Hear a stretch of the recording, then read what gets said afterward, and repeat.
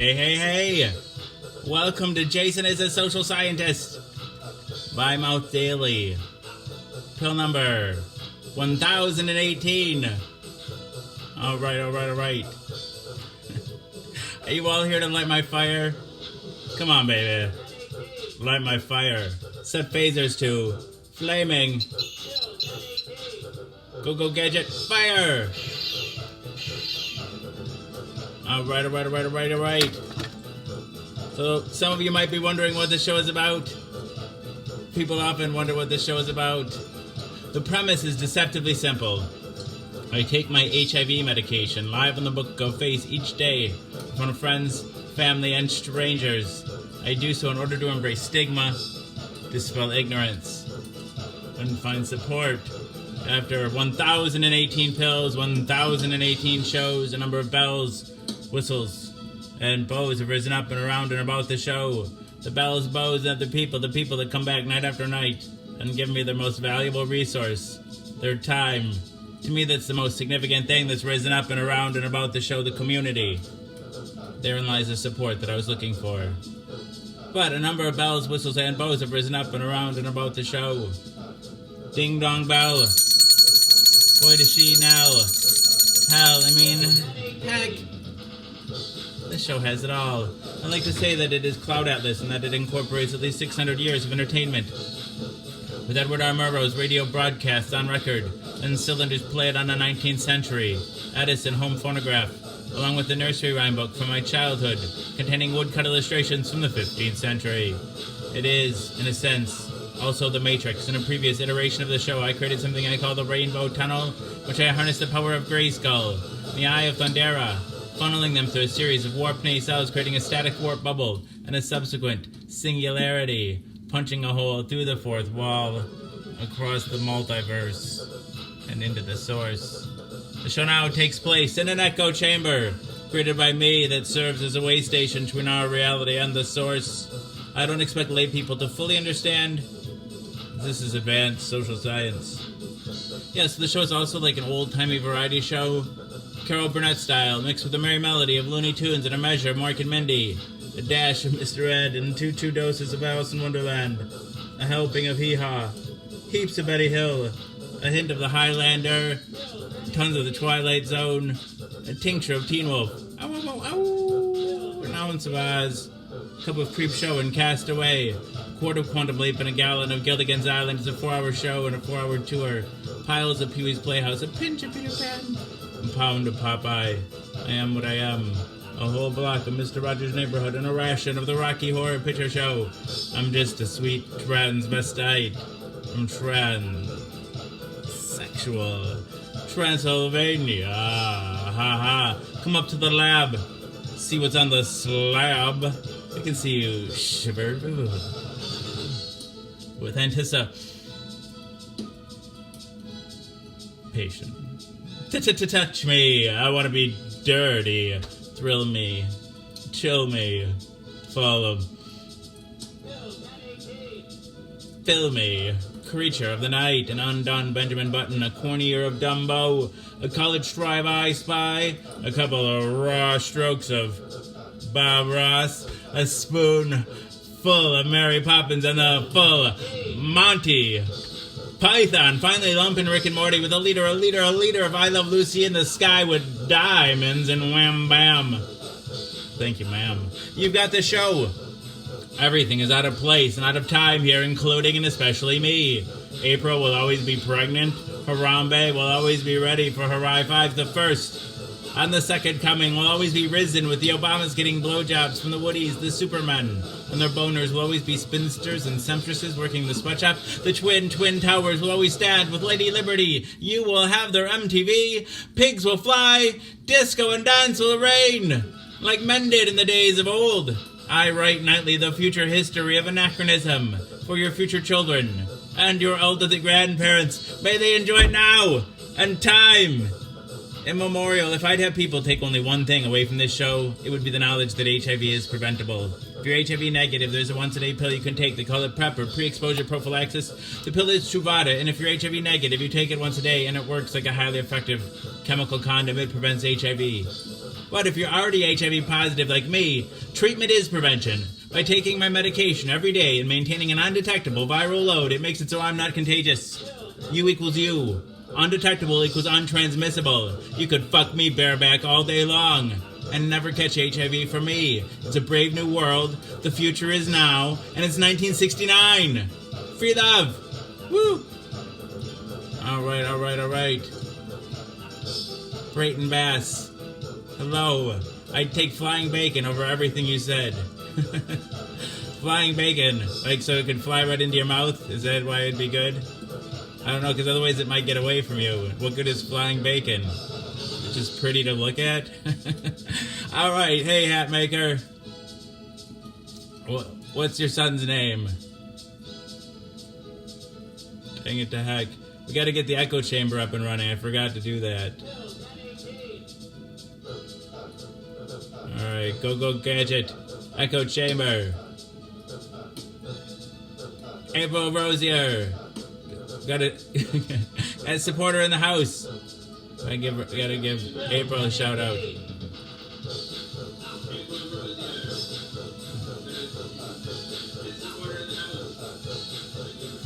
We can give your son a shout out first though. We gotta get April. Good to see you. Hey Larry Booth. Hello.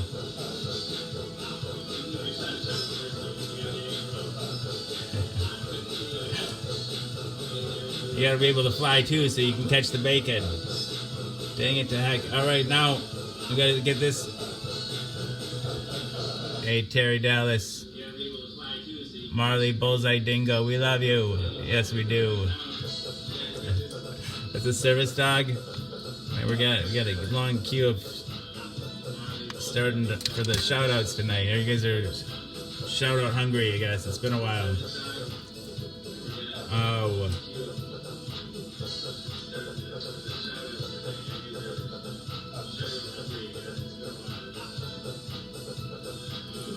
Dang it to heck.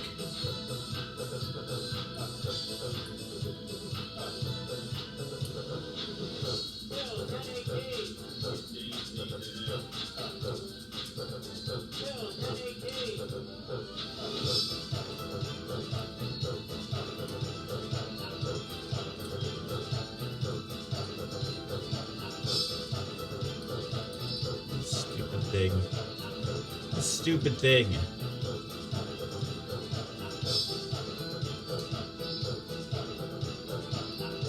Alright.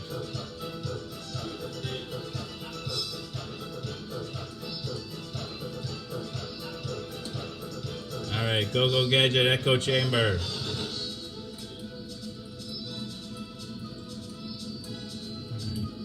This one, let's see. Alright.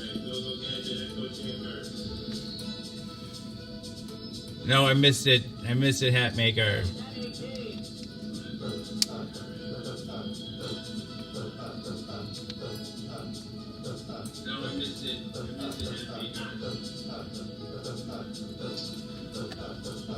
Hello, Angel. We got April. We got falling behind on the shoutouts already. Bryson, all right. Correct me if I'm pronouncing that wrong.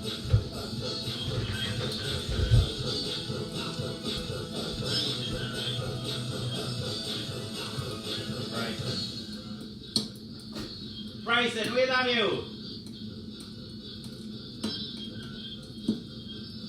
Bryson, we love you. Bryson, we love you.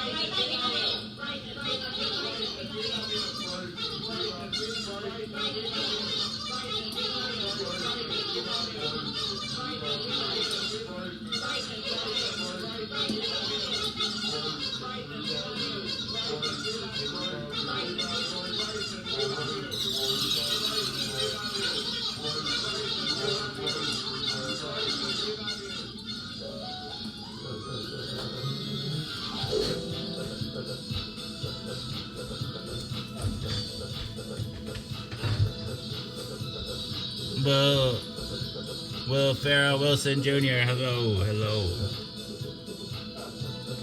I don't know. I'm just having a hard time tonight, I guess.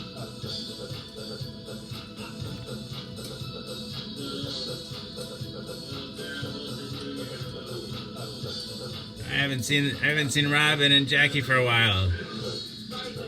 Oh, Jim Peterson's here. Hello. I don't know. I was like, at the show all set up, and I'm like, oh my gosh, should I do it? Just crawl into bed. That's what I'm saying. Crawl into bed, Jason. Just go to bed.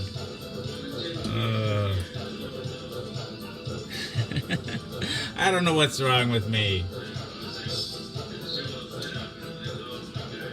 Like, I don't know. I don't know.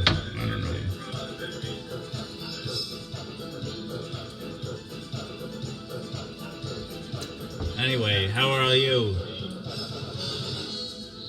You're welcome. Yeah, it's time to raise the... Angel, you're right. It's time to... Other places, they raise the roof. Here we blow the motherfucking roof off and raise the floor. Hey, Alyssa. Why? Because the rising floor lifts all feet. Dang it, and double dog, dang it. Hammer, screw, nail, pound. Construction noises. I don't know.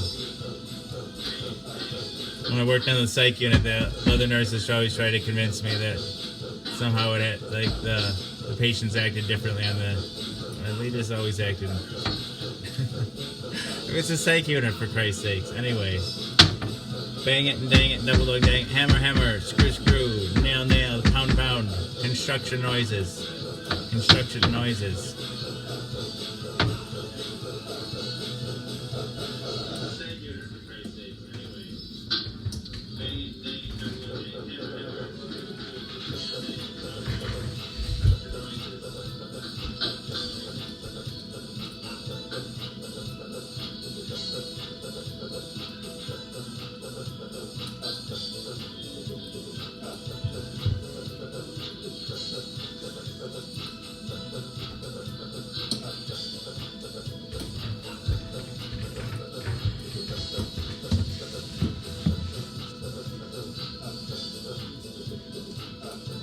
I look laid back. I don't know.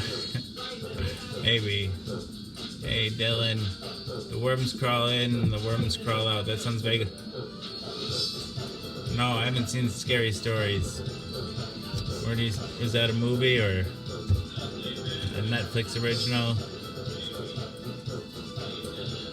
Yeah. Didn't you know that, James McCready?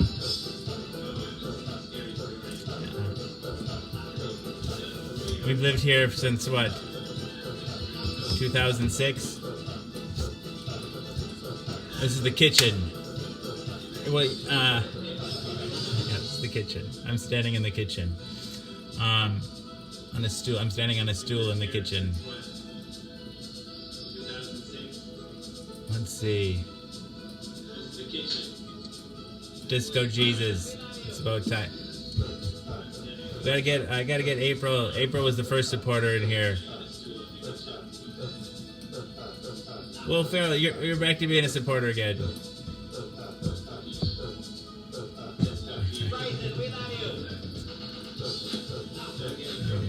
No, I haven't seen it.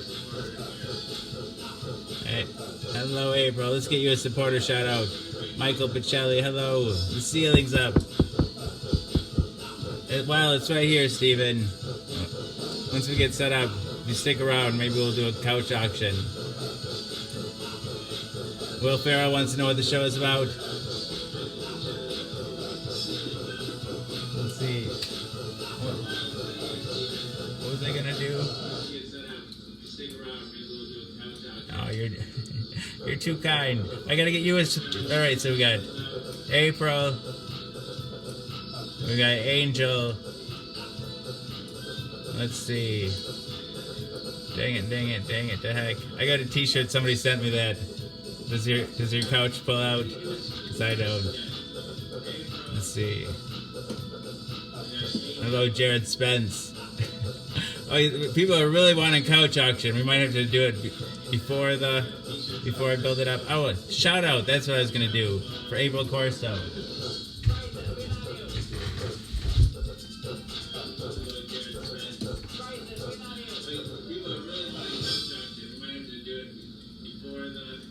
April Corso. Corso, we love you. Oh, wait. April Corso, thank you.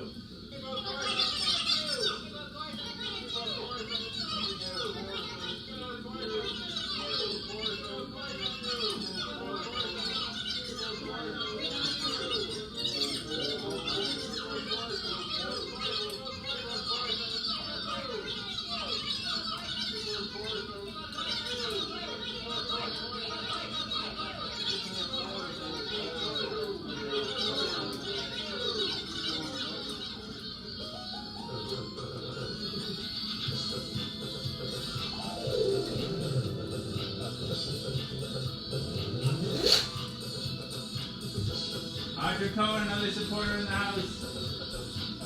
All right. These guys are really insistent. We gotta have the couch auction first, I guess. All right, before we even pull Disco Jesus, I have to put my auctioneer hat on. Hang on. All right, coming up next.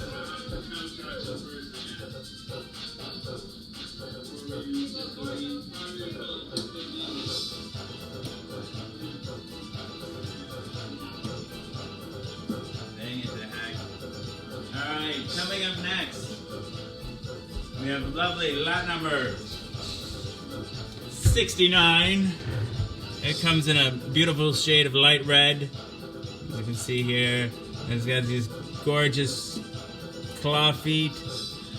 And for the lonely troll that makes the winning bid, it opens up to reveal not one, not two, not three, not four, but count them five trolls.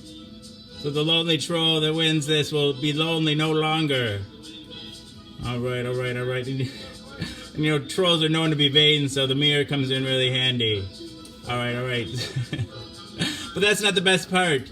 It comes topped off, not with one, not with two, not with three, not with four, not with five, not six, not seven, not eight, not even nine, but count them 10.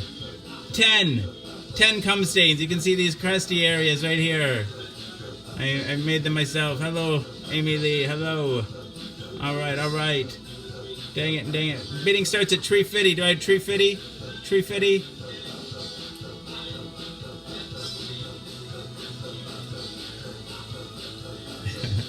Hi, Angel. I think your shout-out's next.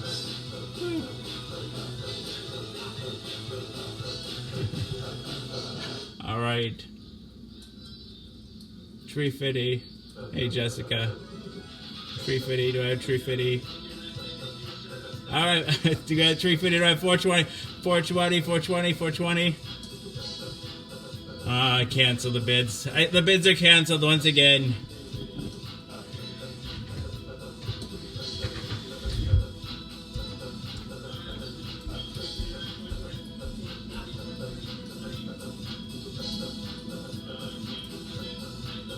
You can just admire the couch from here.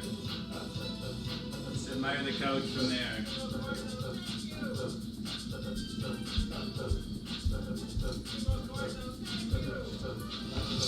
Well, that was fun. Dang it, the heck. All right. That's all the couch you get today. Now, time for Disco Jesus. Yeah, it goes in and out, Cheyenne. All right, so some of you might be wondering what the show is about.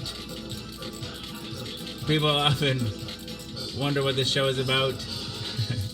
James McCready says, I'm such a lonely troll. I live under a bridge covered in cum stains. I wouldn't have it any other way. Good for you. Just own it, man. Just own it. All right, so some of you might be wondering what this show is about. People often wonder what this show is about. The premise is deceptively simple. I take my HIV medication live on the Book of Face each day in front of friends, family, and strangers. I do so in order to embrace stigma, dispel ignorance, and find support after 1,018 pills, 1,018 shows, A number of bells, whistles, and bows have risen up and around and about the show. The bells, bows, and other people, the people that come back night after night and give me their most valuable resource, their time. To me, that's the most significant thing that's risen up and around and about the show. The community. Therein lies the support that I was looking for. But a number of bells, whistles, and bows have risen up and around and about the show. Ding dong bell. Boy, does she knell. Hell, I mean, heck. This show has it all. I'd like to say that it is Cloud Atlas and that it incorporates at least 600 years. I'm doing all right, Michelle. Thank you for asking. 600 years of entertainment. Hey, Joe. With Edward R. Murrow's radio broadcasts on record and cylinders played on the 19th century. Edison home phonograph. Along with the nursery rhyme book from my childhood, containing woodcut. Why am I still dancing? Woodcut illustrations from the 15th century. Hey, Omi. The ceiling. From the 15th. It is, in a sense, also the Matrix. In a previous iteration of the show, I created something I call the Rainbow Tunnel, in which I harnessed the power of Grayskull and the Eye of Thundera, funneling them through a series of warp nacelles, creating a static warp bubble, and a subsequent singularity, punching a hole through the fourth wall, across the multiverse, and into the source. The show now takes place in an echo chamber, created by me, that serves as a way station between our reality and the source. I don't expect lay people to fully understand, as this is advanced social science. Yes, the show's also like an old-timey variety show, Carol Burnett style, mixed with a merry melody of Looney Tunes and a measure of Mork and Mindy, a dash of Mr. Ed, and two doses of Alice in Wonderland, a helping of Hee Haw, heaps of Benny Hill, a hint of the Highlander, tons of the Twilight Zone, a tincture of Teen Wolf, ow, ow, ow, ow, an ounce of Oz, a cup of Creepshow and Castaway, a quart of Quantum Leap, and a gallon of Gilligan's Island. It's a 4-hour show and a 4-hour tour. Piles of Pee-wee's Playhouse, a pinch of Peter Pan, a pound of Popeye. I am what I am, a whole block of Mr. Rogers' Neighborhood, and a ration of the Rocky Horror Picture Show. I'm just a sweet transvestite from transsexual Transylvania. Ha ha. Come up to the lab. See what's on the slab. I can see you shiver with anticipation. Touch me. I want to be dirty. Thrill me. Chill me. Fill me. Creature of the night, an undone Benjamin Button, a corny ear of Dumbo, a college tribe I spy, a couple raw strokes of Bob Ross, a spoon full of Mary Poppins, and the full Monty Python. Finally lump in Rick and Morty with a liter of I Love Lucy in the sky with diamonds and wham bam. Thank you, ma'am. You've got the show. Everything is out of place and out of time here, including and especially me. April will always be pregnant. Harambe will always be ready for her I-5s the first. And the second coming will always be risen, with the Obamas getting blowjobs from the Woodies, the Supermen. On their boners will always be spinsters and sumptuouses working the sweatshop. The twin towers will always stand with Lady Liberty. You will have their MTV. Pigs will fly. Disco and dance will reign, like men did in the days of old. I write nightly the future history of anachronism for your future children and your elderly grandparents. May they enjoy it now, one time. Thanks, Rose. And Cheyenne, your friend sounds like a deep thinker. I don't know. No, that sounds kind of a ridiculous theory. So if I'd have people take on, hey, Weston. You're on some boomers tonight, huh? If I'd have people take only one thing away from this show, it would be the knowledge that HIV is preventable. If you're HIV negative, there's a once-a-day pill you can take. They call it PrEP, or pre-exposure prophylaxis. The pill is Truvada, and if you're HIV negative, you take it once a day, and it works like a highly effective chemical condom. It prevents HIV. But if you're already HIV positive like me, treatment is prevention. By taking my medication every day and maintaining an undetectable viral load, it makes it so I'm not contagious. You equals you. Undetectable equals untransmissible. You could fuck me bareback all day long. And all night long, too. And never catch HIV for me. It's a brave new world. The future is now. And it's 1969. Free love. Woo!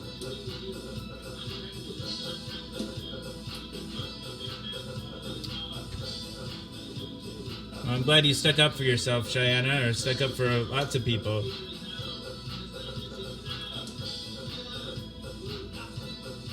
I only can read half of your comments here. Let's see. I can bring it up on here, though.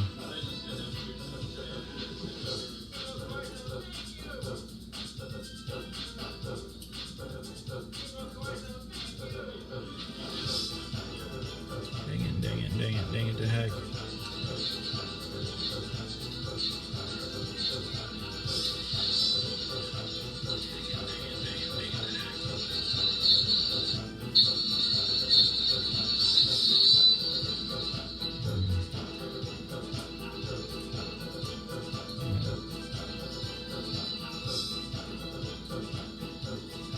Yeah, it's always good to have healthy friends and people that support you.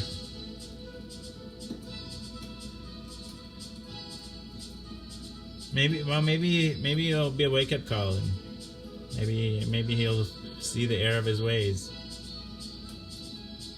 Sometimes people don't know how hurtful they can be.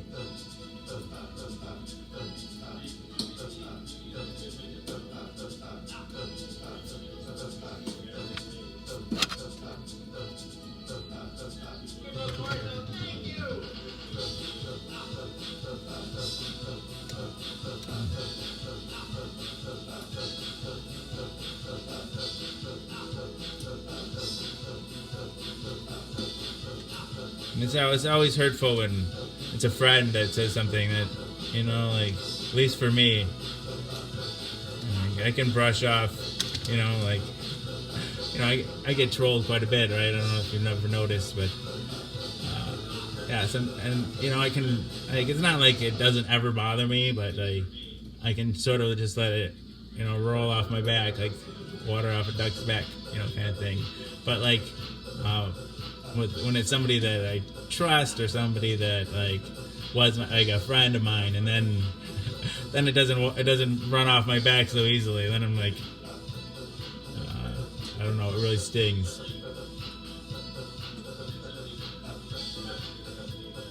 We gotta get it all set up, Michelle. We gotta get it all set up. Everything has its place. All right. At least I'm so shaky this time. Dang it to heck. I think, was it Pill 1000 last time we were up here? Oh my gosh. Because last week, I'm just doing this on the weekends now. And last weekend, we were in High Share. Did we get to Angel's shout out yet? Or are we still in April's? We're like so far behind. And I got Will. There's somebody else in there too besides Audra and Cher. No one's pissed me off. Not recently. Not recently. And we were just talking about Cheyenne. I had a friend that said some hurtful things.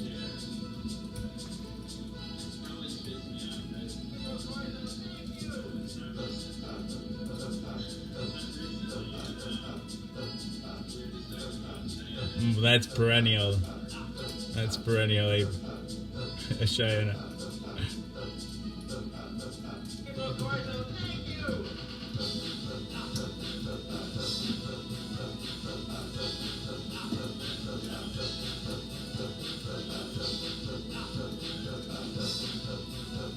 Right back at you. I think it said April. I'm trying to listen, then I forget to listen.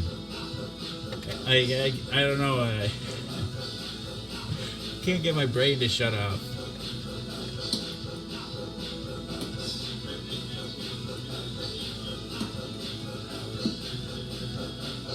Oh, shucks, Cheyenne. Make me blush. It's your turn, Angel. You are the second supporter I saw get in here tonight. Start a queue here. You know, like although pretty soon we're getting enough supporters that we should like because the rules, the deal or whatever, because supporters pay $4.99 a month, and but like there's not a lot of benefits that you get because all the content in the show is free, and I don't make it any exclusive content, but it says you get one free shout out per full pill upon request, and so in the early days of the supporting, I just gave everybody a shout out, but I can't even keep up right now. So you just have the squeaky wheel gets the grease, I guess. So, but first, I'm gonna try to just do it in whatever. I'm gonna still try to get all the supporters shout out each show right now, but I don't know anything.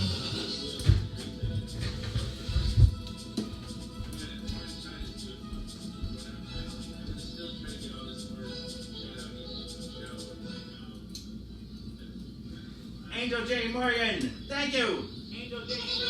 Morgan, thank you. Angel J. Morgan,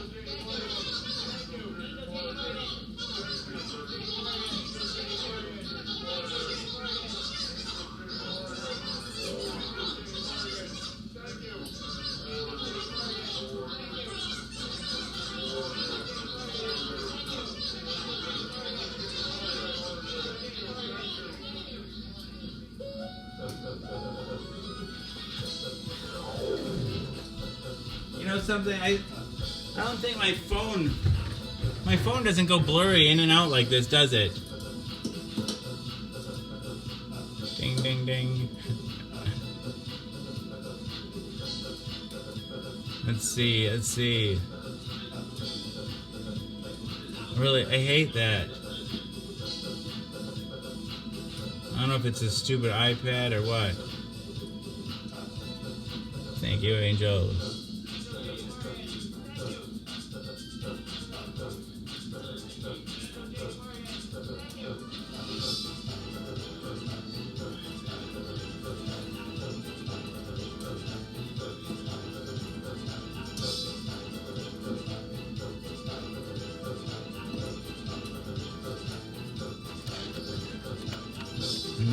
And then I think it's Will's turn next.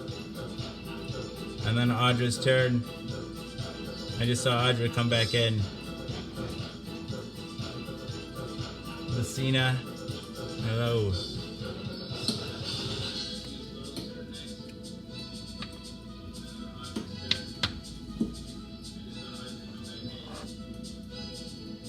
I like the little mini pancakes, the frozen mini pancakes. Those are pretty good.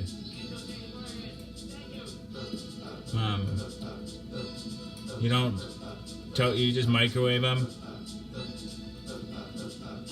I fixed the leak. I fixed it. It's all fixed. We got a new faucet.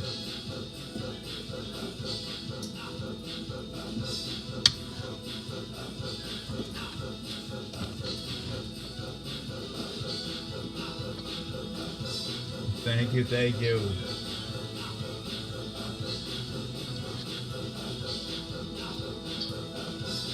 The floor is a little wonky, but it's okay. Oh, it's not that big a deal.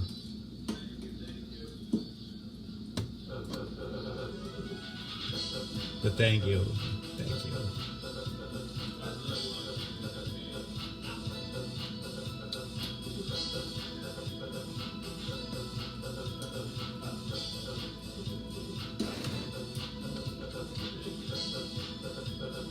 Oh, thank you, Rose. Thank you very much.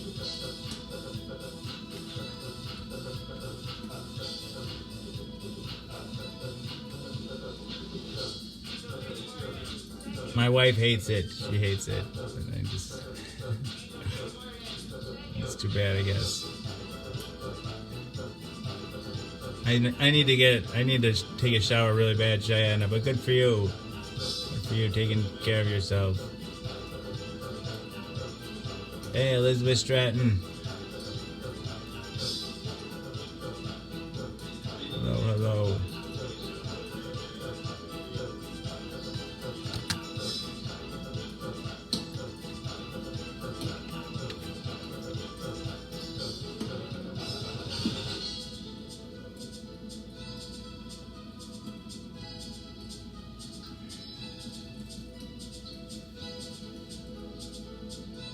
Somebody's got to wash my back. Thank you, Cheyenne.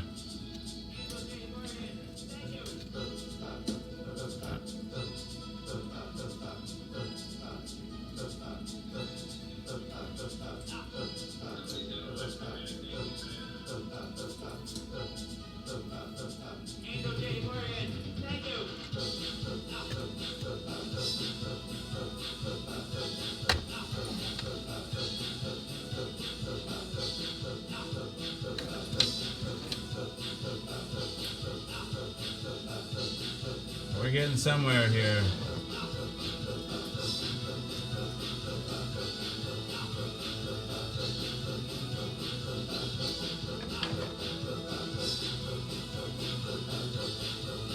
I'm sorry you're in pain, Jessica.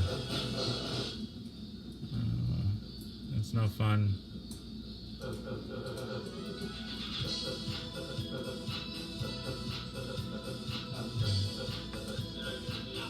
Hey, Sarah Wild.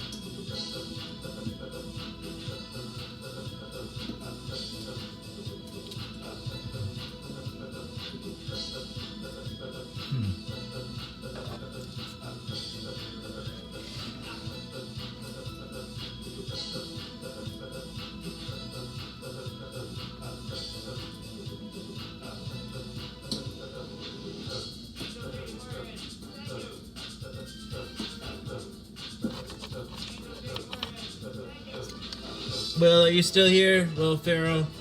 I think it's your turn for a shout out. But we all hope you feel better, Jessica. Wait. Sometimes anxiety can cause chest pain, but if you have like a heart condition or something like that, you know, like, you should probably see a doctor. Brian Gunderson Tate. I don't know if that would work. Although they say placebo works even if you know it's a placebo.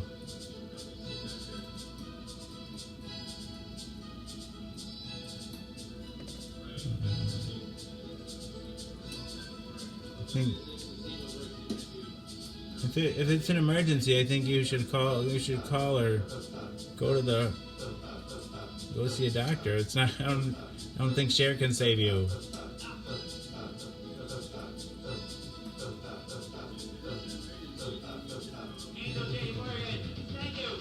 Oh, I didn't know that.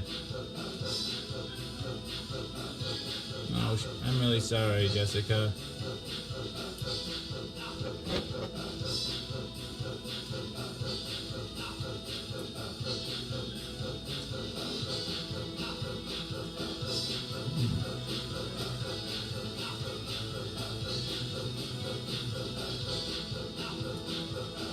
Can't read the rest of your comment there, James.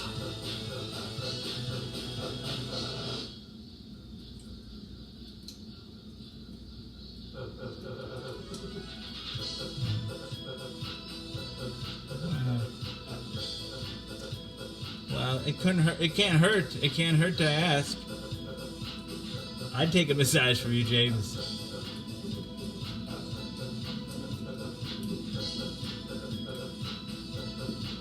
Yeah, if you have uncontrolled pain, you can go to the ER.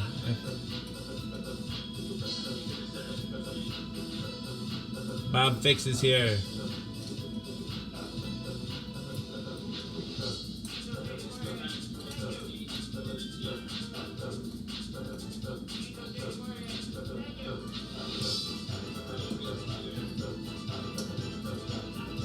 Sarah, I hope you're recovering nicely. I almost got in a car accident today. Somebody ran through a stop sign. The sink's good. I got a new faucet. I had to replace the faucet.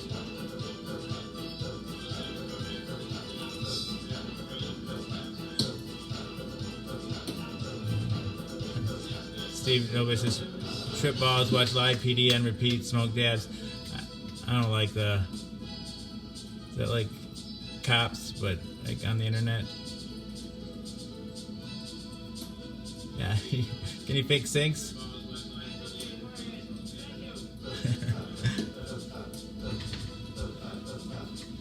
Bob Fix can fix anything. Oh, I'm sorry, Sarah.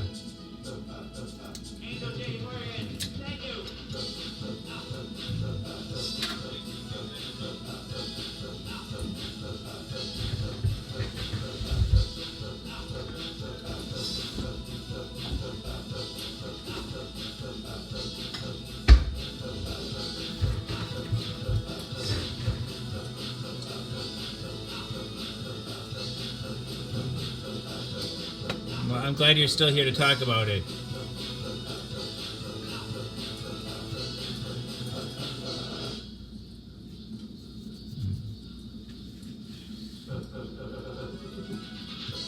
Were you involved in a car accident or something too, Brian? I haven't listened to the new Tool CD. I don't listen to a lot of music, really. When I'm in the car, I listen to public radio usually. Hey, Craig Silver.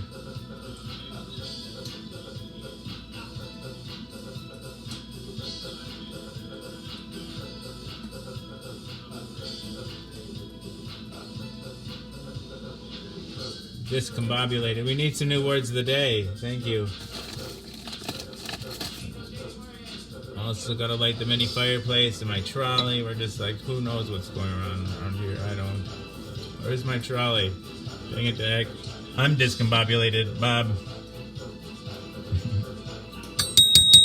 Come fix me, because I'm discombobulated. Alright, dang it to heck, Bob. Alright. Ding, ding, ding, ding, ding. There's my trolley.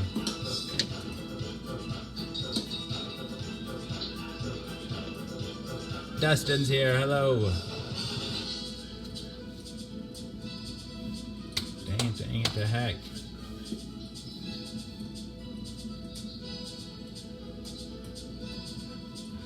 Ball slapping noises? Oh, that sounds kind of sexy.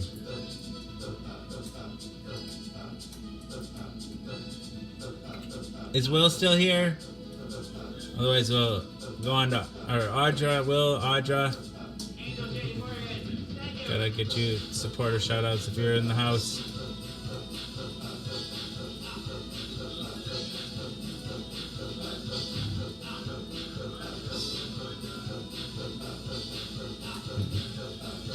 That's cool, Sarah. That's cool. I think that's a good attitude.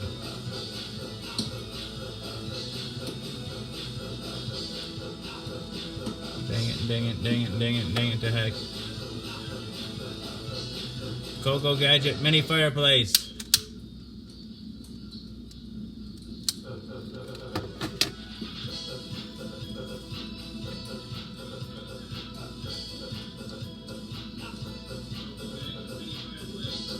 Hey, Nischala.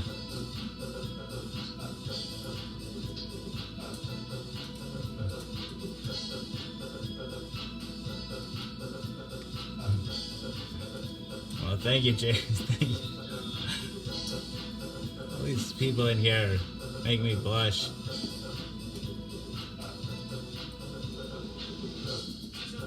Hey, Brad Murdoch. Okay. I didn't see Audra or Will. They didn't answer right now, so we'll go on to share. We'll do share, and then Brad Murdoch. Then you'll be next on the list.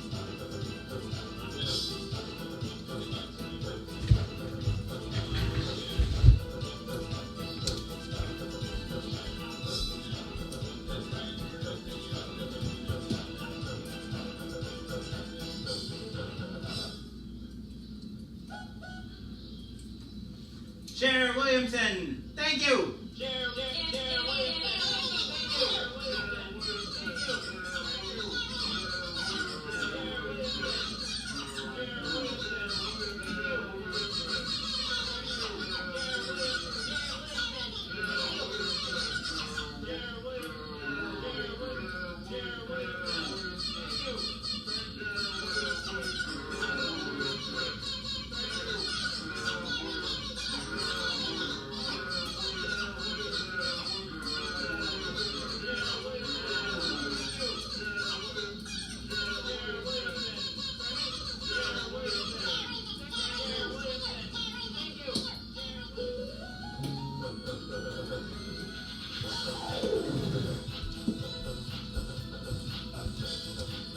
Dang it to heck.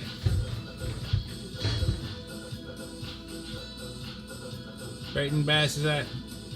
What kind of dog do you have? Dang it to heck. I should have walked Sophie tonight. We'll have to walk her tomorrow night.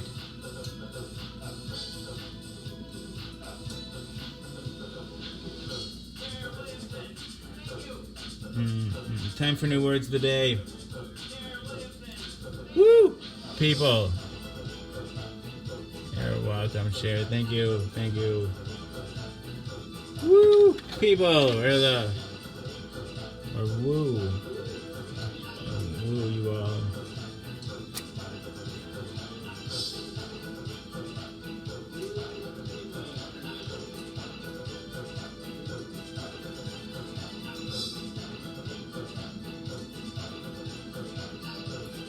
Pride. That's my favorite sin. What? Not my best quality. The terrier. Nice. Alright, and the next new word of the day is hats. Hats? No. No, we're not going to use that word. That's, I think it's from the Shakespearean. Fuck hats. Alright, next new word of the day is your. That's also boring. Keep going here. Something I like. Share. Yeah, share. That's a good one. Share your pride.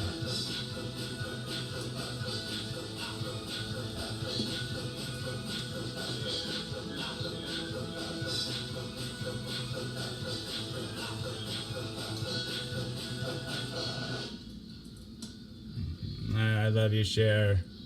I do. Alright. Whoa.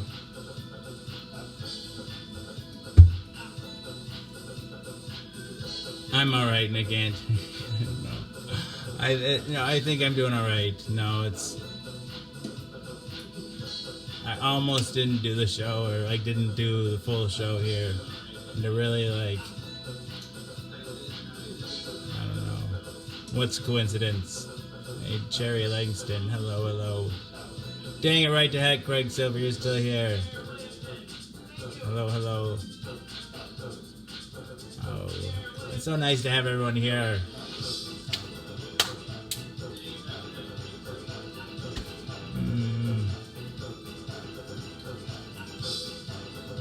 I don't know. I had the show all set up and I'm just I don't know.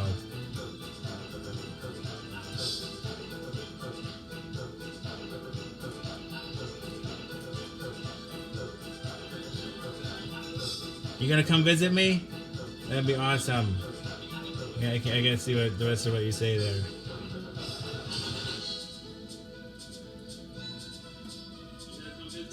Some words, weirds or words.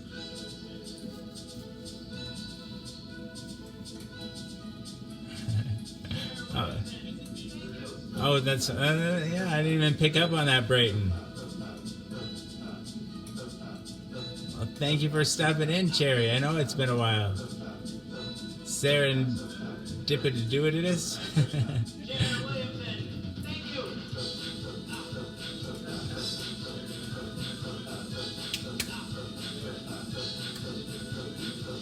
serendipitous. I'm the one full of feels and tears now. Even when you guys make me laugh, I'm back to crying.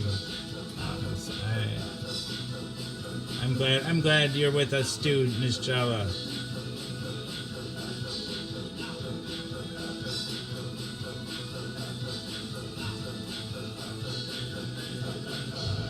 I just let the tears flow.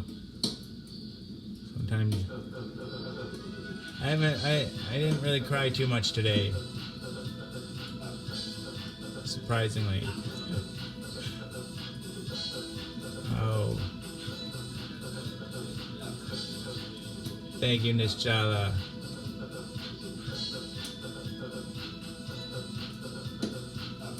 Thank you, Cherry. Right back at you, Angel. So is Brad Murdoch still here? We can get him a supporter shout out.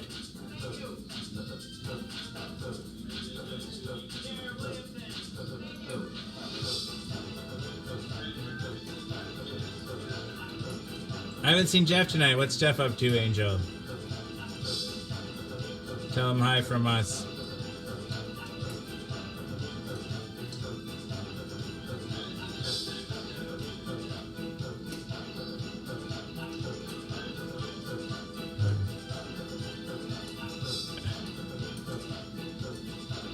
The shoutouts, yeah, they're fun. They can be fun. I cry on the show sometimes. Especially when I'm tripping. I'm always crying when I trip.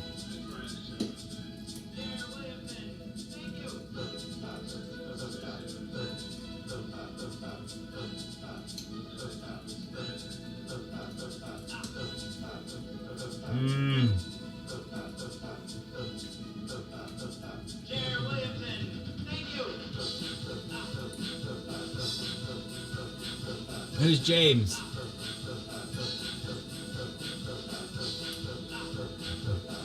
Oh, I forget what I said, Cherry. Oh, when you trip.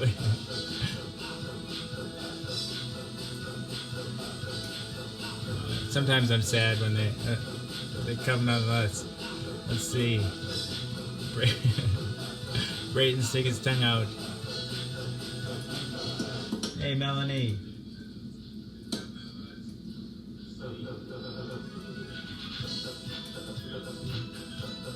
I feel every emotion when I trip. So I call it a trip, I think.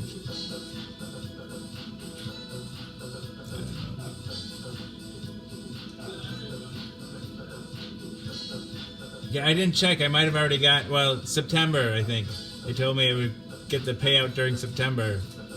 These bastards.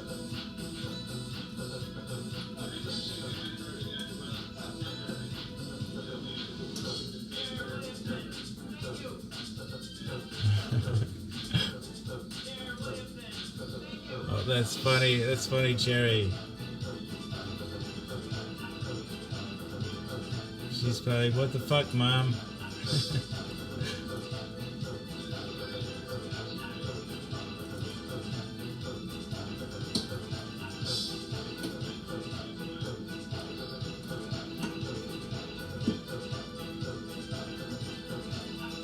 It'd be a fun mom to have, Cherry.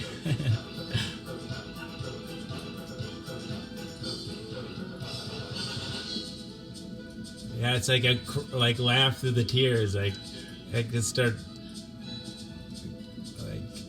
uncontrollably laughing as tears are rolling down my face.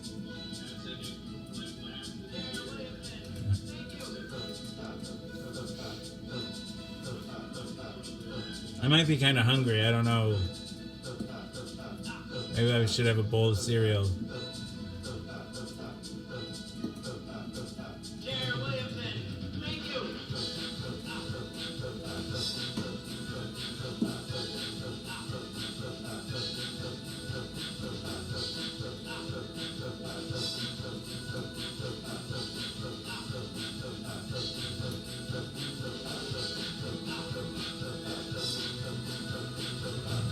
No, that must have been terrible.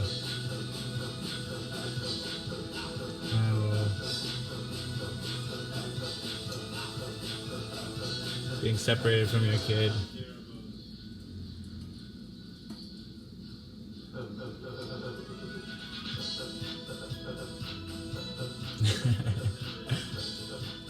For herself, Brayton? Or does she just not want you to have it? It's cool if she used it. It's not so cool if she didn't.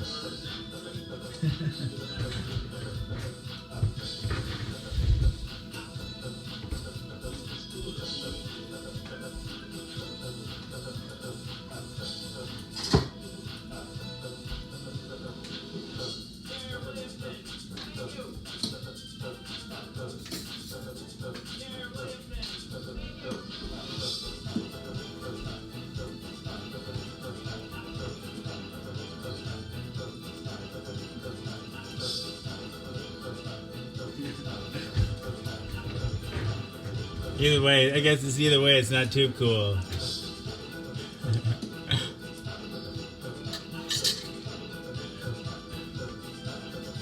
Dang it to heck. But does she ever share with you?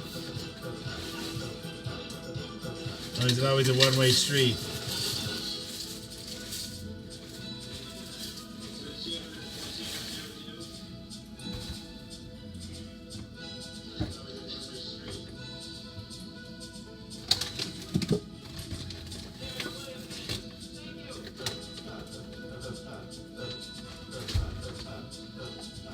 Yeah, you always gotta cut mom some slack, I suppose.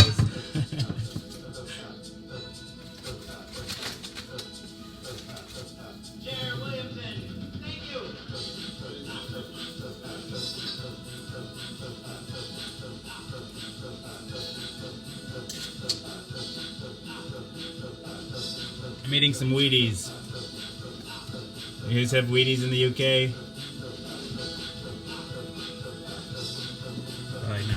Probably not. Hey, Mason.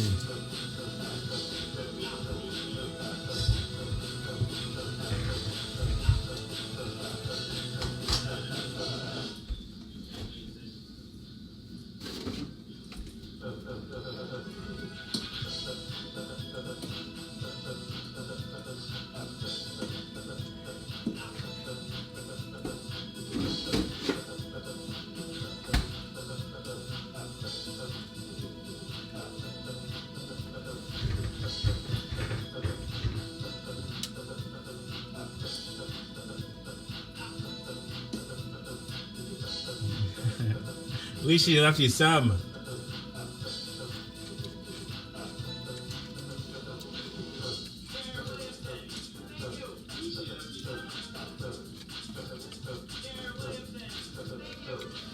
Hey, Jared. I've never tried Reese's Puffs, but I don't like peanut butter too much. I'm doing okay, Jared. I hope you are well. Oh, thank you, Tia. Or is it Tia? It's Tia. And that eye looked like an L for a second. Thank you.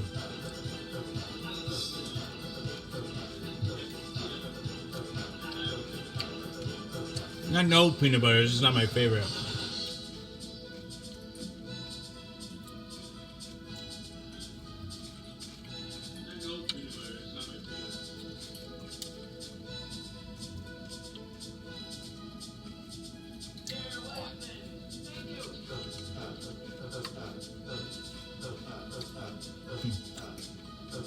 Thank goodness, Cherry. Thank you.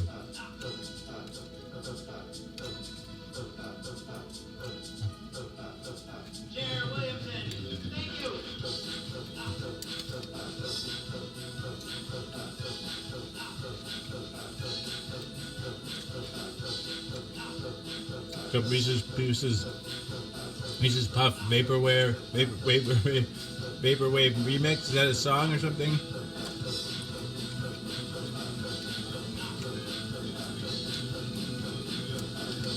You can get Lucky Charms imported.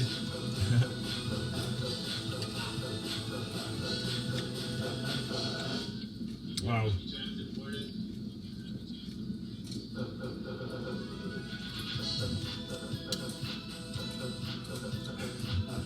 I wonder if we get any imported UK cereals.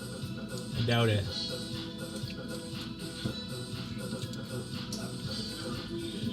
I'd start with like whole grains, like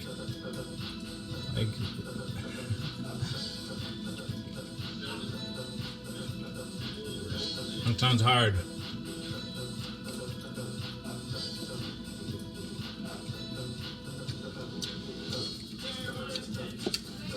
And this is both a Reese's remix. Sounds kind of crazy.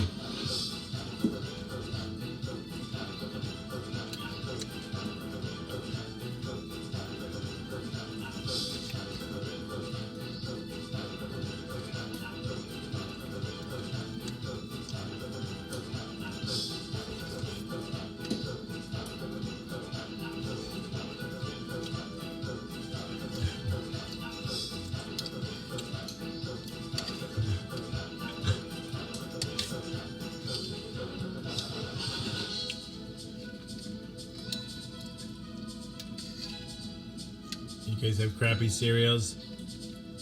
I bet you they'd be fun to try anyway.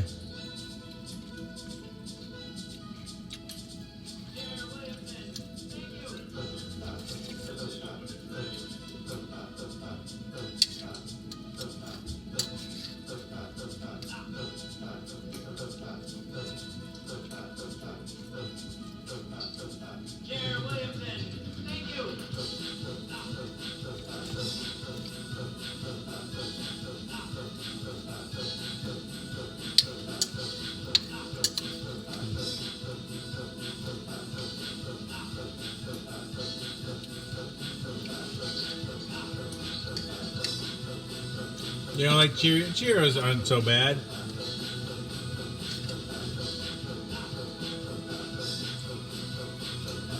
I have milk in my beard. I have to use my new sink head to rinse it out.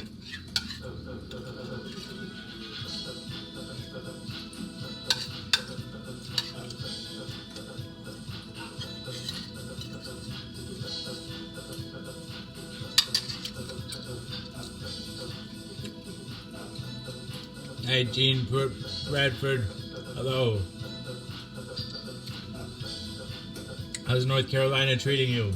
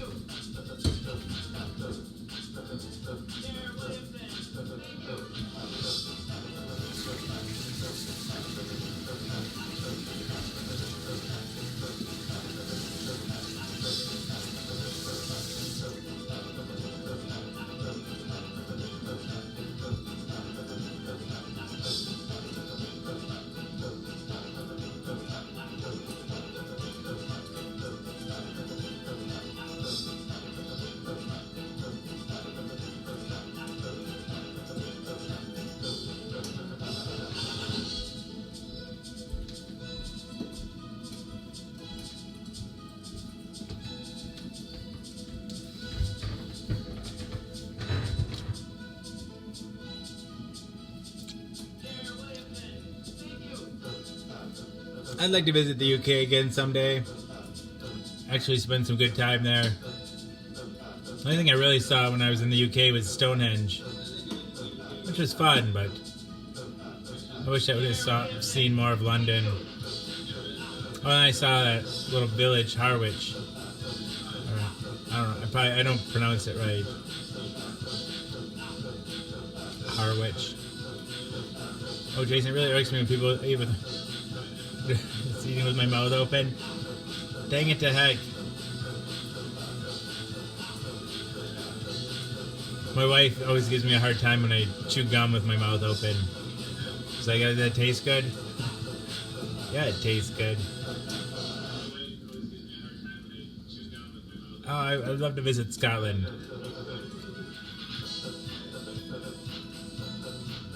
You have a lot of bagpipes there, right? James, I didn't think you were in Scotland. Sarah loves watching people eat.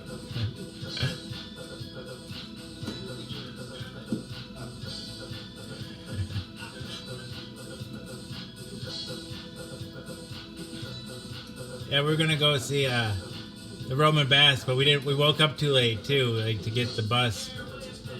I'm so pissed off. So we just took like taxis to fucking Stonehenge. Weather cooling down a bit here, says Gene. Guess the seasons will be changing soon. And we get all 4 seasons in Wisconsin too.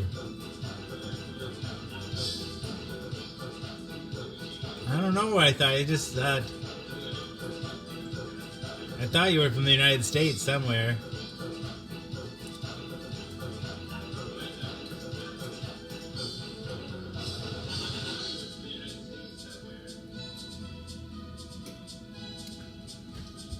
What do I know? What do I know?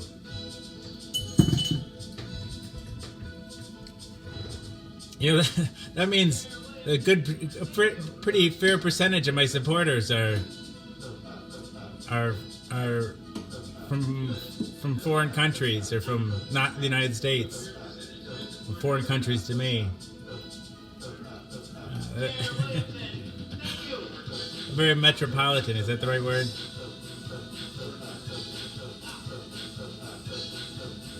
Super. What's 2 out of 20? That's 1 out of 10. It's at least 10%. They have like 20 supporters, and 2 of them are not from the United States. Is that 10%? So my mom loves fall and is already setting out fall decorations. I like Halloween. Cheyenne, that's my favorite part of the world. Out of all the places I've been, Oregon is where I'd love to live.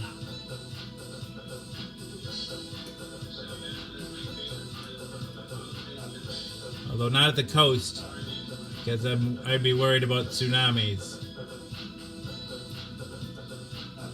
Welcome back, Jessica. Welcome back. I know, I hate that, Sarah. I get distracted in my own head. Like, I'll be driving and I like thinking about how miserable I am or how depressed I am. I'll forget missed turns. Oh, it's so beautiful there, Cheyenne. Like you can, I just love it. You can like make a snowman, and then later on. Go to a luau on the beach and maybe, I don't know, take a hike through a rainforest first before the luau. All in the same day.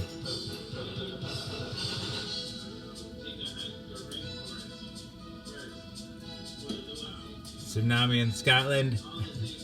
I don't know. I don't know if they have those. They might. I guess you can probably have a tsunami anywhere.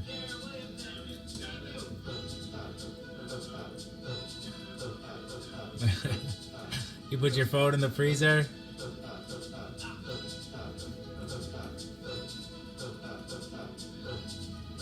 But you could do it. The point is you could do it. In the same day. You could do that. There's nowhere else in the world you could do that.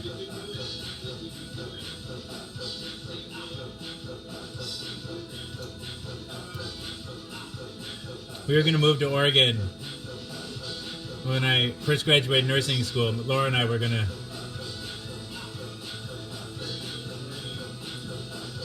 It's so gorgeous there. It's only, like it's like one of the few, if not the only, temperate rainforest in the world. So like, it never gets like temperate. It never gets too hot. It never gets too cold.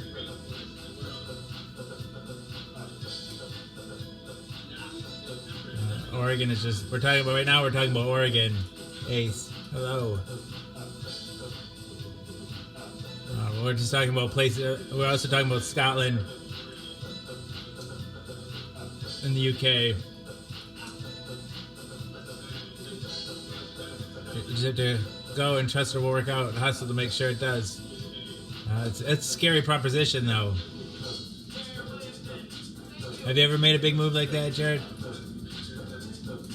I never have. I've always lived within 45 minutes of where I'm standing right now for 50 minutes. See, Cheyenne, if I were you, I'd be always terrified of tsunamis. Like, you got those tsunami escape routes, right, by the beach. You know, if you like, once the siren goes off, you have a full 30 seconds to get to higher ground.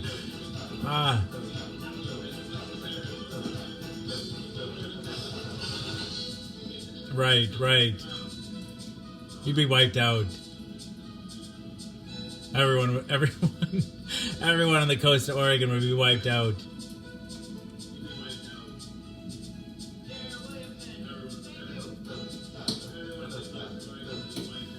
That'd be good for real.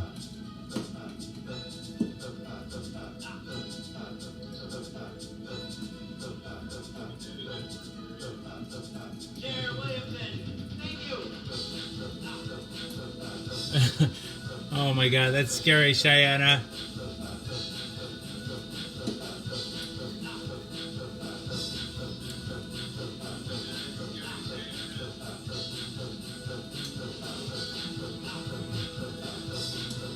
watched a special about like the fault line just off the coast of Oregon and how it like causes an earthquake every like 700 years or something like that, like based on the geological record. And I don't know, like 700 years ago roughly, about, or whatever it's like we're about due, right?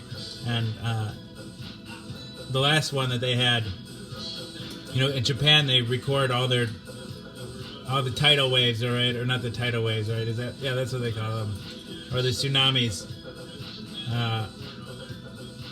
And they've been doing it for like a couple of thousand, like at least over 1,000 years.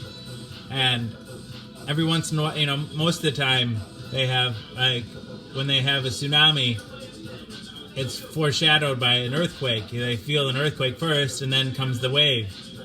But every once in a while, they'll have what they call a ghost tsunami, where the wave just comes and there's no earthquake.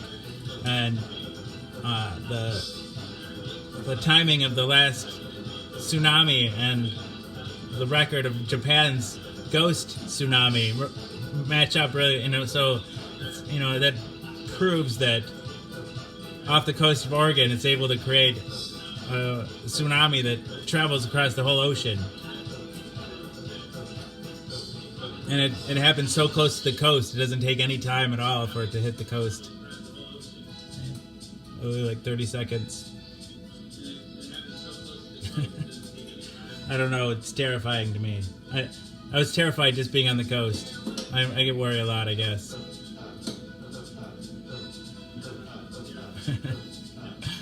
It's funny, Ace. Ocean's beautiful but scary as fuck. Just people in general, though, too, I think.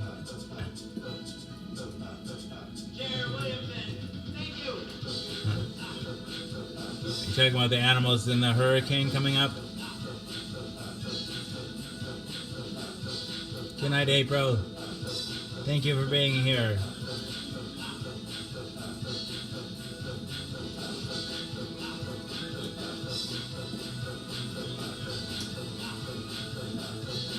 Keebler Elf Rainbow. There, chocolate chip with M&Ms. That sounds... Chocolate chip cookies sound good. Skipping bad. Like... What, like Max Headroom?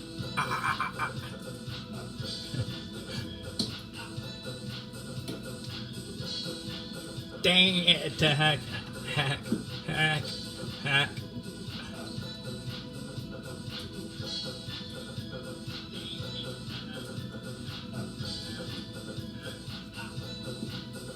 I feel better facing death with people.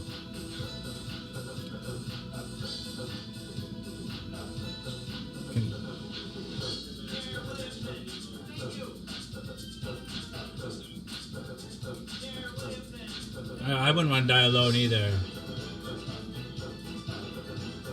I'll let somebody hold my hand.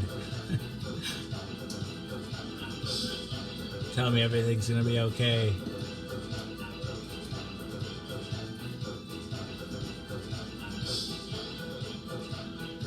gluten-free chocolate chips. That's glitchy for everybody, eh? Dang it to heck.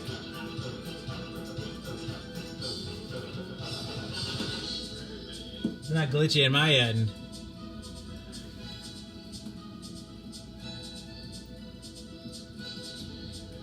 Never let go, Jack.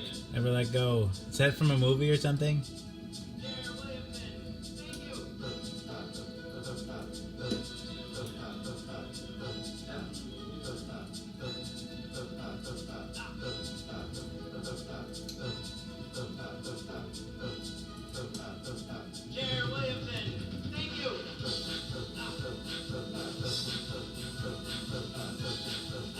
I guess I'm gonna share the show. Why not?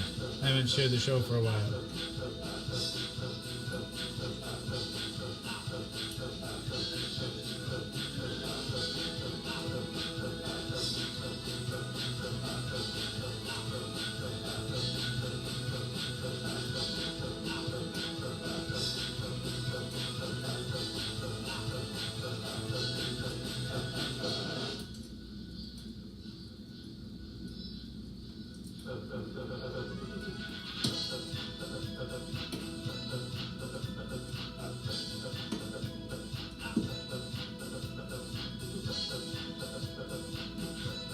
Going live, Facebook Live, YouTube, Facebook viral videos. Let's get Facebook famous. Facebook Live, go live now. Facebook Live.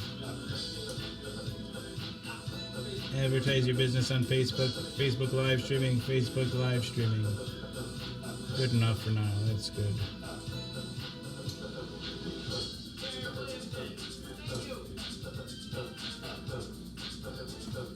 Titanic. I was telling somebody else, who was it? I don't know if it was Will Ferrell. Maybe somebody. I'm okay for real. I'm okay. But no, somebody noticed. They're like, Jason Elvin. Is that like Elvin? Is that from like the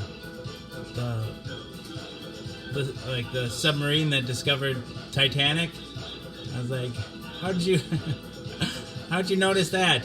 Like it's funny too. Like Elvin, the submersible, it discovered deep sea vents, like the thermal deep sea vents, and it also discovered Titanic.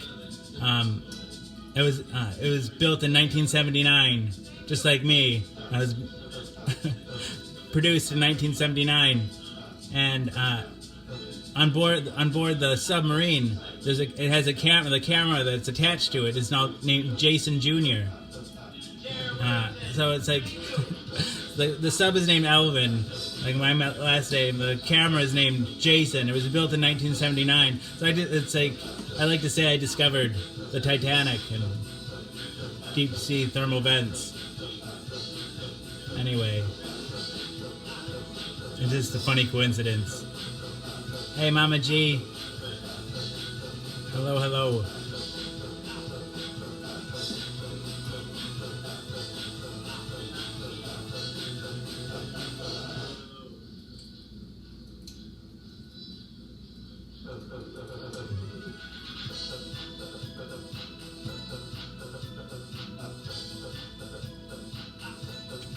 Oh.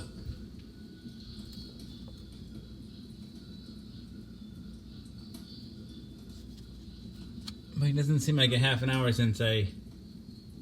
What are you laughing at, Cher? What are you laughing at?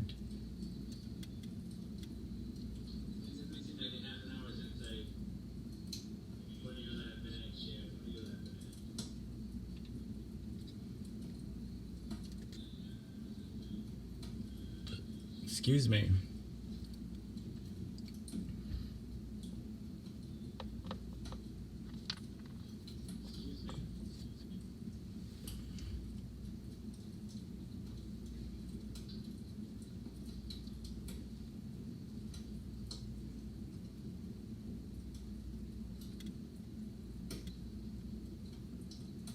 There. Now we're finally all set up here.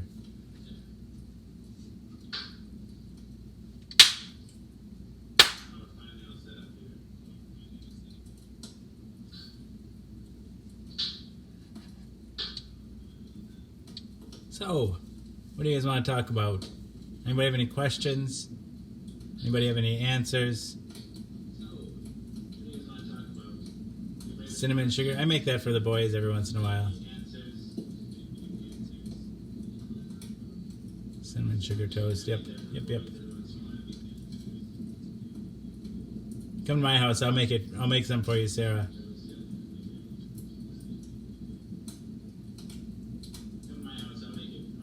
Yeah, well, it seems like we're getting a few people rolling in here. Anybody new? You like that sound? A spanking share. Hey, Joe Morgan. Hello. Who's spacing out a little bit? Brayton Bass says, "Bam! I win." What do you win?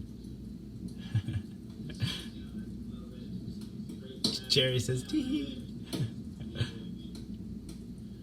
She likes that idea too. All right. I don't have any Labor Day plans.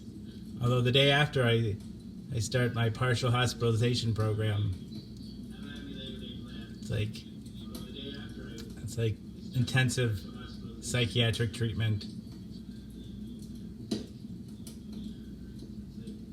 Hey, Nordic. Cherry seems like she'd be fun to hang out with.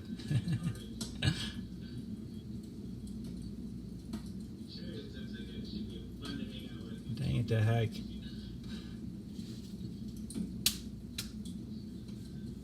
Hi, Nordic Zen.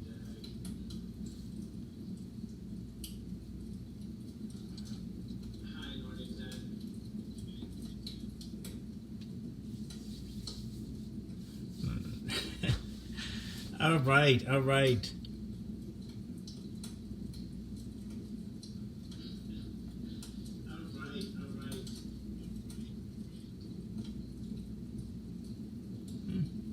Nice. I replaced the faucet. Got a new faucet.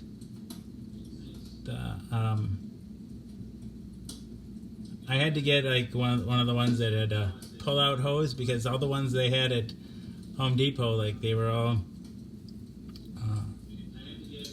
like the hose was meant to come out of a separate hole. They didn't have a hole like it was a 3-hole sink, but I don't know. Ours had like one of the holes the hose went through, but out all the faucets that I saw, they had like you're supposed to have a 4th hole for the hose, which we don't have, and so I had to get one that was like had the hose built into the faucet. But I like it.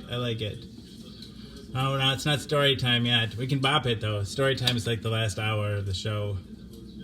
Oh, weird pain in my neck. It's weird.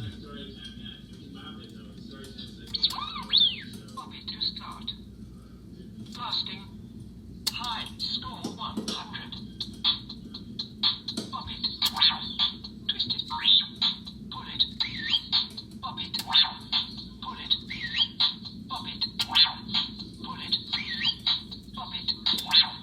Twist it. Pop it. Pop it. Pull it. Pop it. Pull it. Twist it. Twist it. Pull it. Pop it.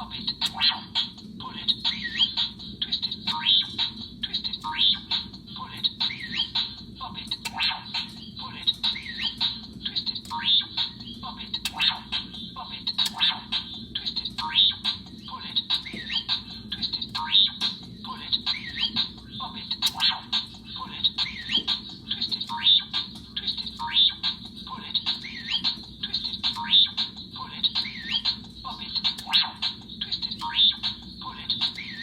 Pop it. Twist it. Pull it. Pop it. Twist it. Pull it. Pull it. Twist it. Twist it. Pull it. Pop it. Pull it. Pull it. Ah! Forces with you. Score 4-5. Dang it.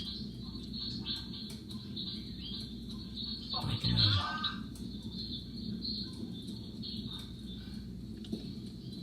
I'll just switch off for a while. Dang it to heck.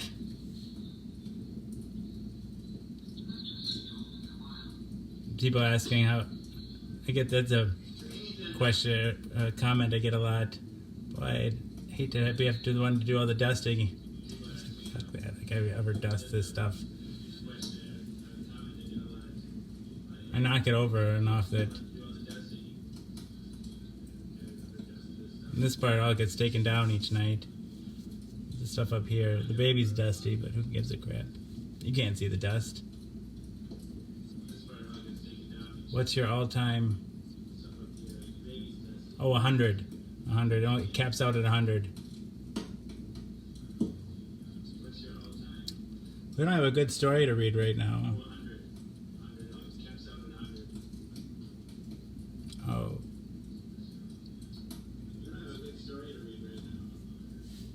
Oh, I'm glad you like it, Rose. That's fun. That's fun to read, you guys. I think I'm getting better at it. I hope I am at least. Tasha says, I'm good. My husband came home today after being gone a month. Wow, I'm sorry. It's been such an emotional and draining week.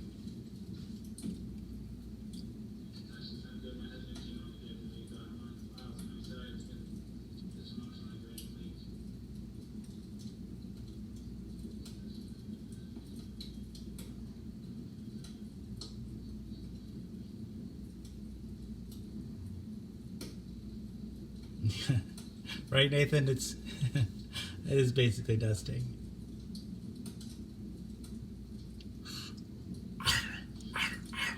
Dari wants me to eat the donut.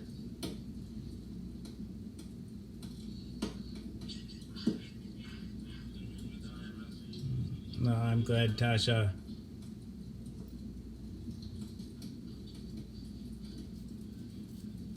What time is it where I live? It is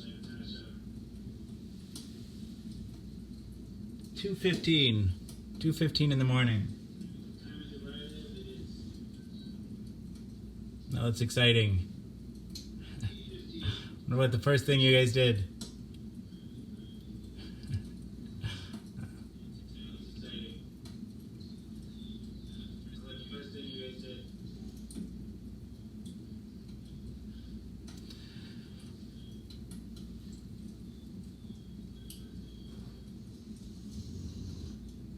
'Hey, Justin.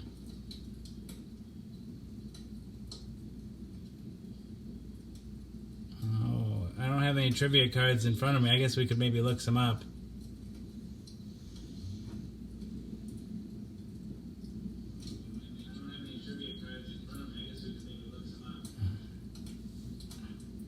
Dang it to heck.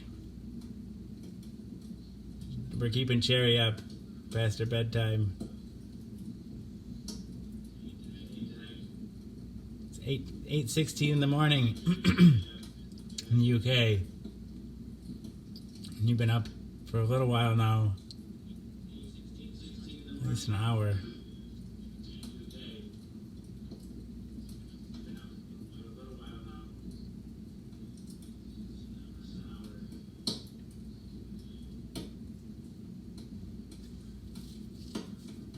It's 3:15 where Tasha's at. Philadelphia, it's 3. Hi, Daria. I'm horrible for sleep hygiene, Cherry. I'm sorry. Well, thank you, Nordic Zen.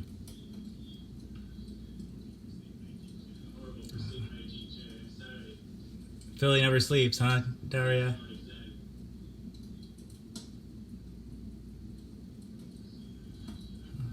Oh, thank you, Cherry.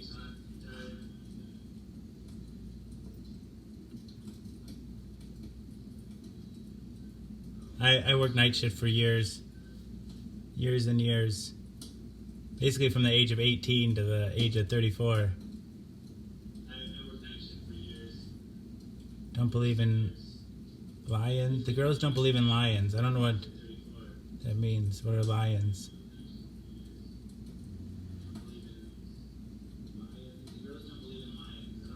Let's get Will Ferrell as supporter shout out. You weren't here earlier, or at least I didn't see your comment. Will Ferrell Wilson Jr.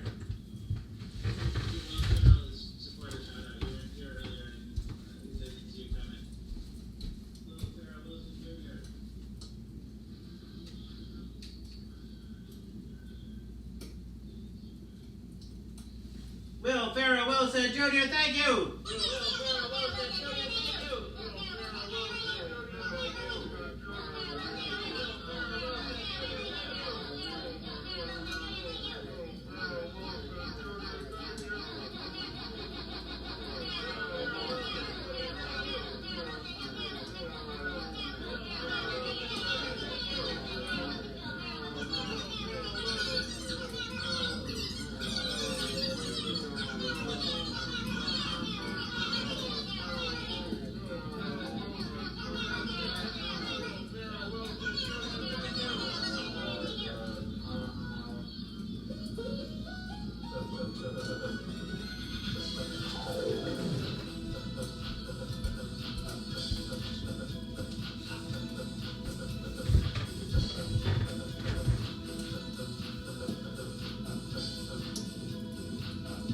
Sleeping in. Ah, got you, got you.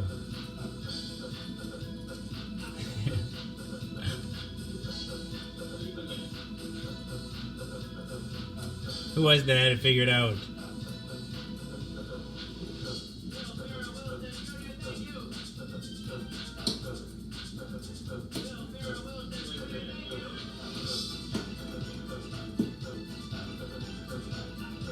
Tasha. Daria says, bro, your house. Aunt Johnson, this is the sampling demo on the Casio LK175 keyboard.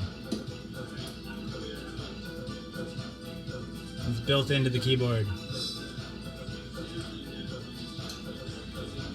And whatever you sample last, it weaves into this cool beat.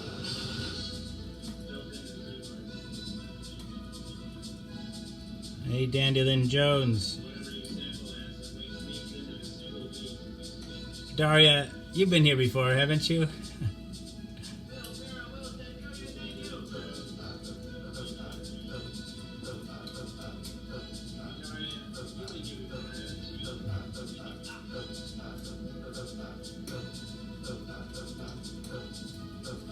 Watch the donut, not the hole.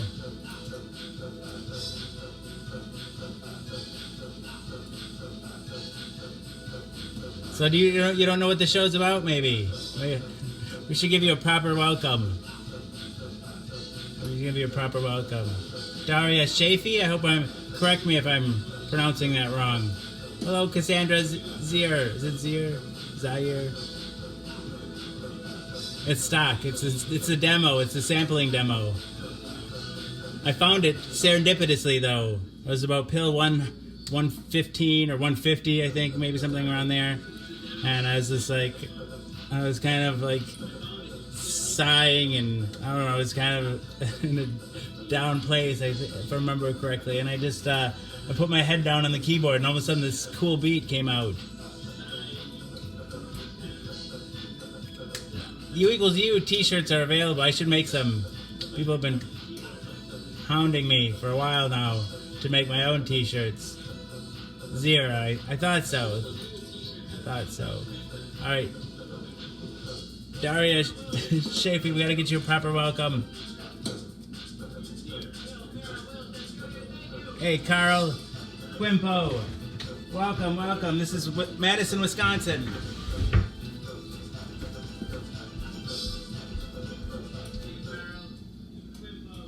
Daria Shafee, we love you!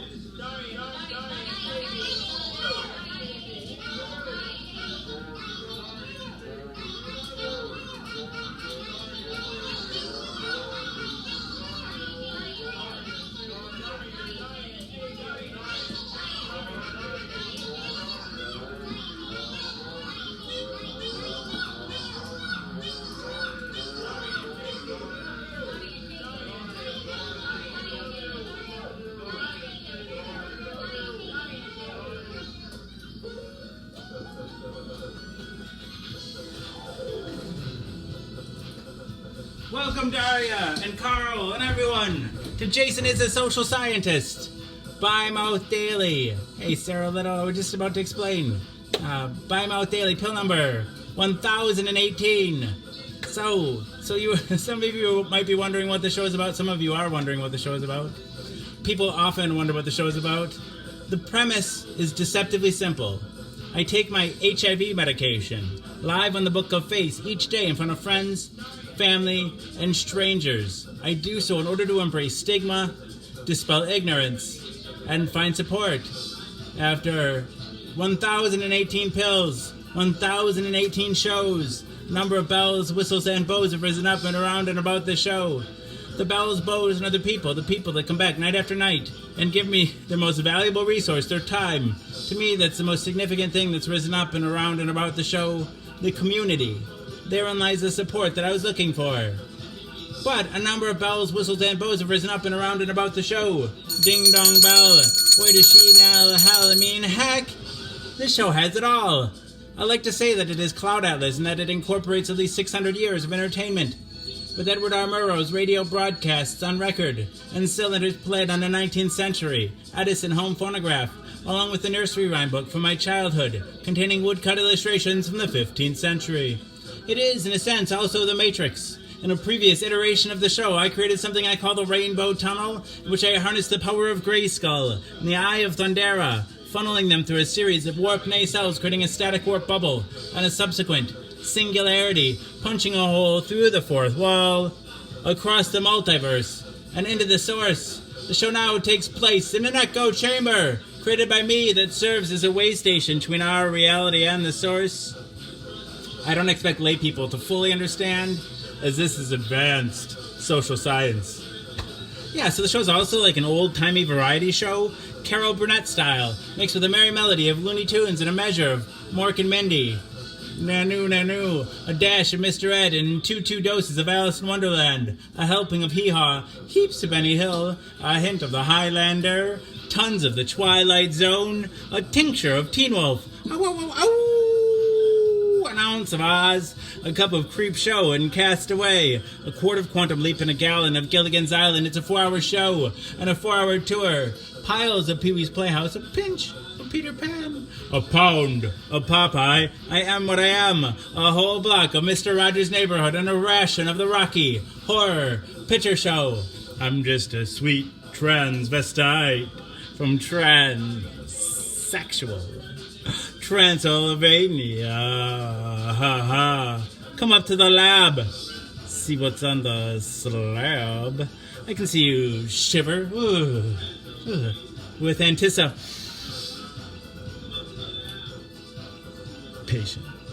Touch me. I want to be dirty. Thrill me. Chill me. Fill me. Creature of the night. An undone Benjamin Button. A corny ear of Dumbo. A college try of I Spy. A couple of raw strokes of Bob Ross. A spoon full of Mary Poppins and the full Monty Python, finally lumping Rick and Morty with a liter of I Love Lucy in the Sky with diamonds and wham bam. Thank you, ma'am. You've got the show. Everything is out of place and out of time here, including and especially me. April will always be pregnant. Harambe will always be ready for her high fives. The first and the second coming will always be risen with the Obamas getting blowjobs from the Woodies. The Supermen and their boners will always be spinsters and sumptuouses working the sweatshop. The Twin Towers will always stand with Lady Liberty. You will have their MTV. Pigs will fly.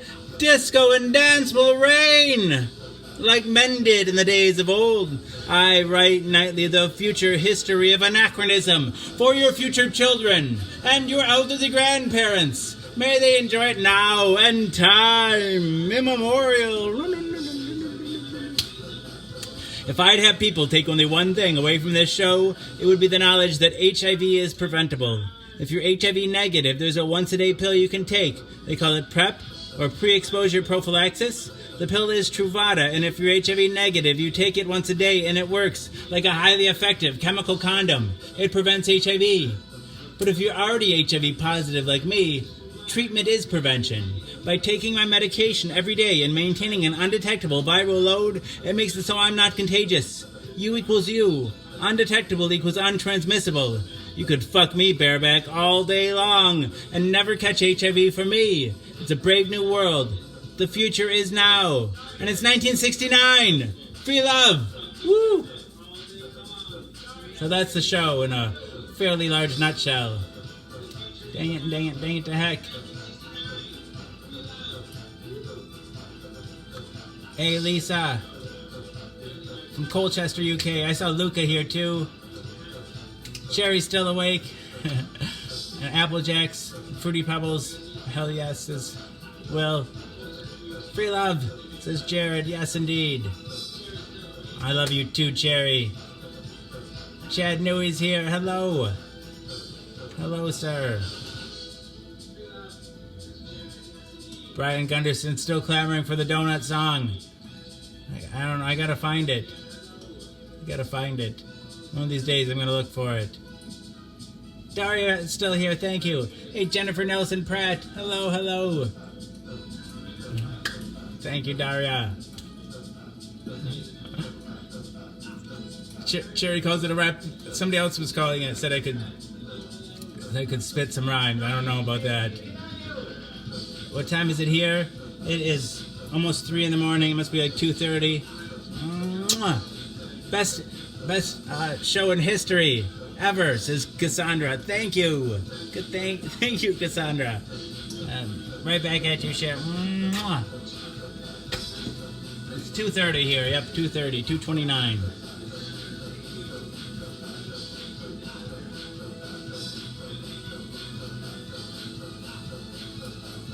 You posted what for me?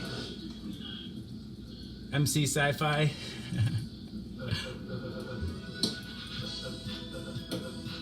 I don't know. For a while, you'd have to go back to early shows, but I tried to do a couple of raps. I think I remember somebody told me to do it. I tried.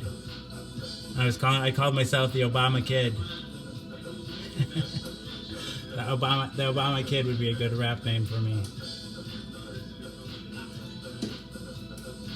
All right.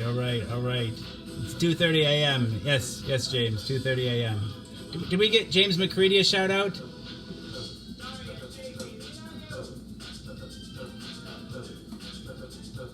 Well, thank you, Cherry.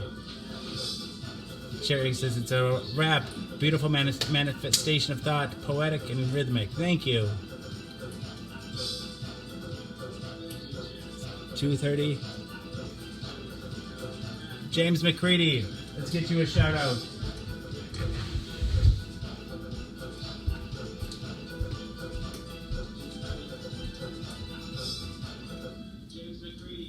James McCready, thank you.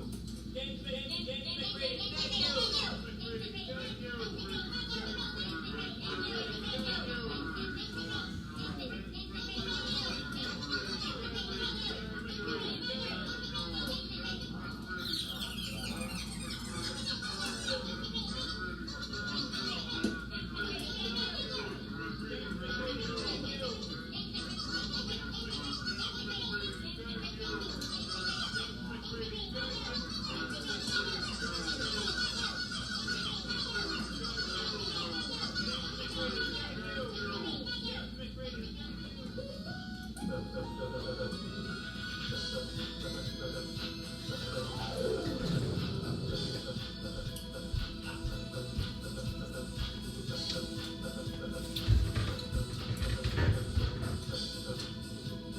Yeah, that was a really lovely and thoughtful way to put that. Thank you, Cherry.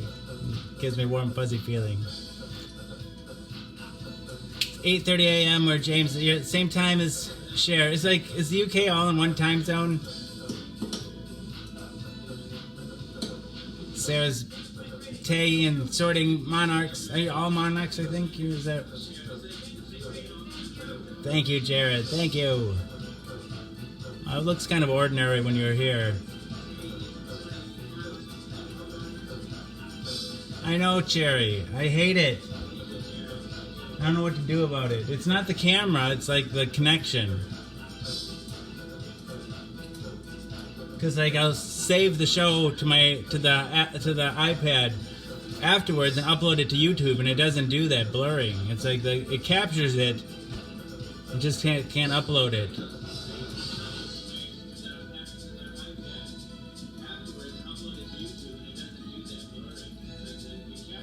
Pisses me off.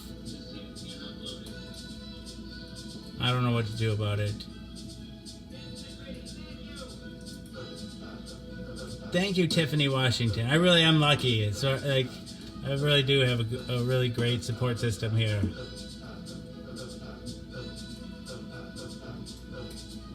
Yeah, it really sucks. I hate it.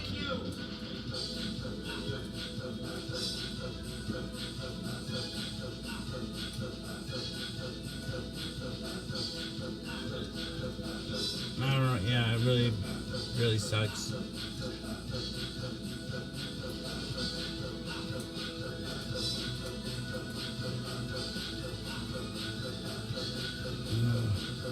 Jessica's still awake.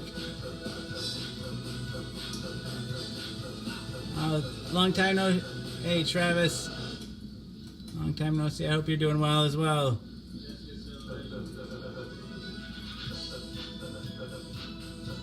I don't know.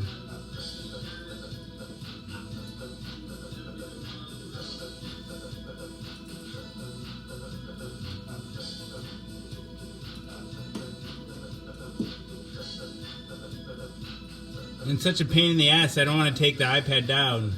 Hey, Sarah Little, because like it's like very particular how the camera angle is set up.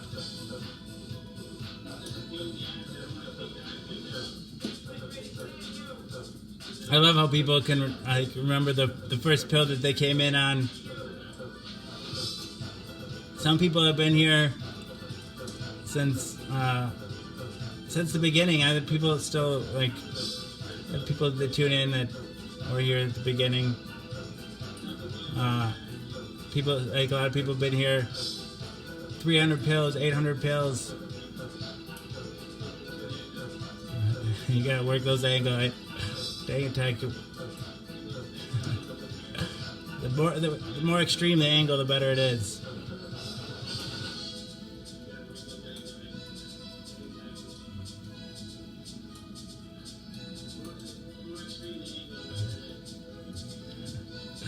It's crazy how fast time goes.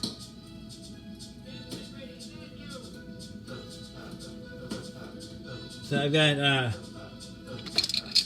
2 pills left in this bottle,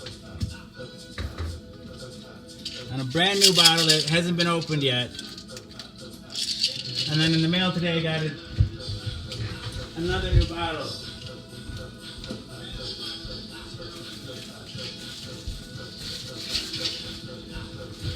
So I've got 62. I got 62 pills. No, I really find that's the case. Like, to take a good picture, I'm always like having to push the camera, like get a good selfie. It's like it's always just like a little bit too far. If I could just go a little bit farther.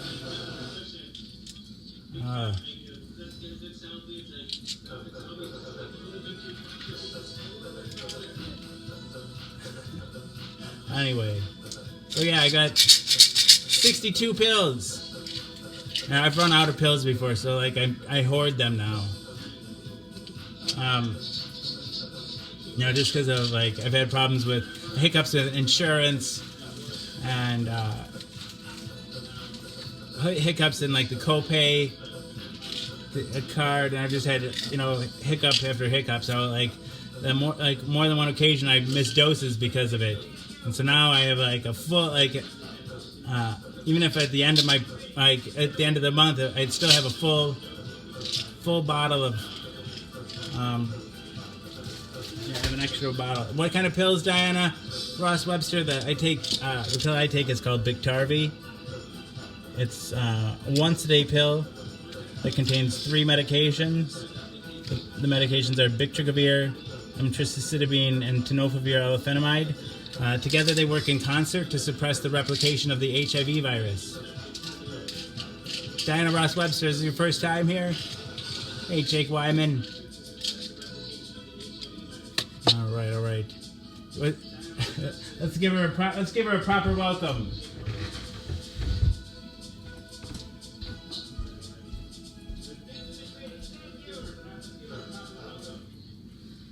Diana Ross Webster, we love you.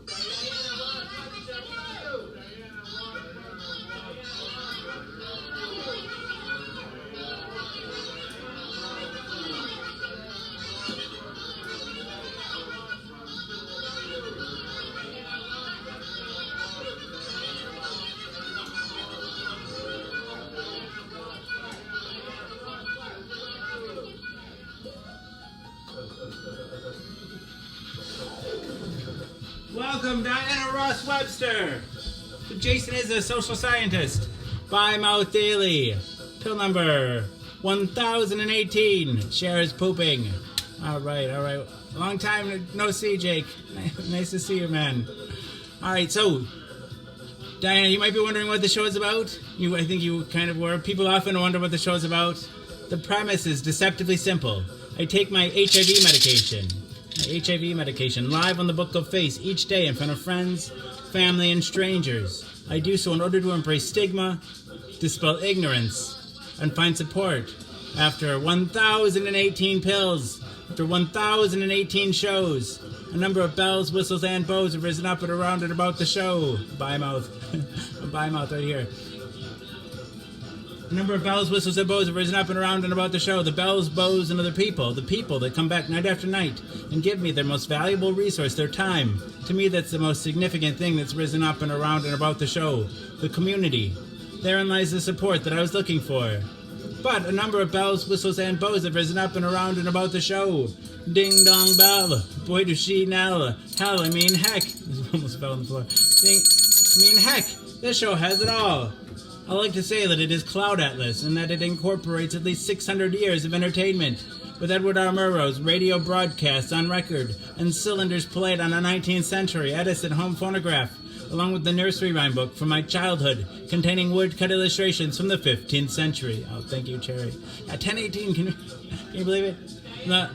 It is, in a sense, also The Matrix. In a previous iteration of the show, I created something I call the Rainbow Tunnel, in which I harnessed the power of Grayskull, and the Eye of Thundera, funneling them through a series of warp nacelles, creating a static warp bubble, and a subsequent singularity, punching a hole through the fourth wall, across the multiverse, and into the source. The show now takes place in an echo chamber, created by me, that serves as a way station between our reality and the source. I don't expect lay people to fully understand, as this is advanced social science. Yeah, so the show's also like an old-timey variety show, Carol Burnett style. Oh, thank you, James. Carol Burnett style, mixed with a merry melody of Looney Tunes and a measure of Mark and Mindy. Nanu, nanu, a dash of Mr. Ed, and two doses of Alice in Wonderland. A helping of Hee-Haw, heaps of Benny Hill, a hint of the Highlander, tons of the Twilight Zone, a tincture of Teen Wolf, an ounce of Oz, a cup of Creep Show and Cast Away, a quart of Quantum Leap and a gallon of Gilligan's Island. It's a 4-hour show and a 4-hour tour. Piles of Pee-wee's Playhouse, a pinch of Peter Pan, a pound of Popeye. I am what I am. A whole block of Mr. Rogers' Neighborhood and a ration of the Rocky Horror Picture Show. I'm just a sweet transvestite from transsexual Transylvania. Come up to the lab. See what's on the slab. I can see you shiver with anticipation.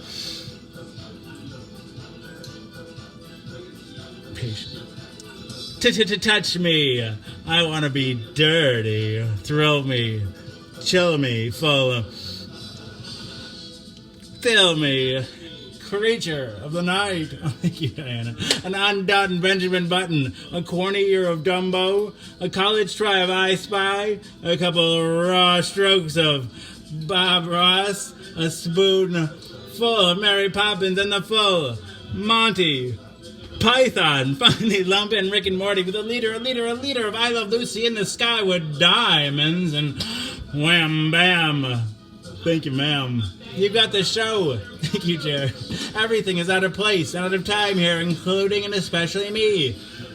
April will always be pregnant. Harambe will always be ready for her high fives. The first, on the second coming, will always be risen with the Obamas getting blowjobs from the Woodies, the Supermen, and their boners will always be spinsters and sempstresses working the sweatshop. The Twin Towers will always stand with Lady Liberty. You will have their MTV. Pigs will fly. Disco and dance will reign, like men did in the days of old. I write nightly the future history of anachronism for your future children and your elderly grandparents. May they enjoy it now and time immemorial. Oh yeah, we said a spoonful of Mary Poppins for sure. If I'd have people take only one thing away from this show, it would be the knowledge that HIV is preventable. If you're HIV negative, there's a once-a-day pill you can take. They call it PrEP, or pre-exposure prophylaxis. The pill is Truvada, and if you're HIV negative, you take it once a day, and it works like a highly effective chemical condom. It prevents HIV. But if you're already HIV positive like me, treatment is prevention. By taking my medication every day and maintaining an undetectable viral load, it makes it so I'm not contagious. U equals U. Undetectable equals untransmissible.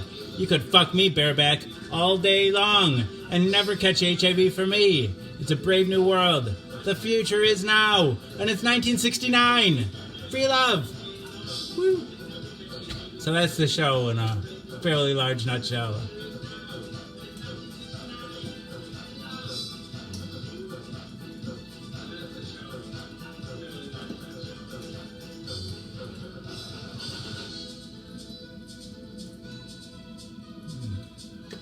Oh, Diana. Healed melanoma in my lungs with cannabis.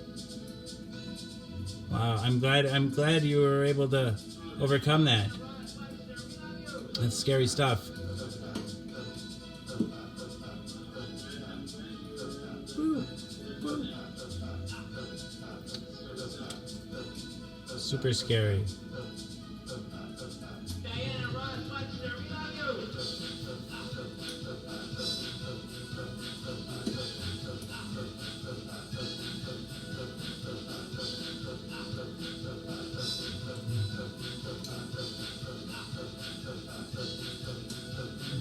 William Ballard. That hasn't been back in ages, but I'm glad you're back. I'm glad you stepped in, man. That's incredible, Diana. It's incredible.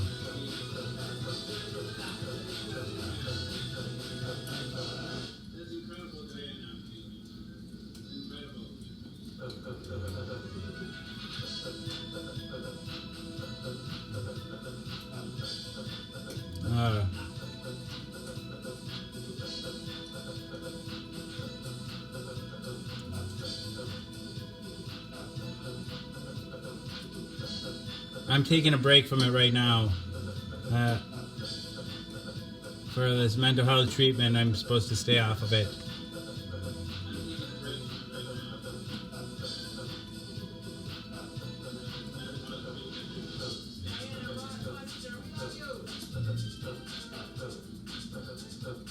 Over 1,000 already, right?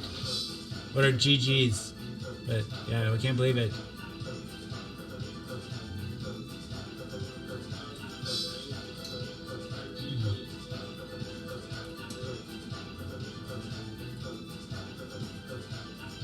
Got Diana Ross and Cher here.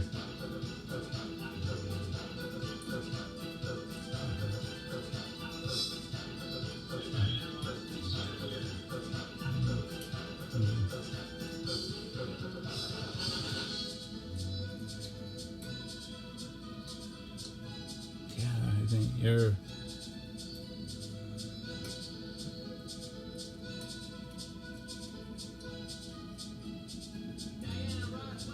I'm 40. I'm 40 myself.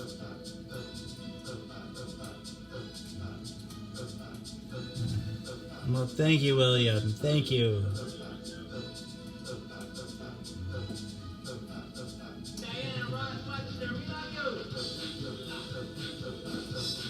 What I do, Cher? What I do?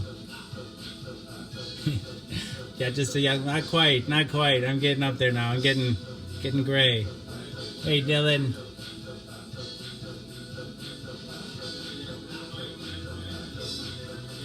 That sounds like hell, Diana.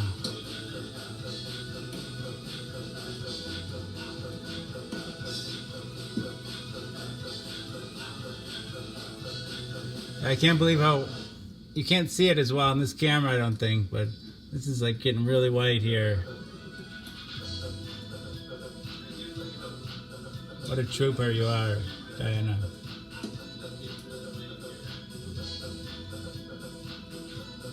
I believe it. I believe it. I think it's not the only thing that's contributed to my PTSD, but my HIV diagnosis is definitely as a part of being a serious illness can definitely cause trauma.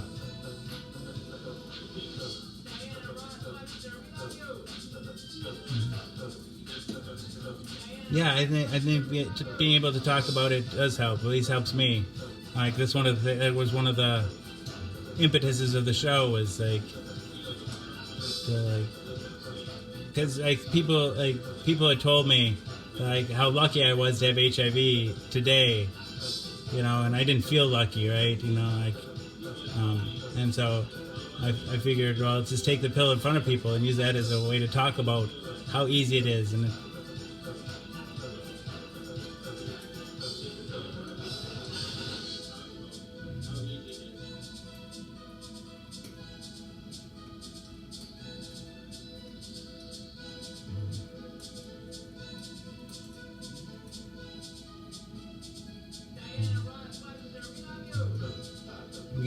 Diana, I bet you give hope to a lot of people by talking about it too. Because so many people talk about cancer like it's a death sentence, and it's not. Probably the majority of people do survive cancer, and some people survive any stage of cancer. I don't think. Hey, Sal de la Cerda, you're not too far from home. Spitting distance from. I used to take day trips to Chicago when I was a kid. Well, I mean, not a lot, but more than once.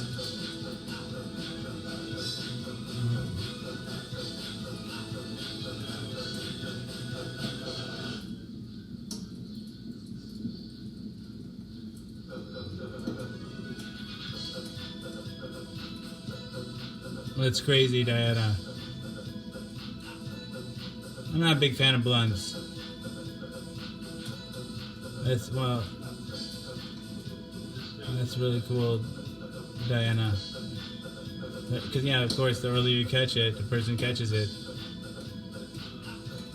Me, I'm in Wisconsin. I live in Madison, Wisconsin. It's about 3-hour drive to Chicago.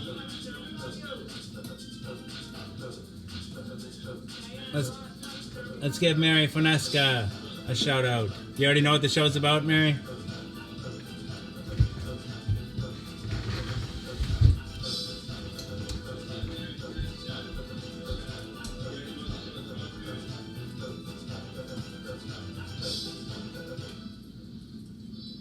Mary Fonesca, we love you!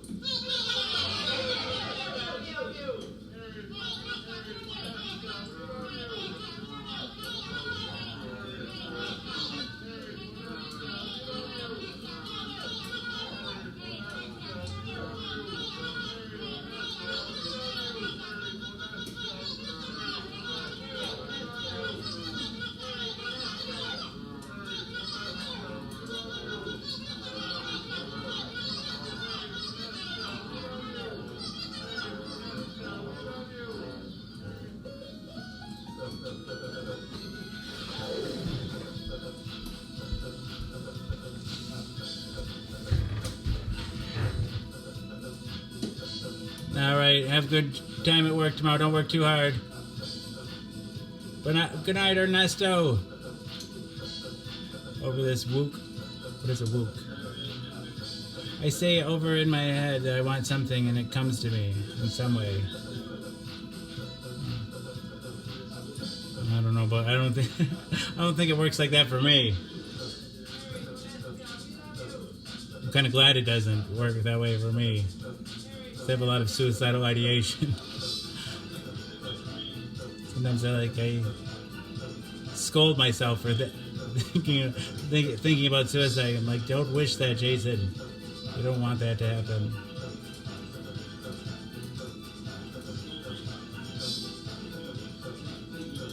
"12 hours from Dylan."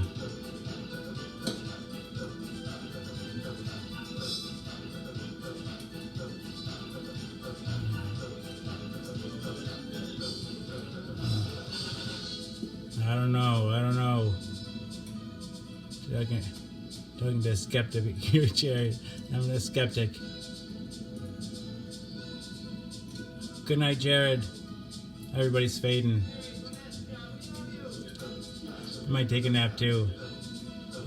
Just give me a second.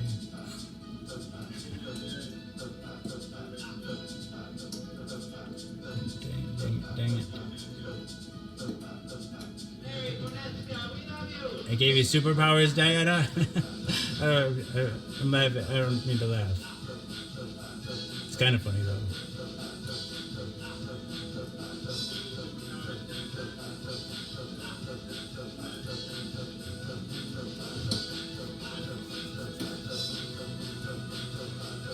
Wow.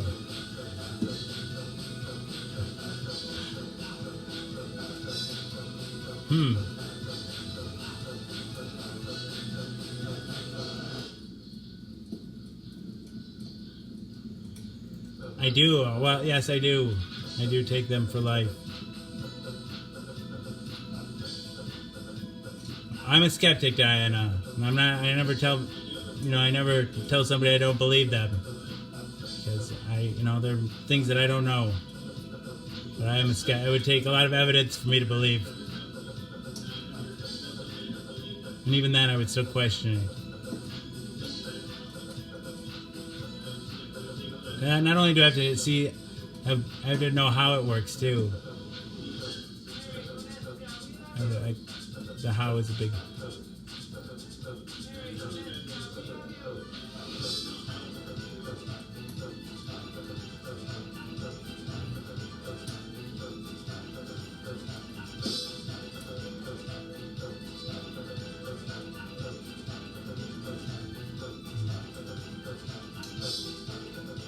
Wow.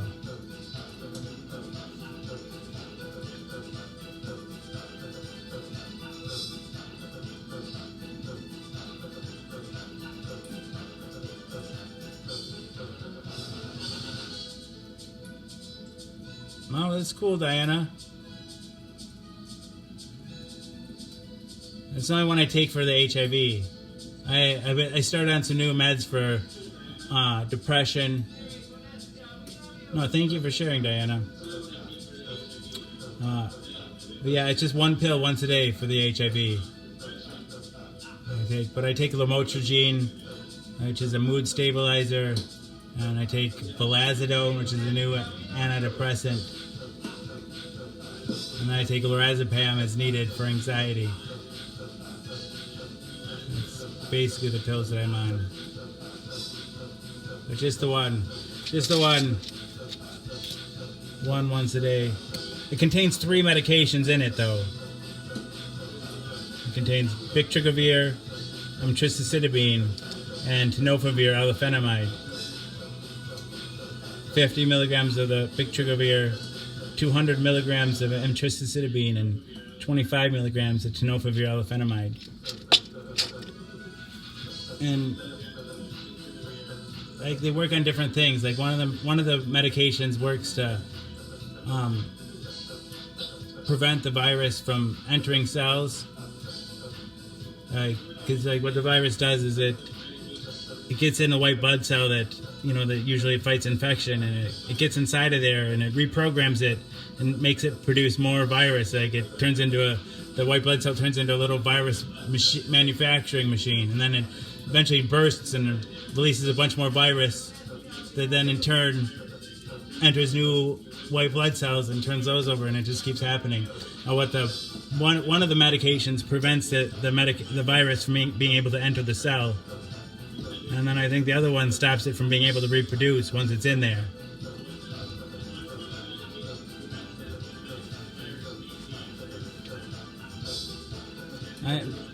Michelle, I feel like antidepressants don't work that well for me, and it seemed that Lamotrigine seemed to help more than anything else, and nothing seemed to work that great.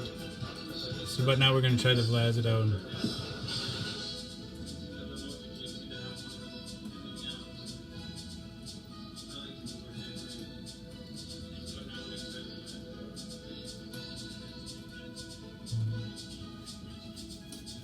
I do too, Mary Finesca.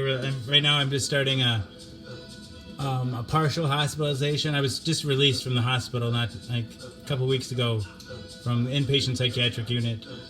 And now I'm going to do the partial hospitalization program, which is a lot of similar programming, like same kind of groups and stuff that you get in the hospital, except you go home to sleep at night. So,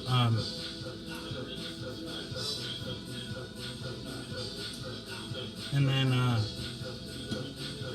my therapist thinks that I should do residential treatment, a month of residential treatment for trauma.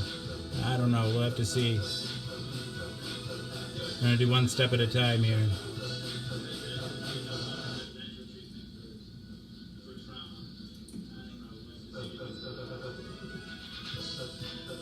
I'm gonna dang the dang show here. Let's see. I'm gonna share it to the art groups this time.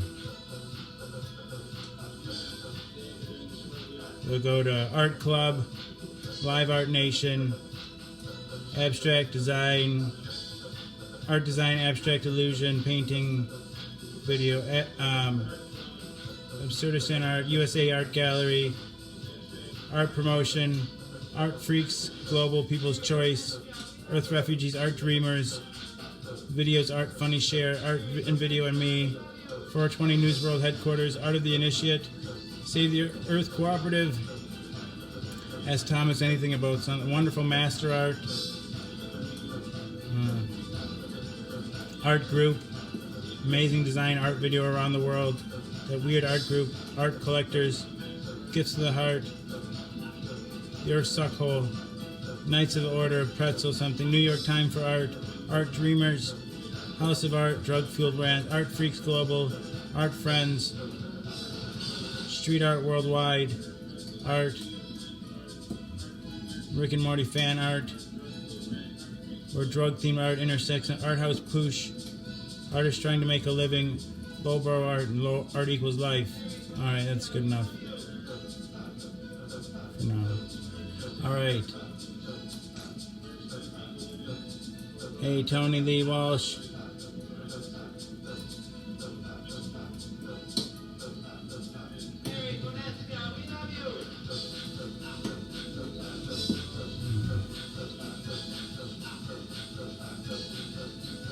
I would talk to Kendra. I think it's always a good idea to talk to your doctor. I think they have good treatments for sickle cell. I don't know though.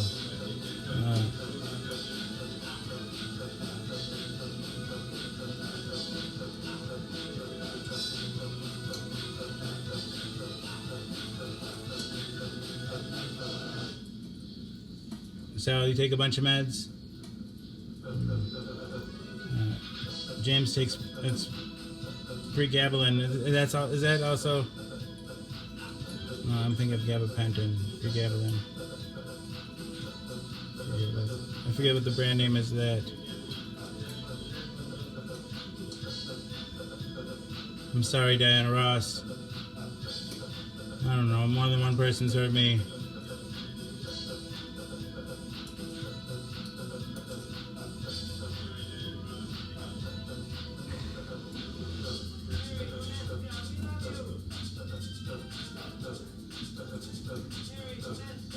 Oh, you're welcome, Kendra. Welcome. I wish I could give you better advice.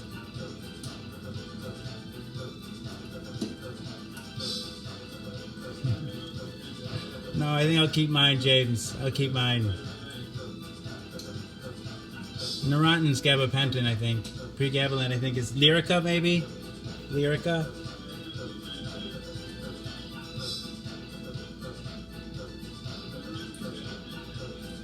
And Neurontin and gabapentin are the same thing, yep.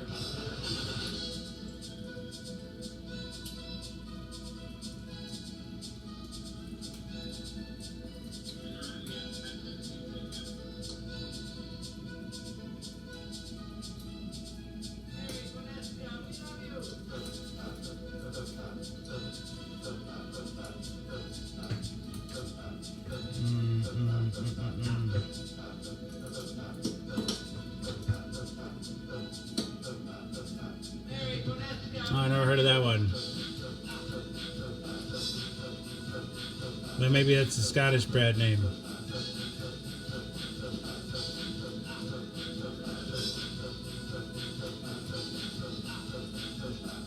Yeah, it's Lyrica here.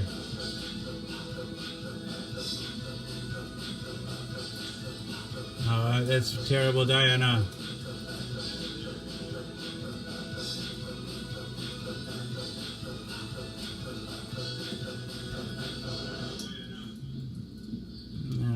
somebody hurts children.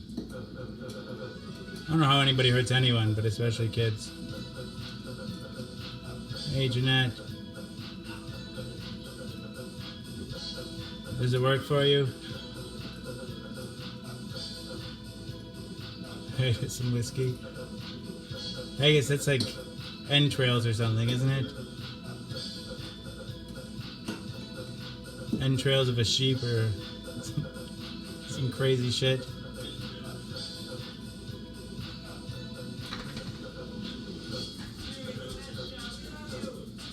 There's my dog Sophie. She's a beast.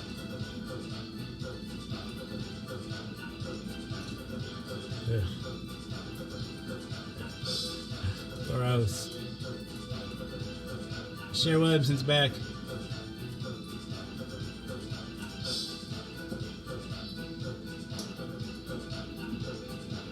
So we kind of stuck on it, is that what you're saying? Cherry's back.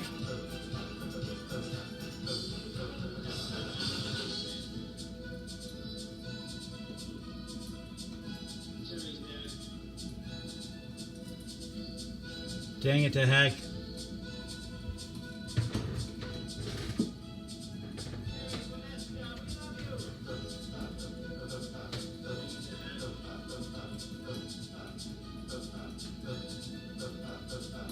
I wish I had a swing right here. I could sit and swing. Dang it right to heck. A swing hanging from the ceiling here. How cool would that be?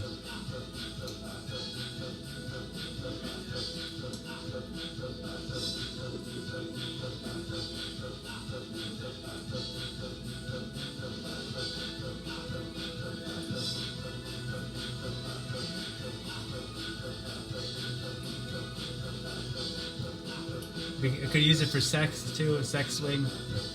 I could lower it down, like raise it up for the show and then lower it down so we use it better for fucking.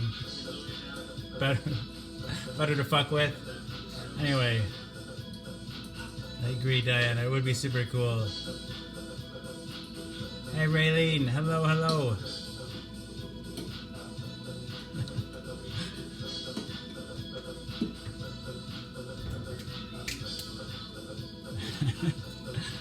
It's like that.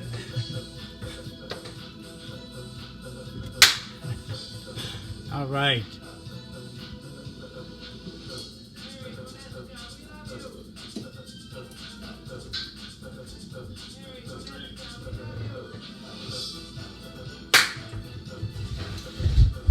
Dang it to heck.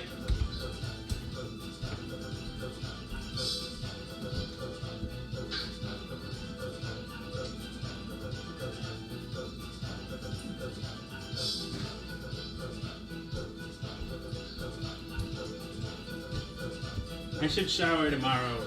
You guys gotta motivate me to shower tomorrow. I'm probably not gonna do it. You guys should try to motivate me anyway.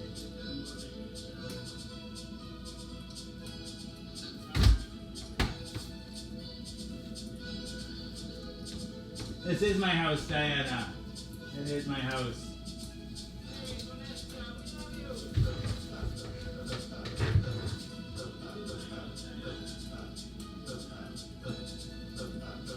That sounds like a good... The Chi Chi girl, let's bring that out. Sarah, you can come shower with me. I haven't had a guest in the shower for... I don't know. I've done 280 live showers. It's probably been 260 since I had a guest in there. I'm overdue. Thank you, Diana. Thank you.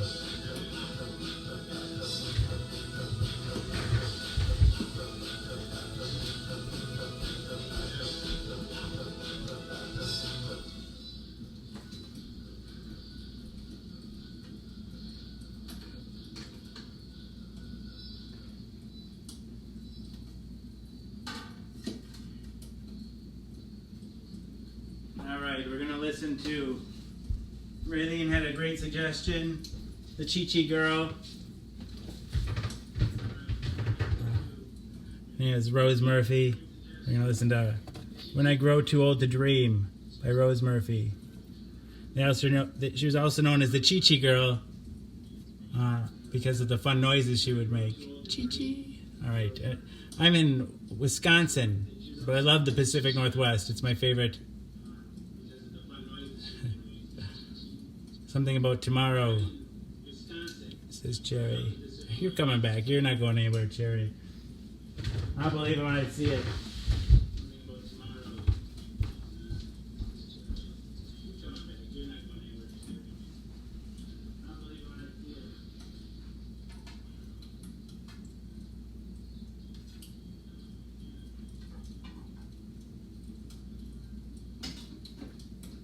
Crank it up. Cranking, cranking, cranking, cranking, cranking, cranking, cranking, cranking, cranking, cranking. Cranking, cranking, cranking, cranking, cranking,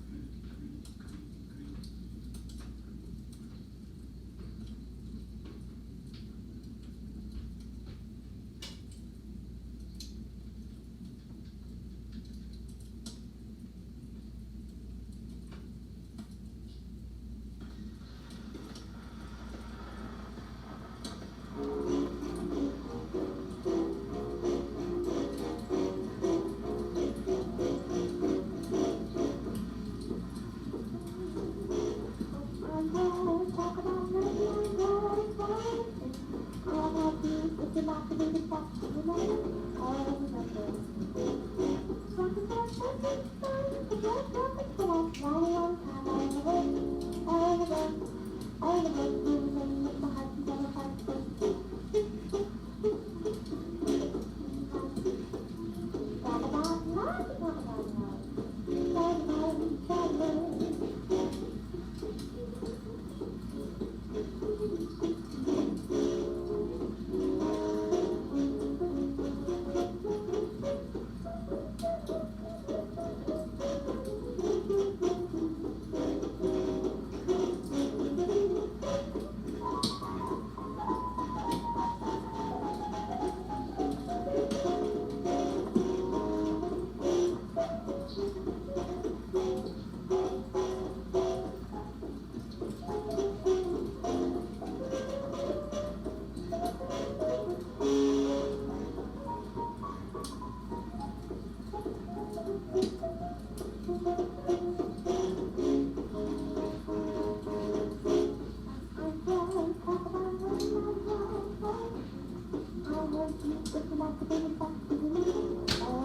I don't know.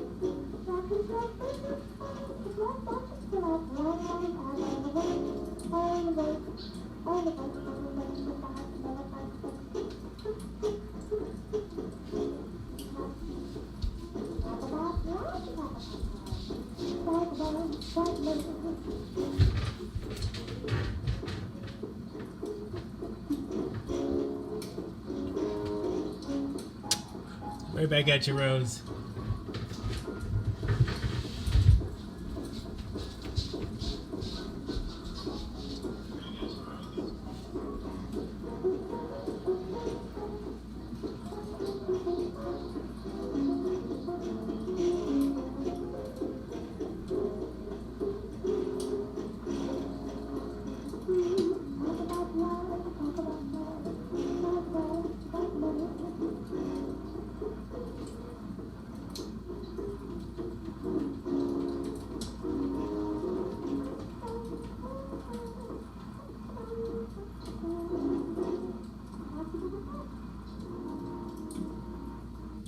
I'm running out of new needles for this. I think I have one new needle left.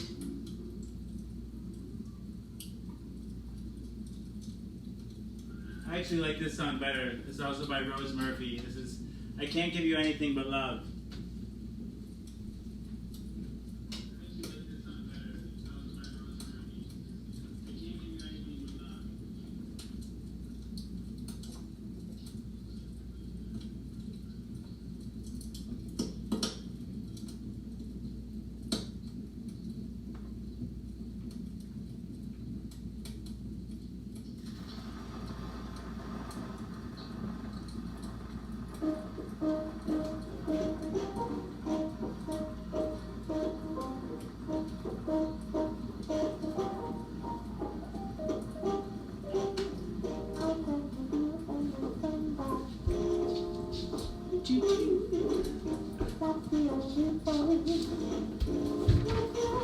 I can't give you anything but.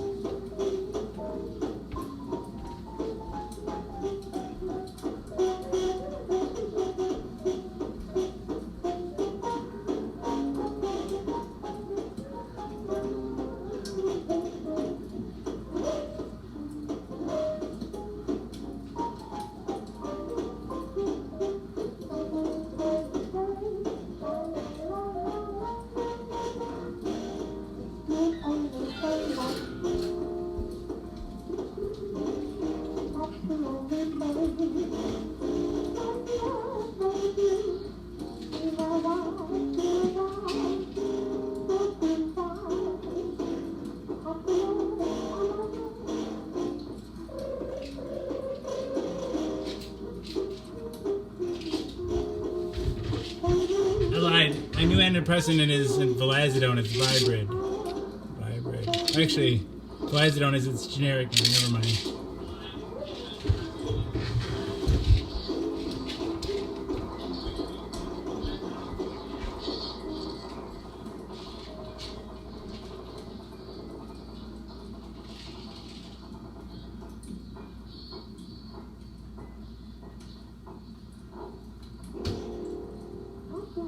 That's right.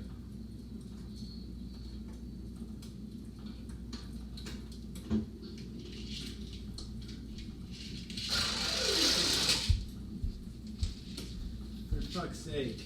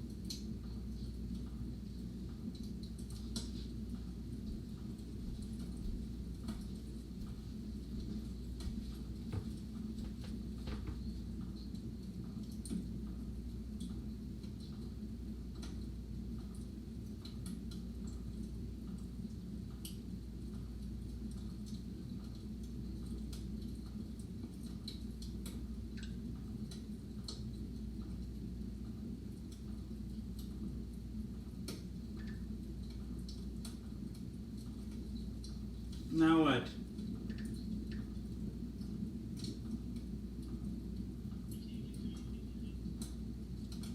Leah Ligon? Leah Ligon? Hi, Leah. Yeah, Wisconsin. Welcome. Welcome, Leah. We should give you a proper welcome. I don't know how to pronounce. I'm gonna go with Ligon. Correct me if I'm wrong. Is it Ligon? Never boofed it before. Never boofed anything. Thought about it though. Dang it to heck. Trying to make sure that's true or not. See. I've taken like Compazine as a suppository before. Leah, Ligon.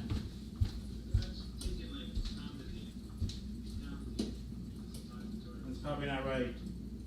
You gotta correct me, Leah. Leah, Legon, we love you.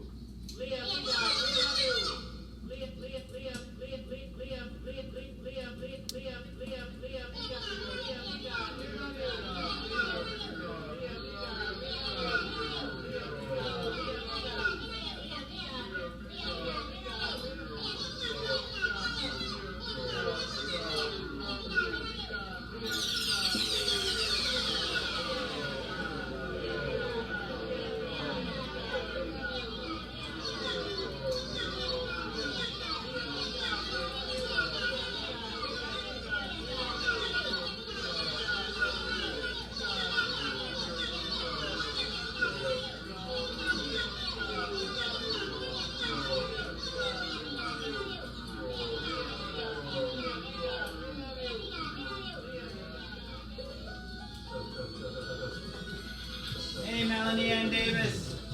Hello, hello.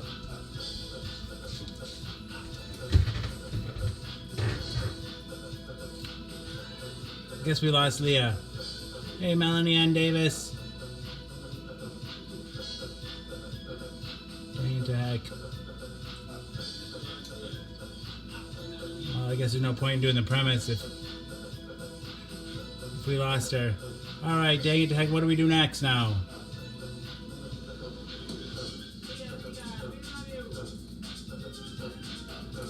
Must have scared her away.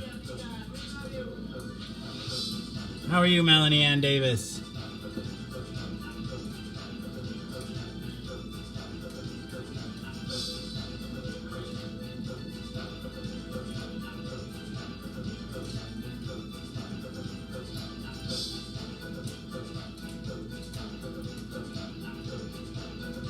You want to play a game of Where's Jason? Oh, jeez. It's too early for story time. We might be able to play a game of Where's Jason.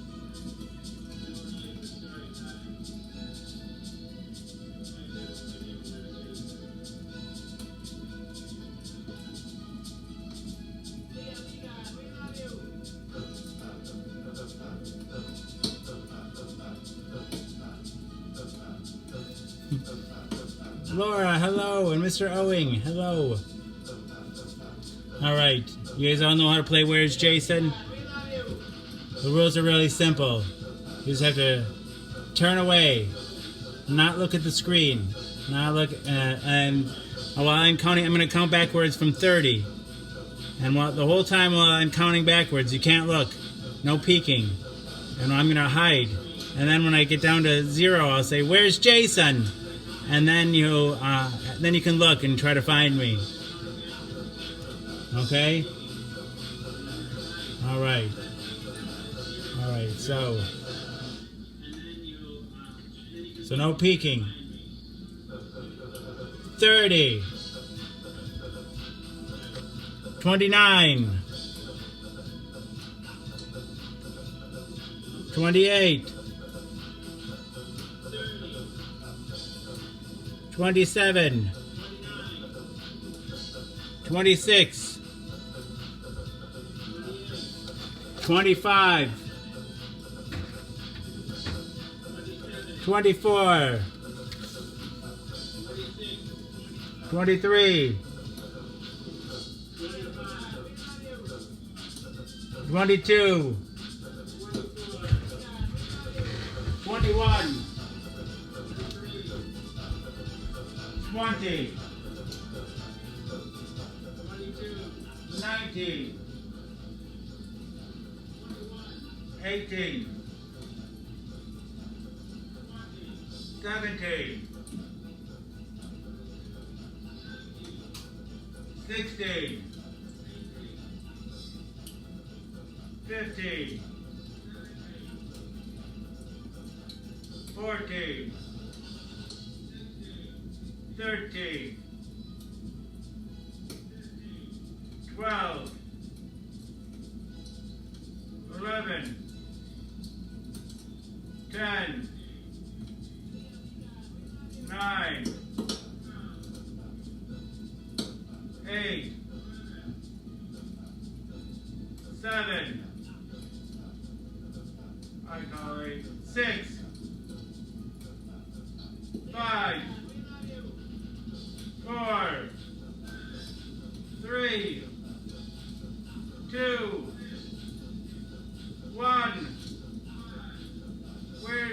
Jason? Where's Jason?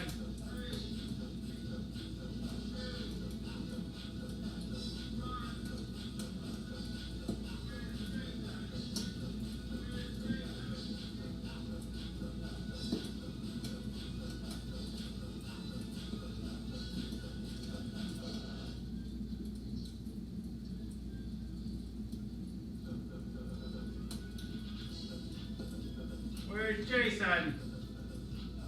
Where's Jason?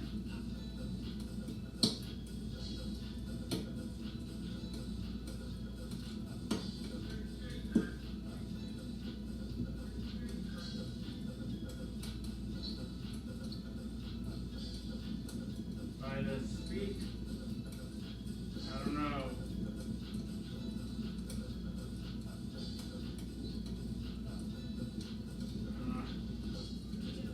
Charlie sees me. Where? I don't know what the speak on the left side is, though. You have to be more specific, Rose.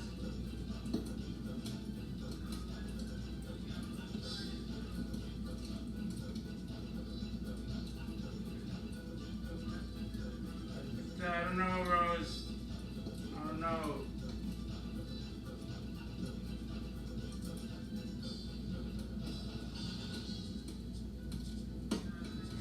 Oh, James. You're too sweet, James.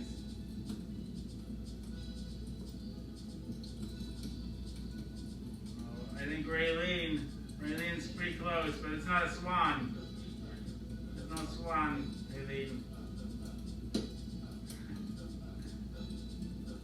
There we go. Miss Charlie got it. Hello. Raylene, you were so close. Hello. Where's Jason? He's right here.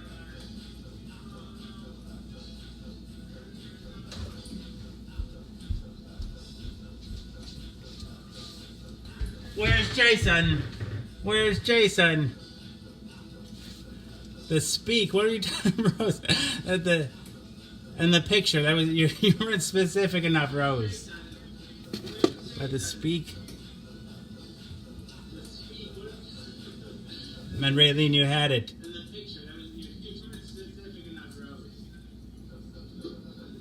That's like when people say by the Obama. Which Obama? Oh, I like this game too. Hey, Michael Salcido, hello. Because science. That's good enough reason for me.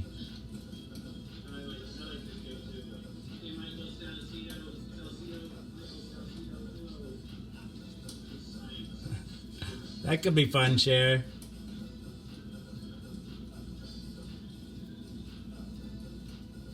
Do I love Obama? Not really. Not really. Oh, I'm glad I got it. Michael.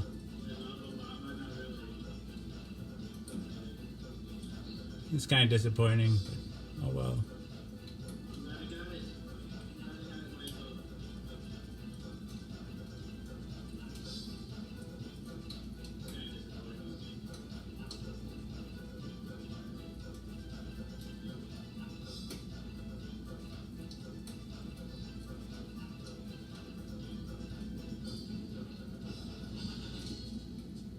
Oh, to the untrained eye, there are Obama pictures of Obama, or posters.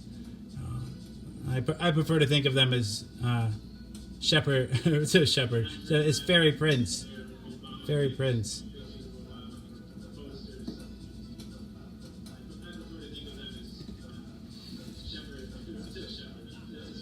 Shepherd fairy has. I've got two more shepherd fairy prints that you can see right here. Big Brother's watching you, and POW USA. It says underneath that permanent vacation in Guantanamo. I think these two, these used to be right by my front door before I just started doing the show. And they're most representative of my political beliefs. They're like, and the other ones were like I collected these in 2008 while Obama was still a candidate, and I had high hopes for him. But, Thank you, Michael.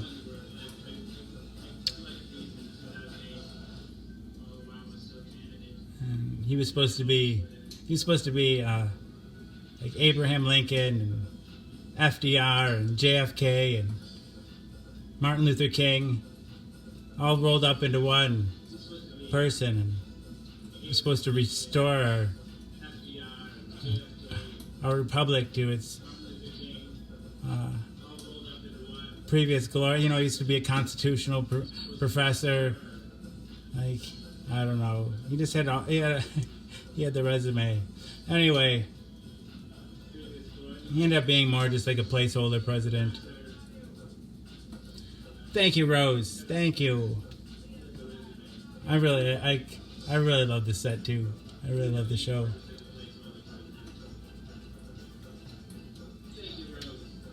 It's really it's grown over time, and I don't know, it just feels like home now.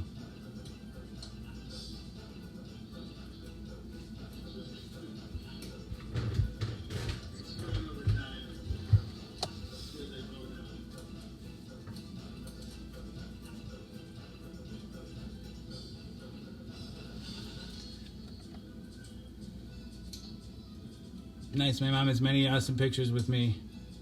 Super amazing guy and a great friend of hers. Who's that? You like the planets?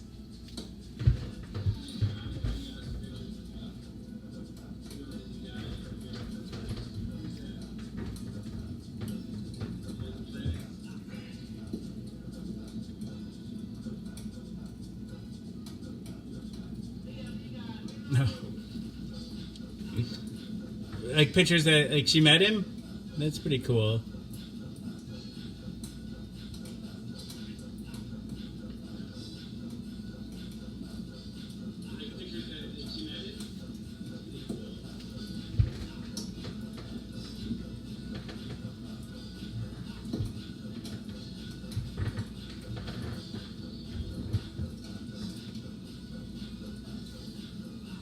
That's cool.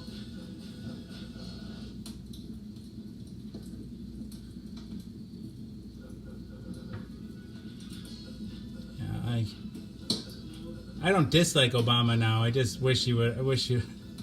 I kind of wish he was like more like Trump. Came in there and just like turned the place upside down.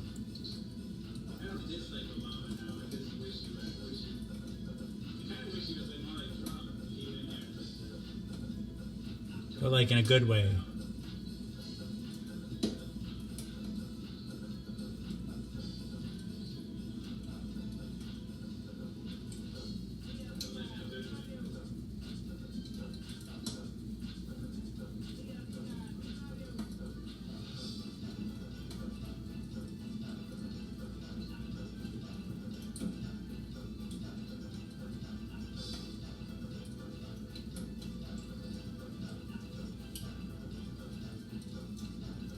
Yeah.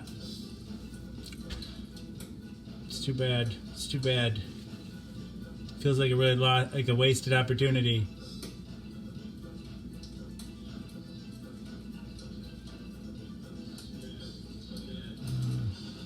I'm not putting my hope in anybody anymore.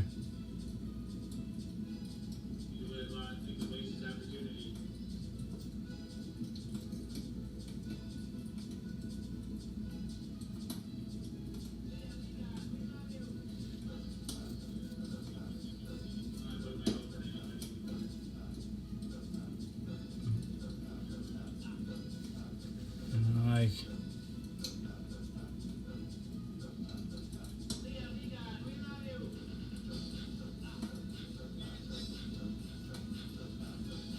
is he on Mars? Nice.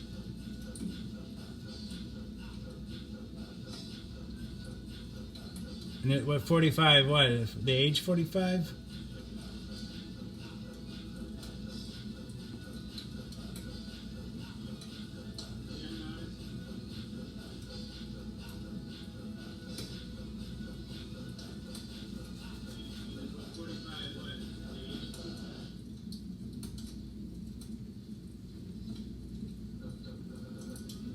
Are you talking about our 45th president?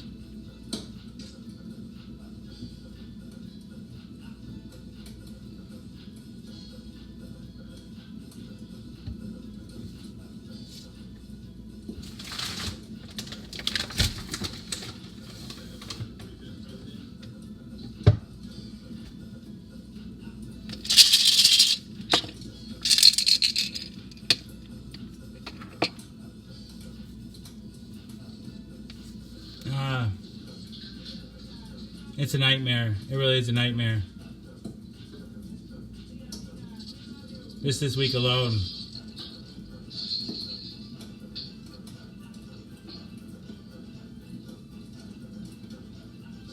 I don't know. And the cozying up to Russia, like, it really frightens me. You know, after the Germans were defeated in World War II, like, I don't know, like, the tension between the United States and Russia was, like, yeah, and Vladimir Putin during those times was, like, the head of the KGB, like, the head of, like, the Russian intelligence. And it's so clear and obvious that he wants to rebuild the Soviet Union. Seizing Crimea, part of, you know, like, wanting Ukraine back in. Now, like, I heard something on the news today, like, is being provocative towards Georgia, another country that used to belong to in the USSR. Yeah, and the first, like when they invaded Ukraine and took Crimea, represents the first time since World War II that a country in Europe had changed borders because of military action. I don't know. I just really don't want to see a return to the time when there was open warfare in the Western Hemisphere. I don't know. And just like him and then Trump. He's just so reckless, like tweeting that picture. He took a photo of a highly classified he took a picture of a highly classified satellite photo and posted it to Twitter that showed, like, our military capabilities better like that. I don't know what we've ever disclosed that we're capable of in the past.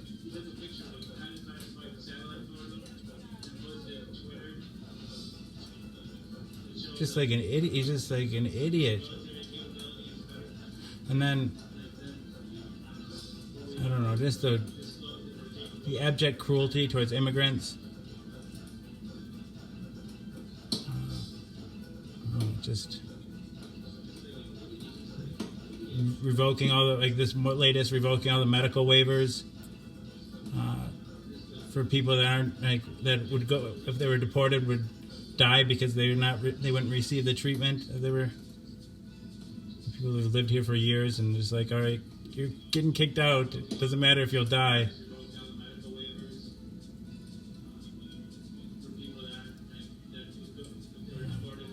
Yeah, that's what, like, I don't know. The division is what, cultivated, or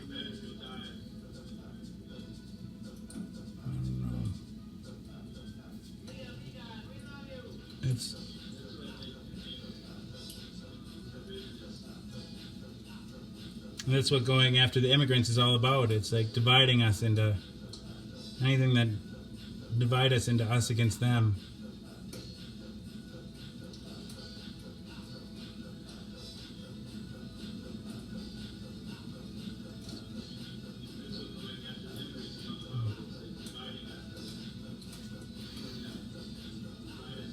Yeah, it's like, it's one of those things in this show, right? Like, first they came for the immigrants.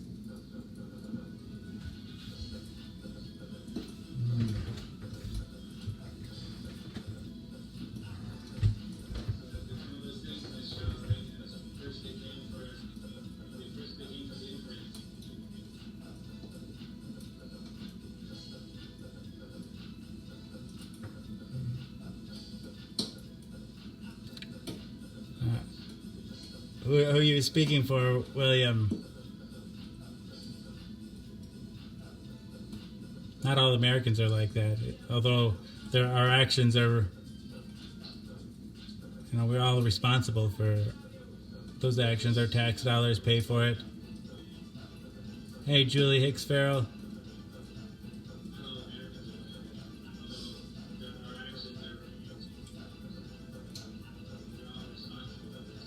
it's our responsibility to bear witness to it.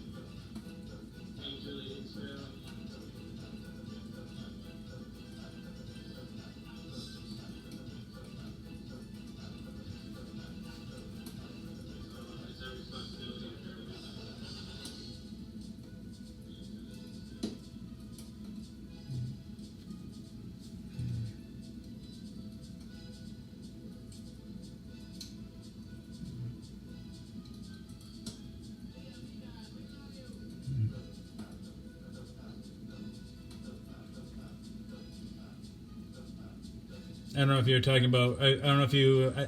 You consider yourself a Republican, Will? And if so, it's good that you can look past the partisan divide and see Trump for what he is. A mean, bullying liar. I think in that sense he has really high approval rating Republicans, but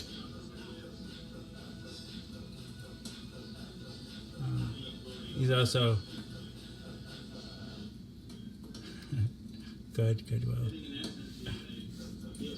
Goodwill.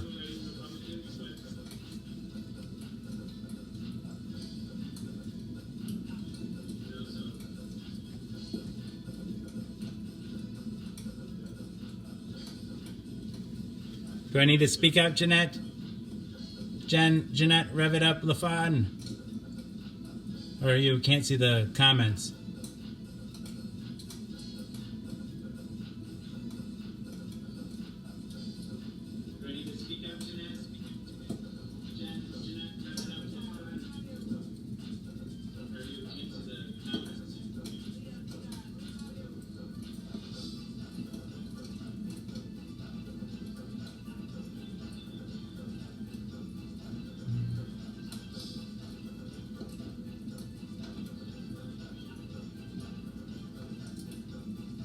I don't think he has one. I wasn't sure when he talked about we, though. I wasn't sure he was talking about.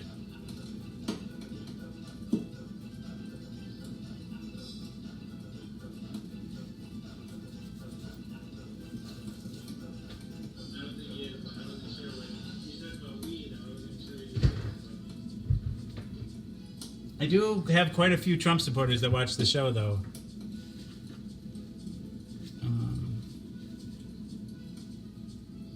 I respect everybody's humanity, but I don't understand the decision to support him, though. It's something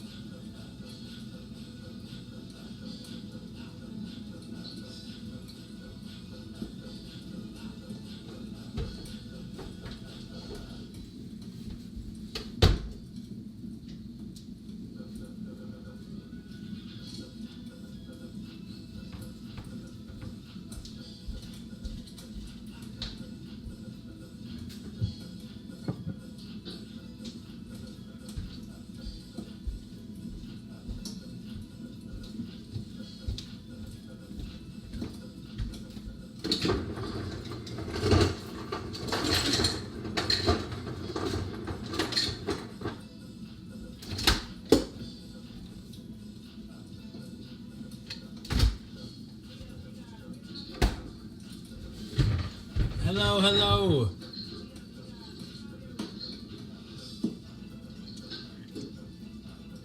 He's a rapist. Like, that's pretty, this pretty credible, very credible accusations of rape, and he openly talks about sexual assault.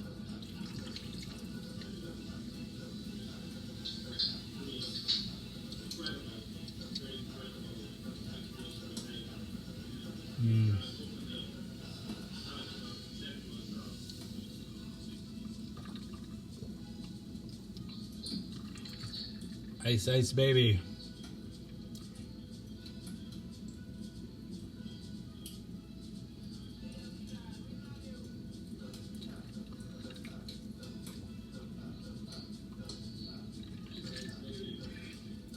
Yeah, it would be nice to see him go to jail.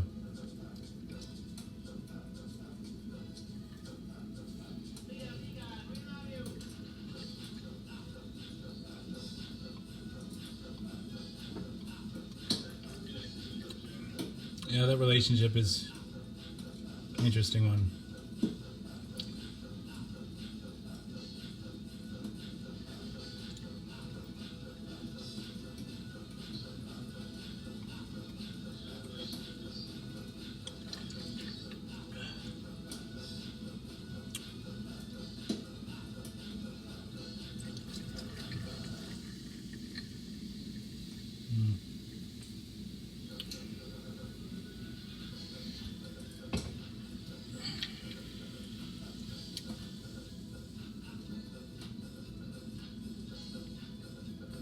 I think making fun of him is too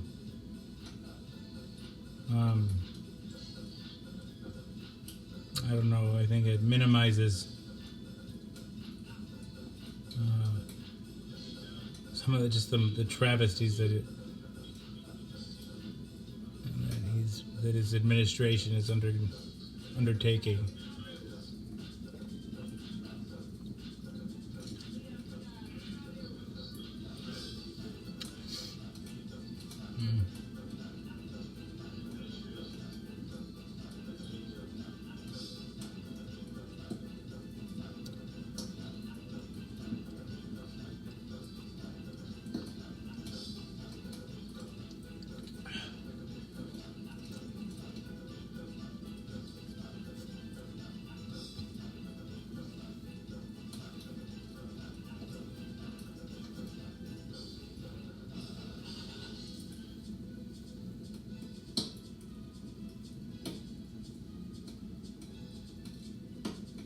No, I'm not sleepy.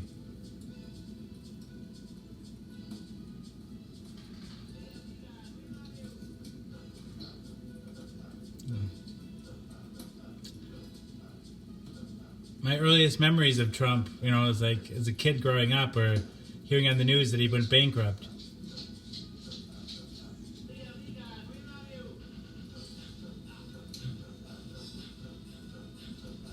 Some people can just only fail upwards, I guess. Yeah, the boys had a good time, Julie. It was stressful for me. Laura and I bickered quite a bit.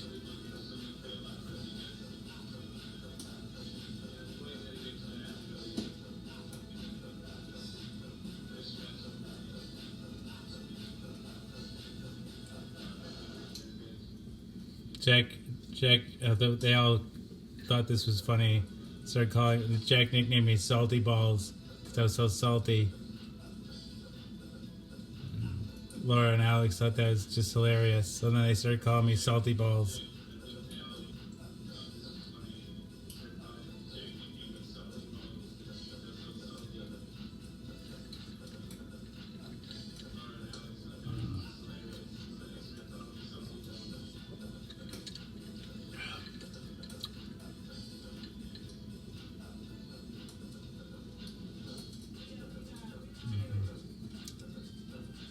I don't know, Diana.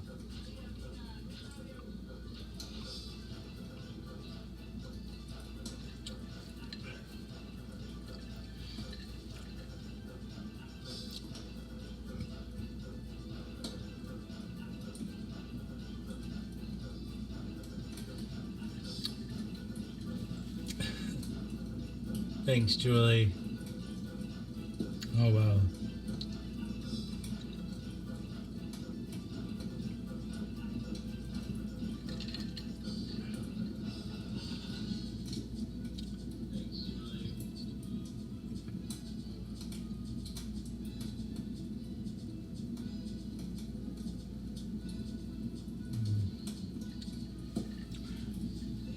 Oh.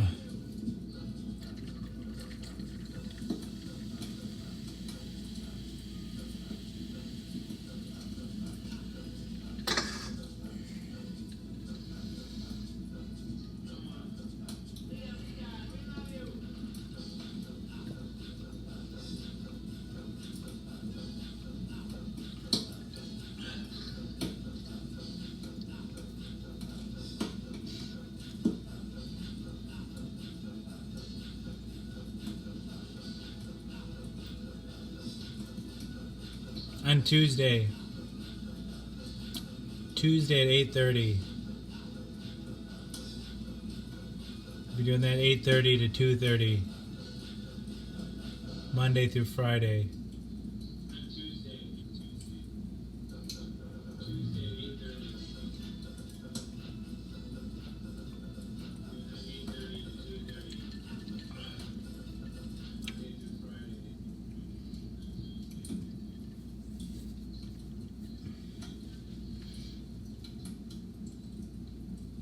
Thank you for asking.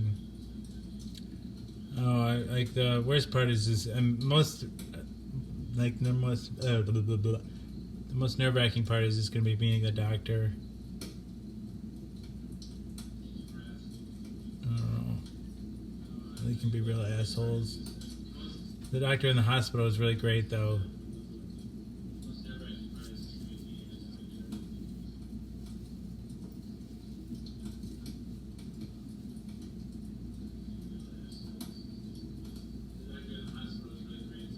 Not the weekends, no, just Monday through Friday.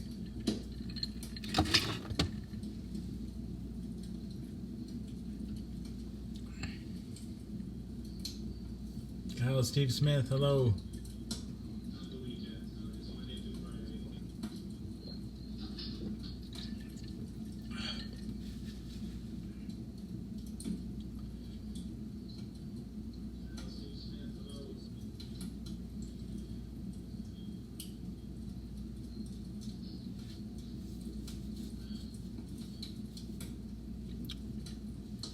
I don't know, it'll be like the first day you'll be meeting the doctor and admission stuff, and then on the next day I'll get like into the actual groups.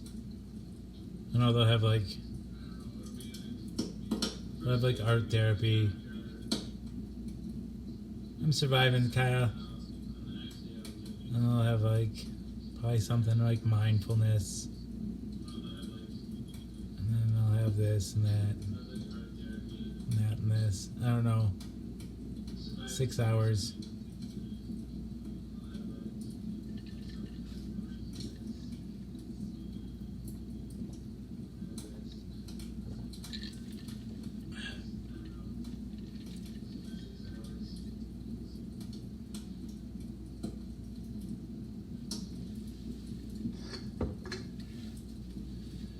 How are you, Kyle? How are you?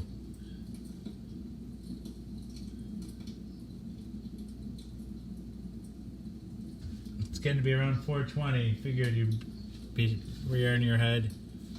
How are you, Kyle? How are you? Kyle lives in the UK, but he's got an alarm set for my 4:20.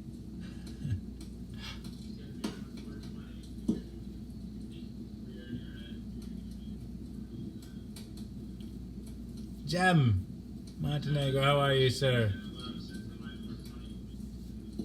Diana Ross Webster, it's nice meeting you.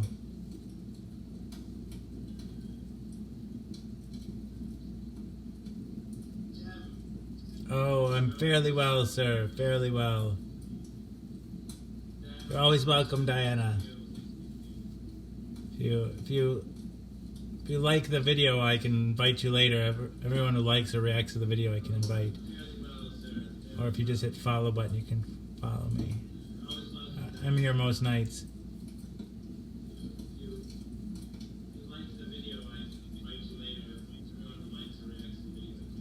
I don't know that one. TTFN.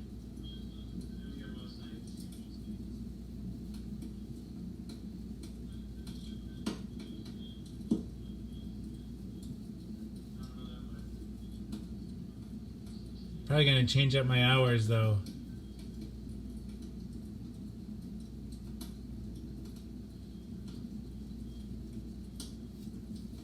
With doing the morning thing.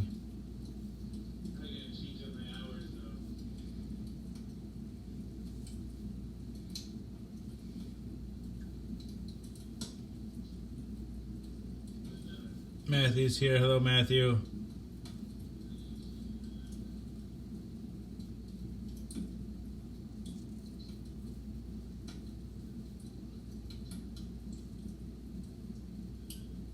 Two.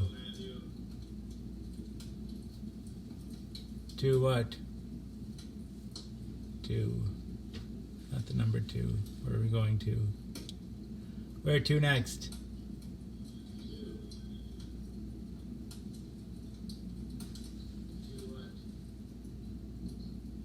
Dang it to heck.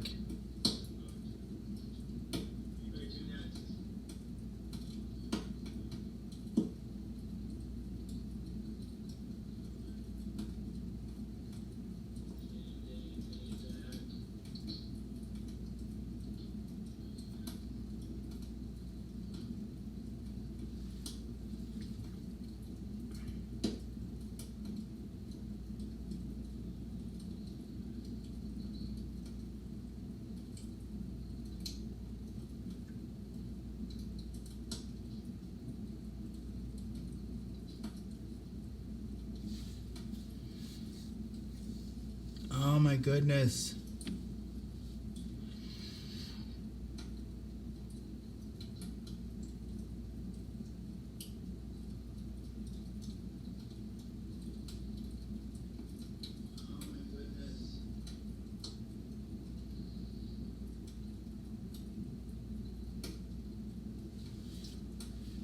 Thank you, William.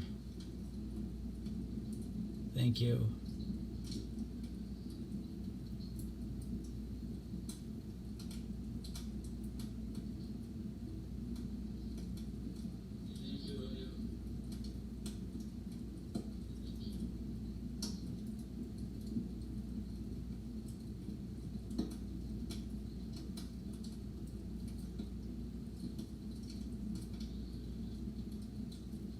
Good night, Jessica. I hope you feel better, Jessica.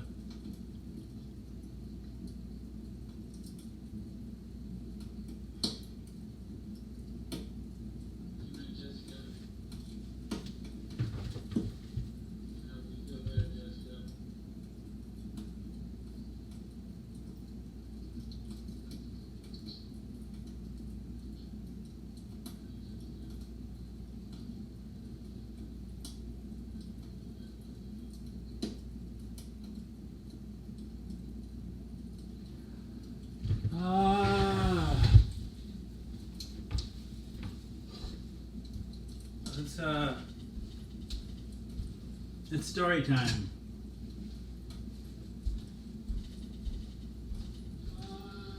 Let's just read some nursery rhymes.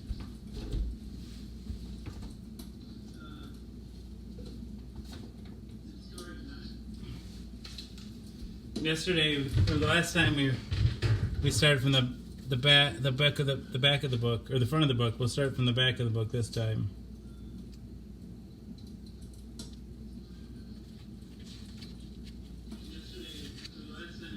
The first one is, I do not like thee, Dr. Fell.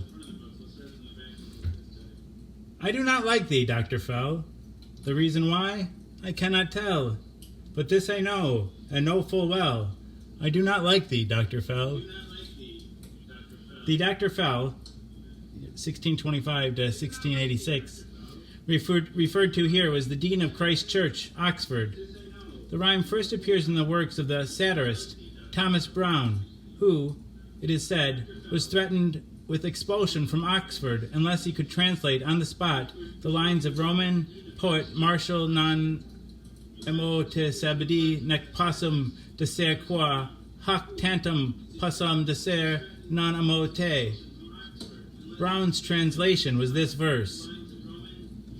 Below, 19th century engraving of Christ Church, Oxford, Dr. John Fell, 1625 to 1686. Oh where has my little dog gone? Oh where has my little dog gone? Oh where can he be? With his ears cut short and his tail cut long. Oh where is he? Written by a Philadelphian music publisher and critic, Septimus Winter. What a name, Septimus Winter. The original version of this song, Der Dichter's Dog, was published in 1864 as a comic ballad.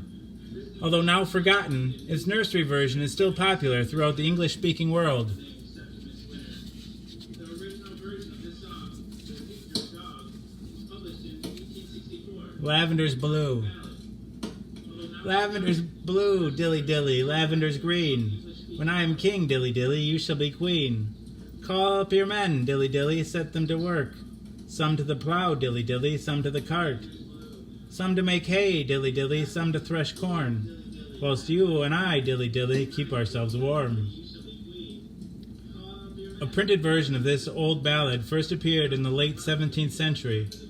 Perhaps the most familiar version nowadays is that of the song Lavender Blue, recorded for Walt Disney's film of 1948, So Dear to My Heart, and sung by Dinah Shore, which became an immediate hit on both sides of the Atlantic.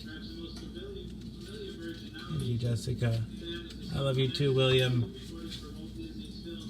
This is Old Mother Goose. Old Mother Goose, when she wanted to wander, would ride through the air on a very fine gonder. Mother Goose had a house, 'twas built in a wood, where an owl at the door for a sentinel stood. She had a son Jack, a plain-looking lad. He was not very good, nor yet very bad. She sent him to market, a live goose he bought. Here, mother, says he, it will not go for naught. Jack's goose and her gander grew very fond. They'd both eat together or swim in one pond. Jack found one morning, as I have been told, his goose had laid him an egg of pure gold. Jack rode to his mother, the news for to tell. She called him a good boy, and said it was well. Jack sold his gold egg to a merchant untrue, who cheated him out of the half of his due. Then Jack went a-courting a lady so gay, as fair as the lily, and sweet as the May. The merchant and the squire soon came at his back, and began to belabor the sides of poor Jack. But old Mother Goose that instant came in, and turned her son Jack into famed Harlequin. She then with her wand touched the lady so fine, and turned her at once into sweet Columbine. The gold egg in the sea was thrown away then, when Jack jumped in and got it again. And old Mother Goose, the goose settled soon, and mounting its back, flew up to the moon. I like that one. The story of the goose that laid the golden egg was first recorded in about 1815. Three little kittens, they lost their mittens. 3 little kittens, they lost their mittens, and they began to cry. Oh, mother dear, we sadly fear that we have lost our mittens. What? Lost your mittens? You naughty kittens! Then you shall have no pie. Meow, meow, meow. No, you shall have no pie. The 3 little kittens, they found their mittens, and they began to cry. Oh, mother dear, see here, for we have found our mittens.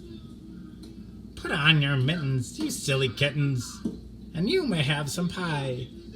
Purr, purr, purr. Oh, let us have some pie. The 3 little kittens put on their mittens, and soon ate up their pie. Oh, mother dear, we sadly fear that we have soiled our mittens. What? Soiled your mittens, you naughty kittens! Then they began to sigh. Meow, meow, meow. Then they began to sigh. The 3 little kittens, they washed their mittens and hung them out to dry.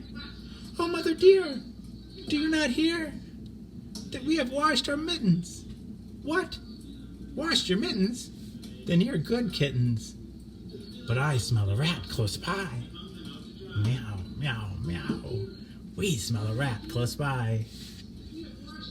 Good night, Jessica.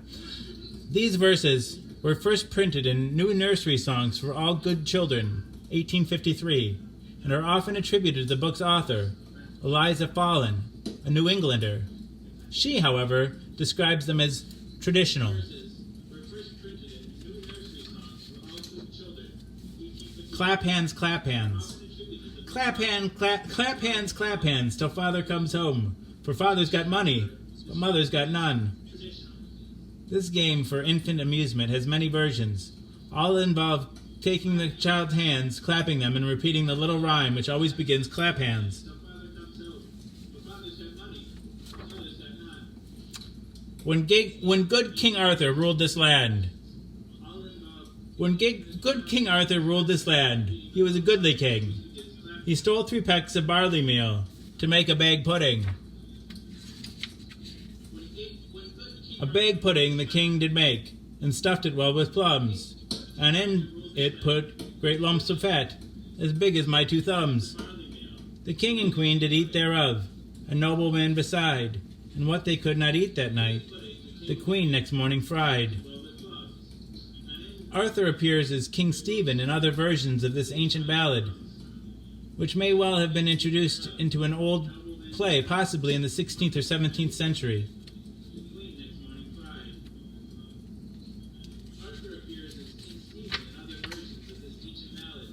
The Man in the Moon.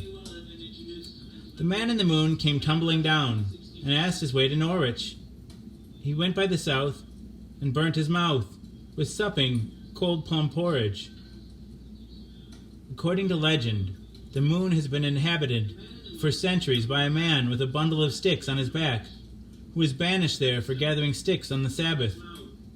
The rhyme was certainly popular in the 19th century and is mentioned by Mrs. Micawber and David Copperfield, although it probably dates from at least a century earlier, when plum porridge had not yet been cemented into plum pudding by the use of a pudding cloth.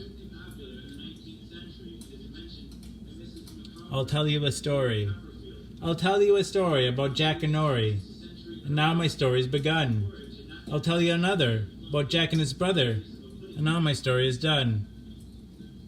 Jack and Norrie goes by other names in different versions of this rhyme, used to discourage children's demand for a story.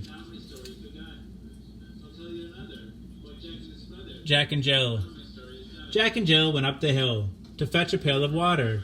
Jack fell down and broke his crown, and Jill came tumbling after. Up Jack got, and home did trot, as fast as he could caper, went to bed and bound his head with vinegar and brown paper. When Jill came in, how she did grin, to see Jack's paper plaster. Mother vexed, did whip her next, for causing Jack's disaster. In Mother Goose's Melody, 1765, a woodcut illustration to this rhyme shows 2 boys, which has led at least one commentator to identify the 2 as Cardinal Wolsey and as a coadjutor, Bishop Tarbes, who together went to France to arrange the marriage of Mary Tudor to the French monarch. Another asserts that it is of great antiquity, with its origins in Scandinavian mythology, while Louis Spence in Myth and Ritual, 1947, maintains that some ancient mystic ceremony may be associated with the rhyme, since no one in a folklore sense climbs to the top of the hill for water unless that water has special significance. But, as the editors of the Oxford Dictionary of Nursery Rhymes have pointed out, the fact that after rhymes with water suggests that the rhyme may have originated in the 17th century.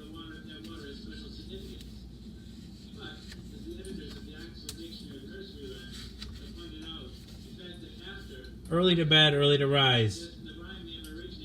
Early to bed and early to rise makes a man healthy, wealthy, and wise.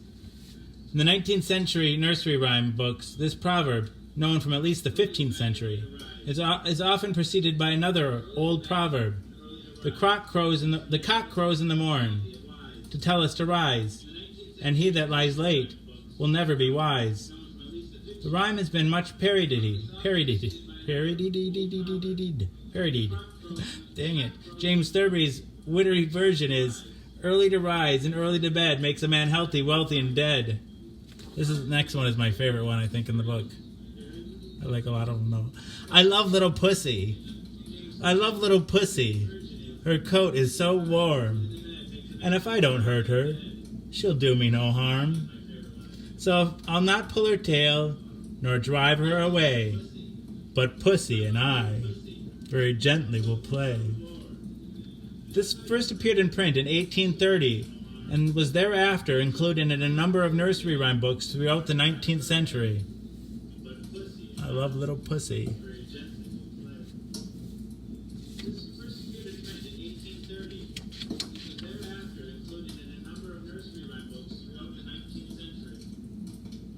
Little Miss Muffet. Little Miss Muffet sat on a tuffet, eating her curds and whey. Along came a spider, who sat down beside her, and frightened Miss Muffet away. Of all nursery rhymes, this verse appears most frequently in children's books.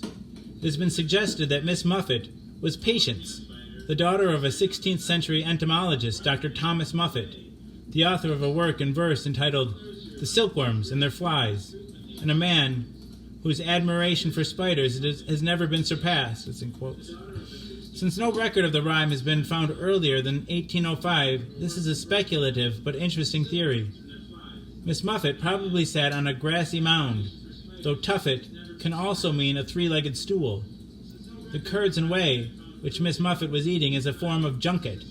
The curds the thick part of the milk, the whey the watery part. Whatever junket is. Hey, Nischala. Peter Piper. Peter Piper picked a peck of pickled pepper. A peck of pickled pepper Peter Piper picked. If Peter Piper picked a peck of pickled pepper, where's the peck of pickled pepper Peter Piper picked? This tongue twister, which first appeared in print in 1815, has been recommended as a cure for hiccups if it is said 3 times in one breath. Solomon Grundy. Solomon Grundy, born on Monday, christened on Tuesday, married on Wednesday, took ill on Thursday, worse on Friday, died on Saturday, buried on Sunday. This is the end of Solomon Grundy.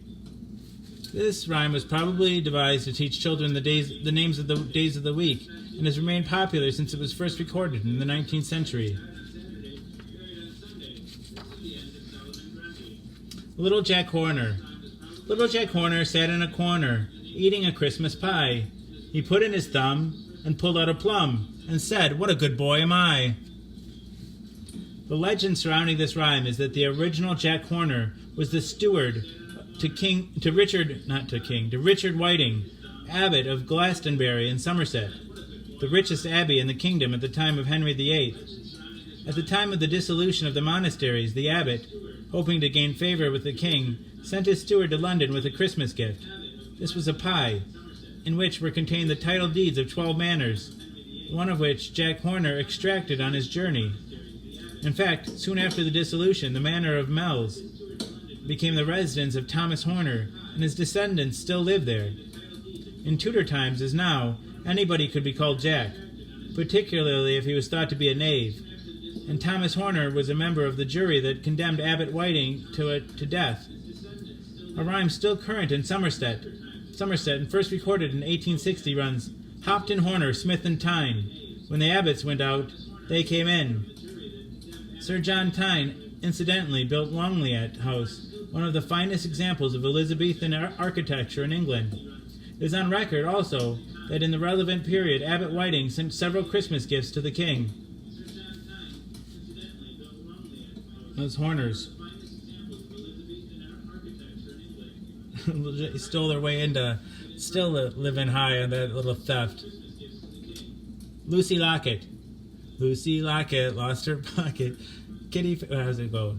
You're supposed to sing it to Yankee Doodle went to town riding on a pony. Stuck a feather in his cap and cold it. Lucy Locket lost her pocket. Kitty Fisher found it. There was not a penny in it, only ribbon round it. Lucy Locket lost her pocket. Kitty Fisher found it. There was not a penny in it, only ribbon round it. This Kitty Fisher is probably the famous 18th century courtesan and sometime actress. She was a friend and neighbor of Dr. Johnson's and achieved notoriety as the mistress of a number of eminent men. By the middle of the 19th century, the rhyme was well known in both England and America and was sung to the tune of Yankee Doodle. Poor Kitty Fisher. Both sides of the Atlantic, they sang that about her.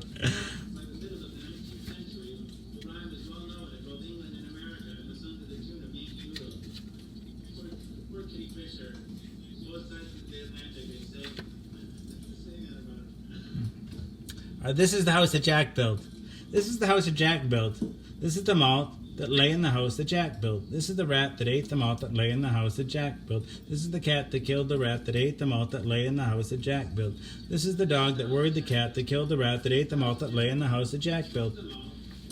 This is the cow with the crumpled horn that tossed the dog that worried the cat that killed the rat that ate the malt that lay in the house that Jack built. This is the maid, all forlorn, that milked the cow with the crumpled horn that tossed the dog that worried the cat that killed the rat that ate the malt that lay in the house that Jack built. This is the man, all tattered and torn, that kissed the maid, all forlorn, that milked the cow with the crumpled horn that tossed the dog that worried the cat that killed the rat that ate the malt that lay in the house that Jack built. This is the priest, all shaven and shorn, that married the man, all tattered and torn, that kissed the maiden, all forlorn, that milked the cow with the crumpled horn that tossed the dog that worried the cat that killed the rat that ate the malt that lay in the house that Jack built.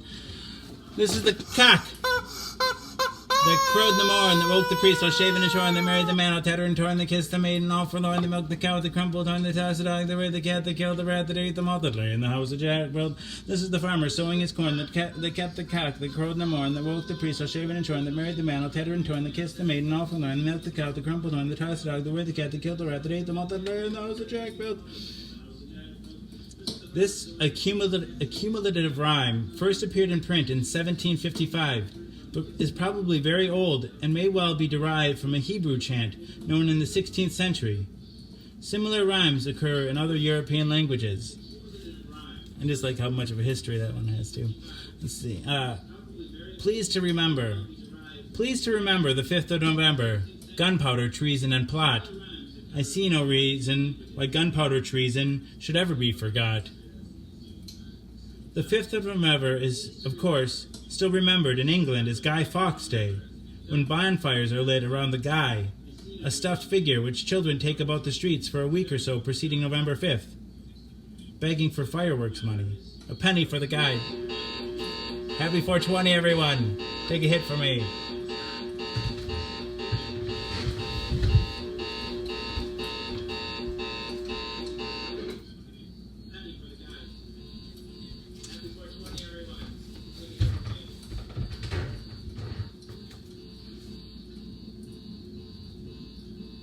A penny for the Guy.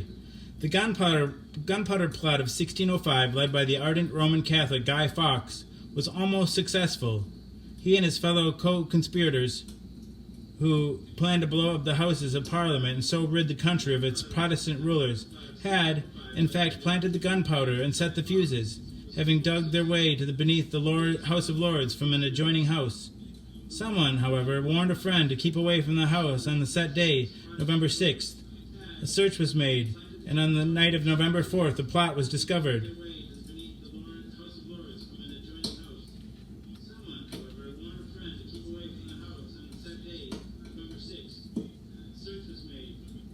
The Lion and the Unicorn. The Lion and the Unicorn were fighting for the crown. The Lion beat the Unicorn all around the town. Some gave them white bread, some gave them brown, some gave them plum cake and drummed them out of town. Popular tradition states that this tells the story of the Union of Scotland, whose royal coat of arms bore 2 unicorns. In England, when James VI of Scotland became James I of England in 1603. Lewis Carroll refers to it in Through the Looking Glass as the words of an old song, which presumably it was, with many verses now lost. Pat a cake. Pat a cake, baker's man. Bake me a cake as fast as you can. Pat it and prick it and mark it with T and put in the oven for Tommy and me. This one was known as early as 1698 and often accompanies a hand-clapping or hand-warming game. Mary, Mary, quite contrary. Mary, Mary, quite contrary, how does your garden grow? With silver bells and cockle shells and pretty maids in a row. Some versions of this rhyme begin Mistress Mary, and it is widely supposed to refer to Mary, Queen of Scots, whose frivolous French ways and Roman Catholic upbringing were disapproved of by John Knox. It was she who, with her cousin Elizabeth I, formed Knox's famous monstrous regiment of women. The pretty maids were possibly her ladies-in-waiting, the four Marys: Mary Beaton, Mary Seton, Mary Fleming, and Mary Livingston. And it has been further suggested that the cockle shells were the decorations on a gown given to her by the Dauphin.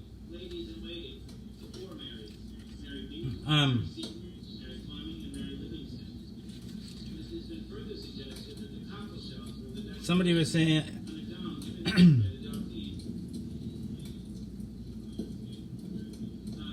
Let's see. Ring a Ring of Roses. Somebody was like, people were saying that this has to do with the plague, and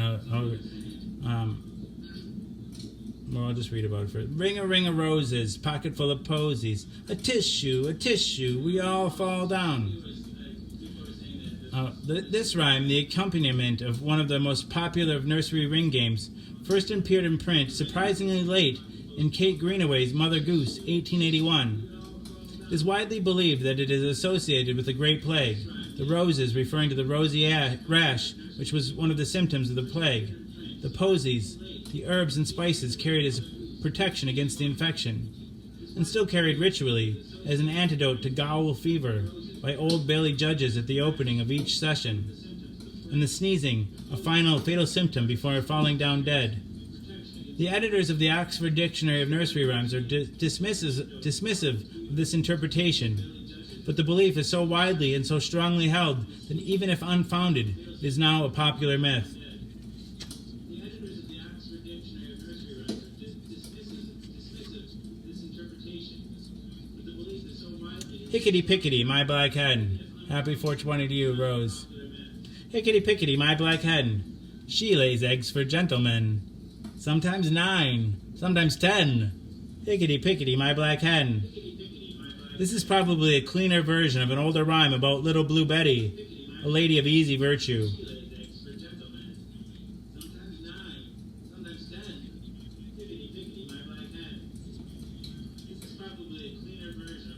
Wise old owl. A wise old owl lived in an oak. The more he saw, the less he spoke. The less he spoke, the more he heard. Why can't we all be like that wise old bird? Although this is said to be old, it is not known before World War I. Calvin Coolidge is said to have had the words inscribed over the fireplace in his house.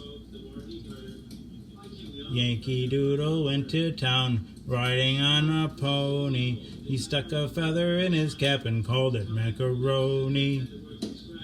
Yankee is a word of doubtful origin. According to an officer in General Bugnon's army, it was derived from a Cherokee word, meaning coward or slave, and was bestowed upon the residents of New England by Virginians for not assisting them in a war with the Cherokees. Certainly the song was sung with derision by the British troops at the outbreak of the War of Independence, but after the Battle of Bunker Hill, it was taken up by the Americans as a battle cry. The macaroni here refers to something that might be worn by a fop, a macaroni.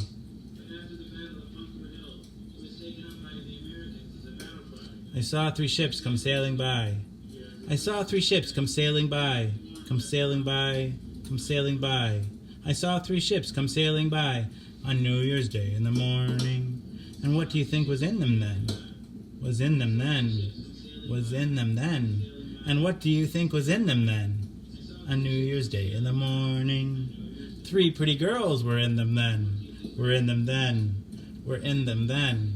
3 pretty girls were in them then. On New Year's Day in the morning. One could whistle, and one could sing, and one could play on the violin. Such joy there was at my wedding on New Year's Day in the morning. Tom, Tom, the piper's son. I'm glad you're enjoying it, Rose. Tom, Tom, the piper's son, stole a pig and away did run. The pig was eat, and Tom was beat, and Tom went crying down the street. Tom's pig was not a live one, but a sweet meat, sold by street hawkers, particularly in the 18th century. This rhyme is often confused with Tom, he was a piper's son. He learned to play when he was young, and all the tune that he could play was over the hills and far away. as Pigling Bland did in Beatrix Potter's story. Sing a song of sixpence. Sing a song of sixpence, a pocketful of rye, 24 blackbirds baked in a pie. When the pie was opened, the birds began to sing. Was not that a dainty dish to set before the king? The king was in his counting house, counting out his money. The queen was in the parlor, eating bread and honey. The maid was in the garden, hanging out the clothes. There came a little blackbird and snapped off her nose. This rhyme can be traced back to the 16th century, although much nonsense has been written about its origins, not least of which is that it refers to, respectively, the 24 hours of the day, to Henry VIII, Catherine of Aragon, and Anne Boleyn, and the printing of the English Bible. It would seem, however, that some 16th century cookbooks actually did contain recipes for baking pies using live birds, which, when the pie was cut, would fly out, creating a spectacular, if somewhat alarming, diversion at a banquet. The pocketful of rye may well have been a common form of measurement, and the counting house, referred to on several occasions in The Merry Wives of Windsor, was the office where an establishment's business was conducted. Good night, Nischala. Sleep well, sleep well. Rub-a-dub-dub. Rub-a-dub-dub. 3 men in a tub. And who do you think they be? The butcher, the baker, the candlestick maker. They all jumped out of a rotten potato. Turn 'em out knaves, all three. An early version of this rhyme mentions 3 maids in a tub, presumably unclothed. A sideshow attraction at a local fair, which these respectable tradesmen no doubt stealthily enjoyed.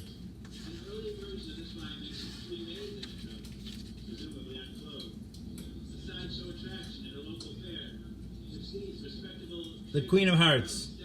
The Queen of Hearts, she made some tarts, all on a summer's day. The Knave of Hearts, he stole the tarts, and took them clean away. The King of Hearts called for the tarts, and beat the knave full sore.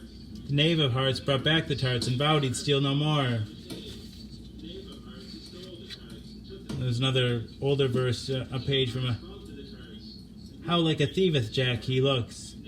I wish for my part all the cooks would come and baste him with a ladle, as long as ever they were able, to keep his fingers' ends from itching, after sweet things in the Queen's kitchen.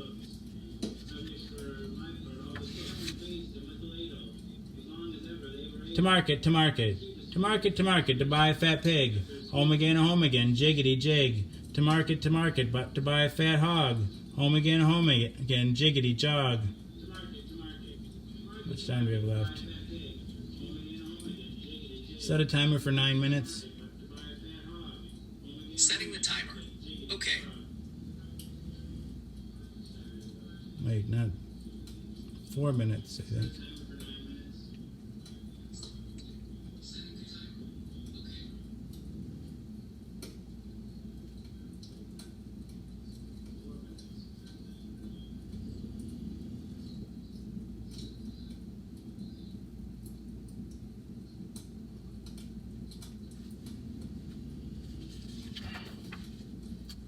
There was an old woman who lived in a shoe. There was an old woman who lived in a shoe. She had so many children she didn't know what to do. She gave them some broth without any bread. She whipped them all soundly and put them to bed. Dylan, you've seen the couch already. You have to watch it earlier in the show. We pulled it out. Normally I don't pull out the couch. Dang it, actually I do pull it out. Alright, so this rhyme, a version, pull it out occasionally.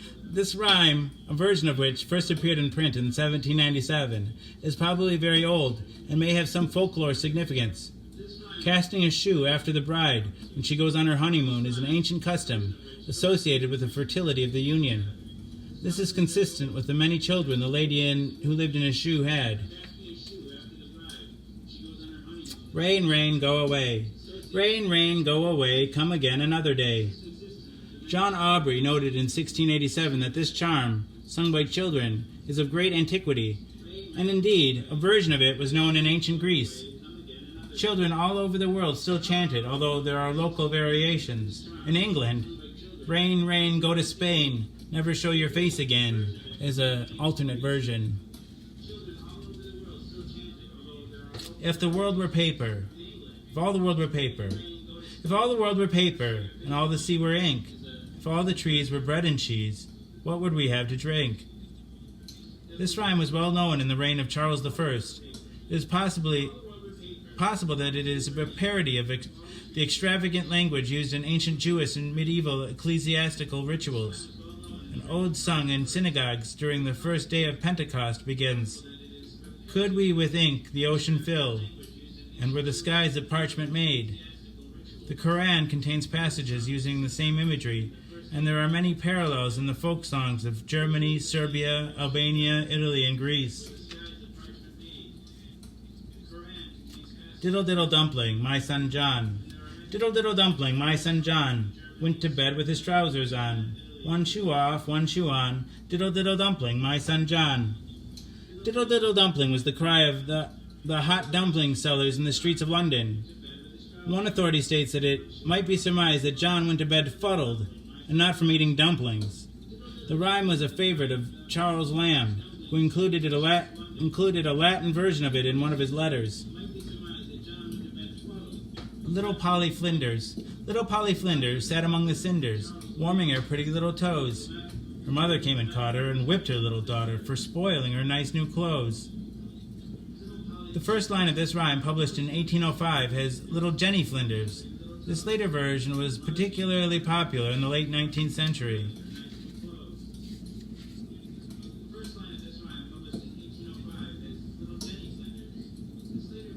A fox jumped up one winter's night.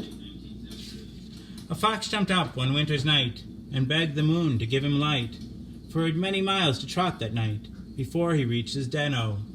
Den-o, den-o. For many miles he had to trot that night, before he reached his den-o. The first place he came to was a farmer's yard, where the ducks and the geese declared it hard, that their nerves should be shaken and their rest so marred by a visit from Mr. Fox-o. That their nerves should be shaken and their rest so marred by a visit from Mr. Fox-o. He took the gray goose by the neck and swung him right across his back. The gray goose cried out, "Quack, quack, quack," with his legs dangling down-o. The gray goose cried out, "Quack, quack, quack," with his legs dangling down-o. Old Mother Slipper-Slopper jumped out of bed, and out of the window she popped her head. "Oh, John, John, John, the gray goose is gone, and the fox is off to his den-o." John ran up to the top of the hill and blew his whistle loud and shrill. Said the fox, "That is very pretty music still. I'd rather be in my den-o." Said the fox, "That is very pretty music still. I'd rather be in my den-o." The fox went back to his hungry den, and his dear little foxes 8, 9, and 10. Quoth they, "Good daddy, you must go there again, if you bring such good cheer from the farm-o."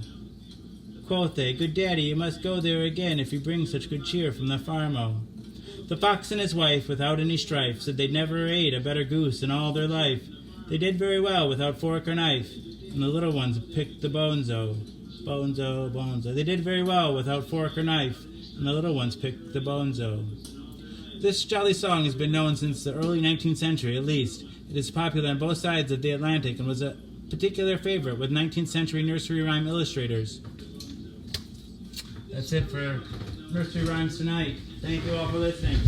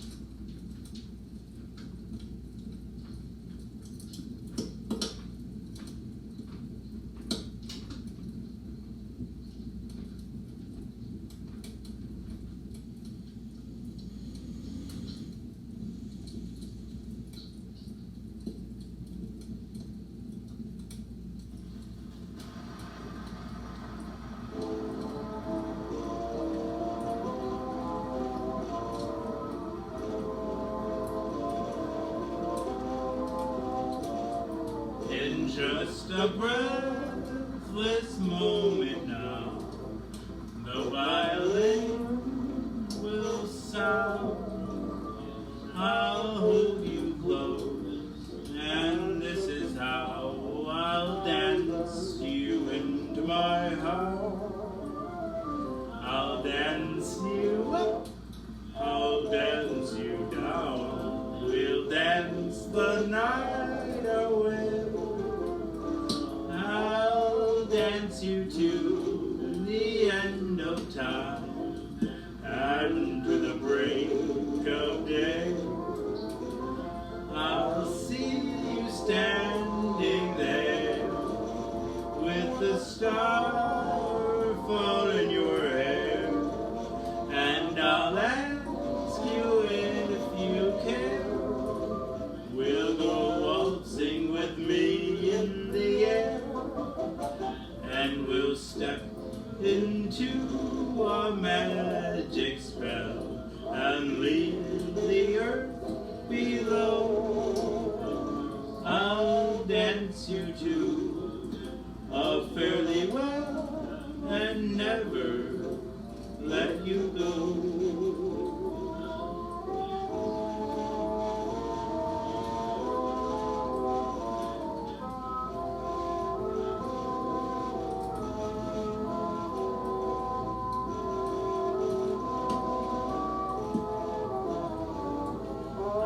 Hold you close, and this is how I'll dance you into my heart.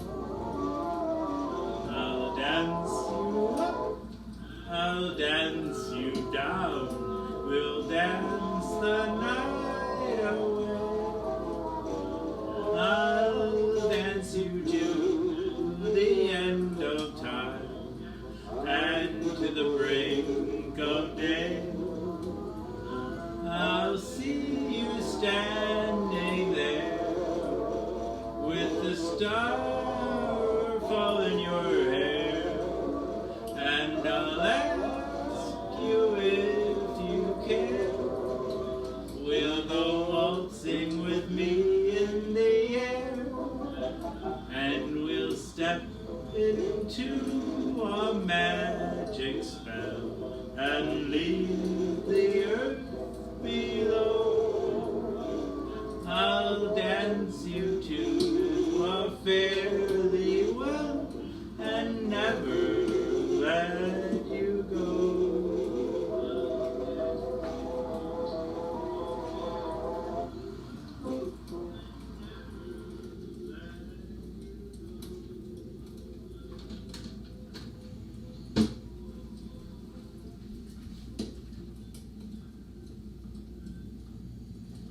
Good night, old friends and new.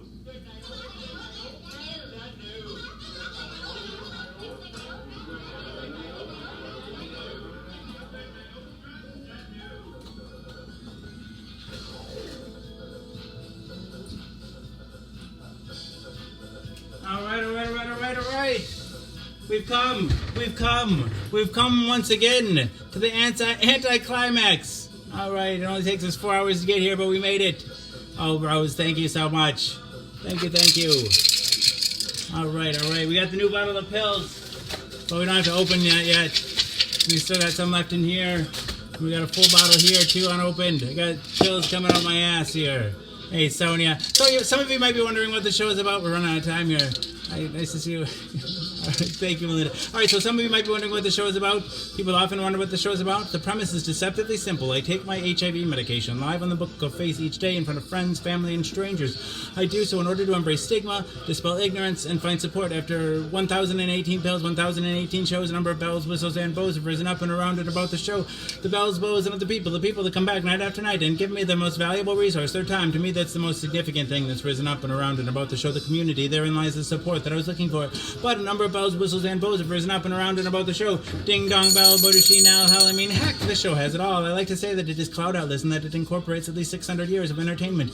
With Edward R. Murrow's radio broadcast on record and cylinders played on a 19th century Edison home phonograph, along with a nursery rhyme book from my childhood containing woodcut illustrations from the 15th century. It is, in a sense, also the Matrix. In a previous iteration of the show, I created something I call a rainbow tunnel in which I harness the power of Grayskull and the Eye of Thundera, funneling them through a series of warp nacelles, creating a static warp bubble and a subsequent singularity sincerity, punching a hole through the fourth wall across the multiverse and into the source. The show now takes place in an echo chamber created by me that serves as a way station between our reality and the source. I don't expect lay people to fully understand as this is advanced social science. Yeah, so the show's also like an old-timey variety show, Carol Burnett style, mixed with a merry melody of Looney Tunes and a measure of Mark and Mindy. Nanu, a dash of Mr. Ed, and two doses of Alice in Wonderland, a helping of Hee Haw, heaps of Benny Hill, a hint of the Highlander, tons of the Twilight Zone, a tincture of Teen Wolf, an ounce of Oz, a cup of Creep Show and Cast Away, a quarter of Quantum Leap and a gallon of Gilligan's Island. It's a 4-hour show and a 4-hour tour.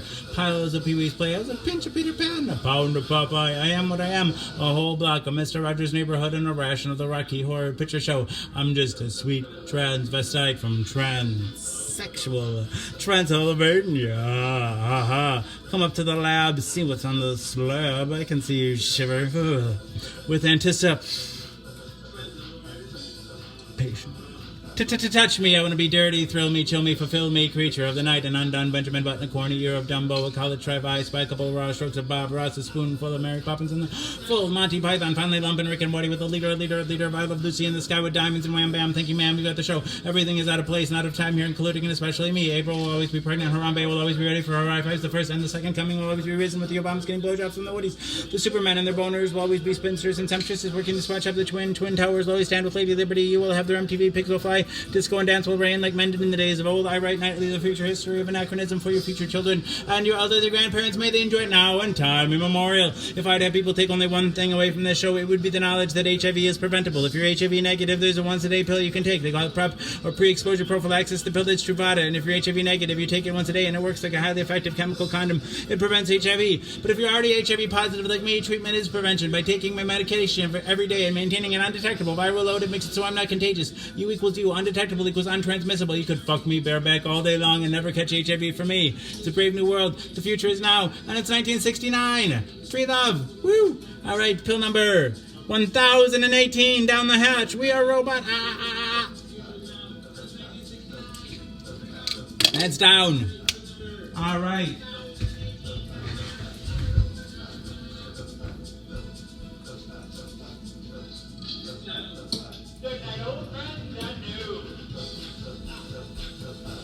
All right, thank you all for coming. Thank you for being here, spending time with me. Free love. Woo. All right.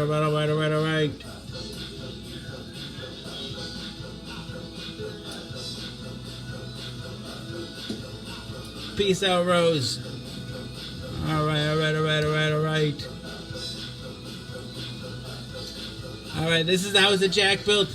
This is the malt that lay in the house that Jack built. This is the rat that ate the malt that lay in the house that Jack built. Oh, it's always nice having you here, Rose. Thank you.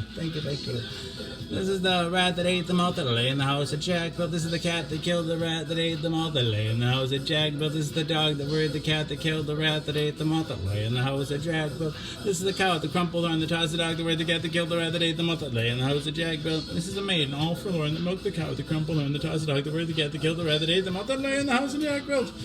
This is the man all tattered and torn that kissed the maiden, all forlorn, that milked the cow, that crumpled on, that tossed the dog, that worried the cat, that killed the rat, that ate the malt that lay in the house that Jack built. This is the priest, all shaven and shorn, that married the man, all tattered and torn, that kissed the maiden, all forlorn, that milked the cow, that crumpled horn, that tossed the dog, that worried the cat, that killed the rat, that ate the malt that lay in the house that Jack built. This is the cock that crowed the moor, and that woke the priest all shaven and torn, that married the man all tattered and torn, that kissed the maiden, all forlorn, that milked the cow, that crumpled on, that tossed the dog, that worried the cat, that killed the rat, that ate the malt that lay in the house that Jack built. This is the farmer that sowed the corn, that fed the cock, that crowed the moor, and that woke the priest all shaven and shorn, that married the man all tattered and torn, that kissed the maiden, all forlorn, that milked the cow, that crumpled on, that tossed the dog, that worried the cat, that killed the rat, that ate the malt that lay in the house that Jack built. Thank you all for being here. Right. Tomorrow we'll do another show from up top here. We're just going to be doing the full 4-hour shows on Friday and Saturday nights, and we're doing shorter shows during the week. I love you all.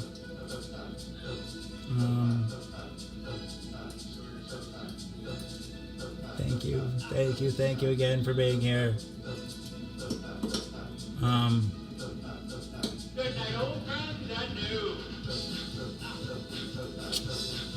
I love you too, Rose. I love you all. Dang it to heck. But come back tomorrow. I'll have more ideas for you. You'll have things you want to talk about. And so will I. But alas, now it's time to say goodbye. These are all so quiet tonight. Thank you, Rose, for saying goodnight. We're so quiet. Good night, everyone. I love you.